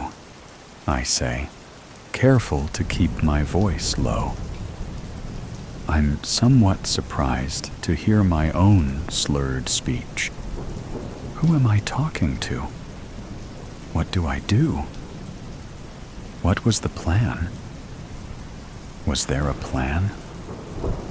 My brain tried to slog through the past day to remember the plan. I remember my husband this morning.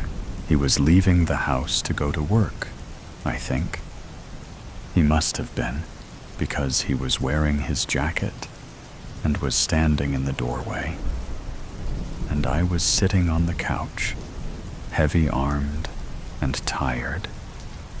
And he'd told me. What had he told me? The same thing he told me every day. Do something for yourself today. Just one thing. I must have said something back, because he smiled at whatever it was. One specific thing. I reach the kitchen doorway. That's why I took the shower. I remember now. That was something for myself. Thump. The newest thump was so much louder than the others that I grasped the kitchen doorway to keep myself from falling. A needle of pain wriggled through my abdomen. Quiet, I hiss toward the front porch. The zombie had made it up the steps and is at the door. I can see his shadow through the window as he leans heavily on the door. Thump. He hammers again. Shh, I say desperately. He needs to be quiet. Doesn't he know he needs to be quiet? I start to draw myself around the kitchen island, one hand over the other, guiding my stiff body. It's not as bright in here, and I can see better.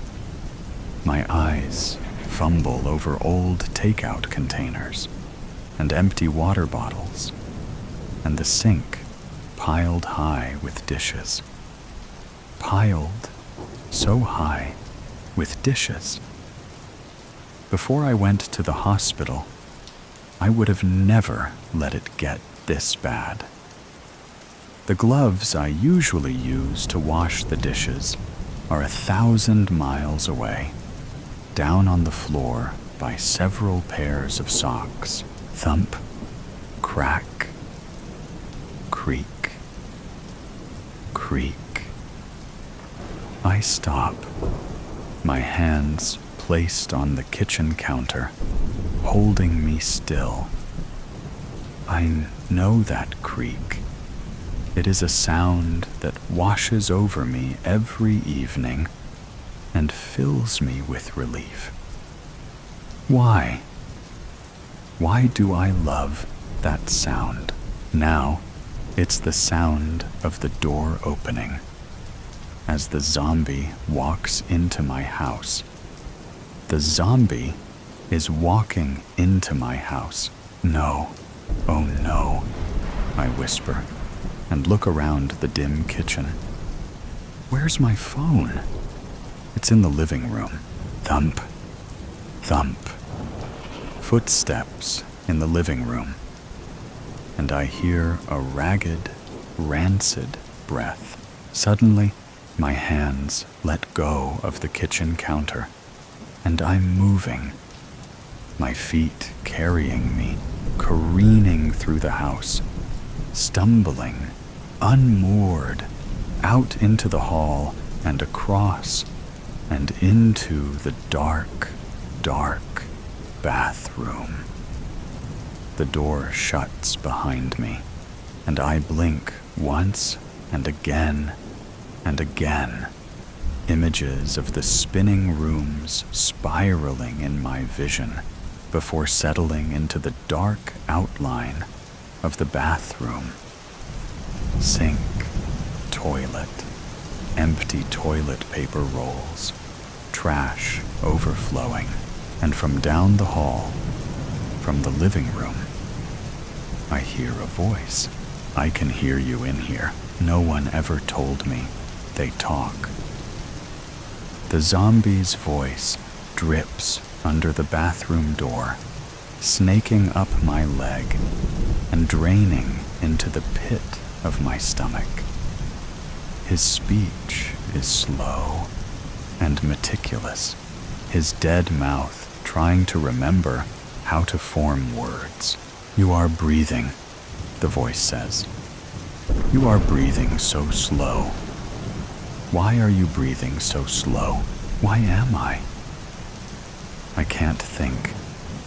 I can't make my brain think. All I can see when I close my eyes and remember is my husband standing in the doorway, looking at me. Why is he looking at me like that? Full of pity? Why is he speaking to me so slowly? Do one thing, he says, the words echoing in my sluggish mind. Do one specific thing, just for you. I did. I did what he said. I look at the bathtub. I took a shower. A few water droplets are still dripping down from the shower head. I move forward, leaving the bathroom door. I hear heavy footsteps moving so slowly through the house behind me. I need to tell the zombie to walk quieter. He needs to be quiet. I hold out a hand, and I shiver as a cold water droplet splashes into my palm. I can barely see it in the dark, but my heart starts to sink, slowly, dropping from my chest down into my stomach, where slow, steady panic is building just under my ribcage. Why am I full of dread? Why does the water on my skin make me feel sick? Why can't I move fast enough to get to safety? My brain used to be smart and quick. Now it isn't. I'm never going to be quick again. I will find you. I jump as the voice sounds again. This time, closer. He's just across the hall in the kitchen. He's looking at the sink full of dirty dishes. I yank my hand out of the shower like it's a fire and start moving again, letting my feet stumble and rush. My hand fumbles on the doorknob and the door swings open, and I see a shadow cutting across the floor of the hall. I've lost a sock, and my feet stamp. 1, 2, 1, 2, down the hall. I pass a closed bedroom door on my way. Shh. I need to be quiet. Stop being so loud. Why are you running? The rasping voice grates through the house. I can feel you. You're tired. You want to sleep. I reach the basement stairs, and I stop. To my left, the back door of the house, leading out into the overgrown backyard, and the bright sunlight dappling on the grass and flowers. I think I can smell the fresh grass and perfume of the flowers, even from here. And to my right, the rickety basement stairs, leading down into moldy darkness. You don't want to escape. Where is there to escape to, anyway? My feet are stuck to the floor. I can't run. I look down at my hand, damp from the water from the shower, and I remember that I took that shower for me, and that when I was done, I sat on the toilet in my towel, shivering and shaking, and I didn't feel better, and my ears were ringing with screaming, and my head was aching, and my stomach was twisting, and I was tired. I told them at the hospital I was so tired, and they sent me home anyway. It's all I can think anymore.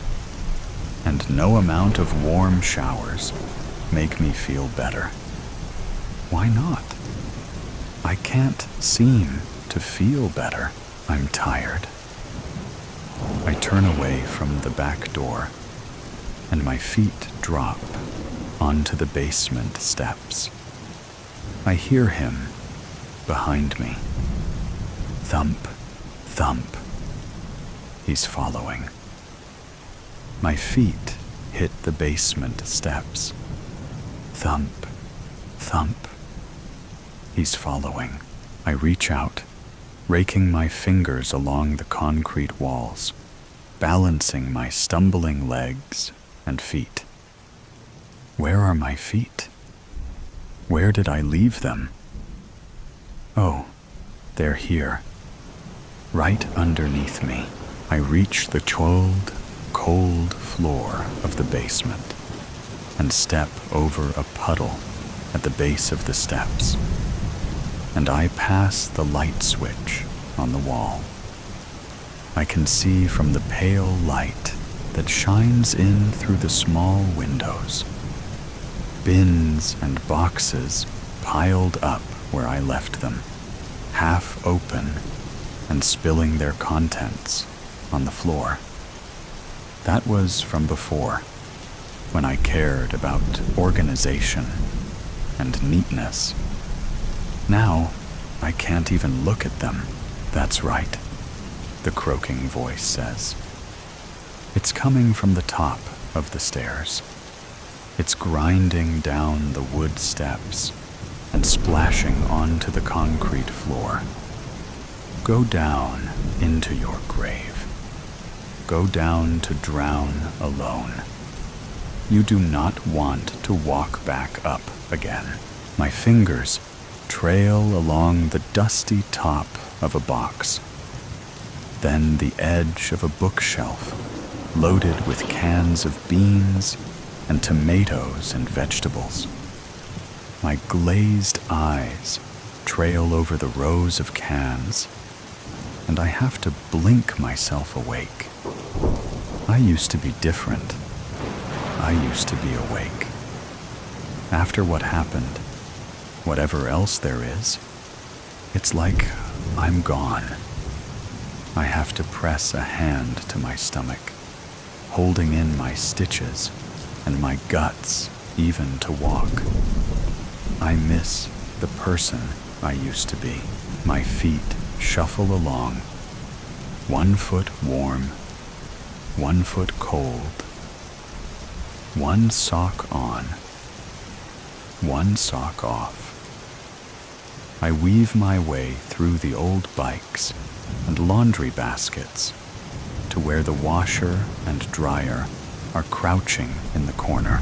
I can hear his loud feet on the steps. One thing, one specific thing, just for me. I want to scream, to fill my lungs and holler as loud as I can, but instead it comes out as barely a whisper. Be quiet, I hiss. You need to be quiet. My hands rest, one on the washer, one on the dryer. I pause. I need to remember how to use my knees. I look down, and I remember, and bend, twisting at the waist, and bending my creaking knees all the way down until I'm on the floor.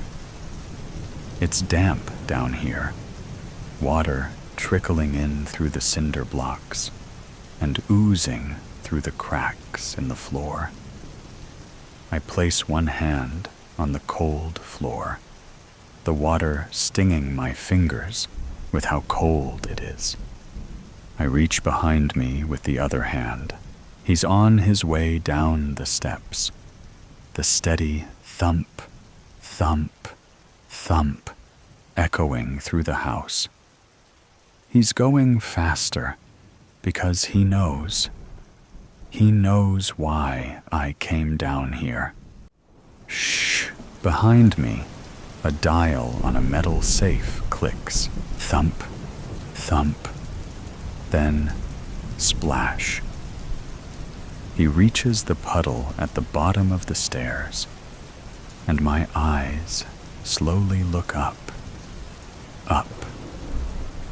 He's tall and broad-shouldered, and I can see, in the dim light, the glint of his yellow teeth gnashing together.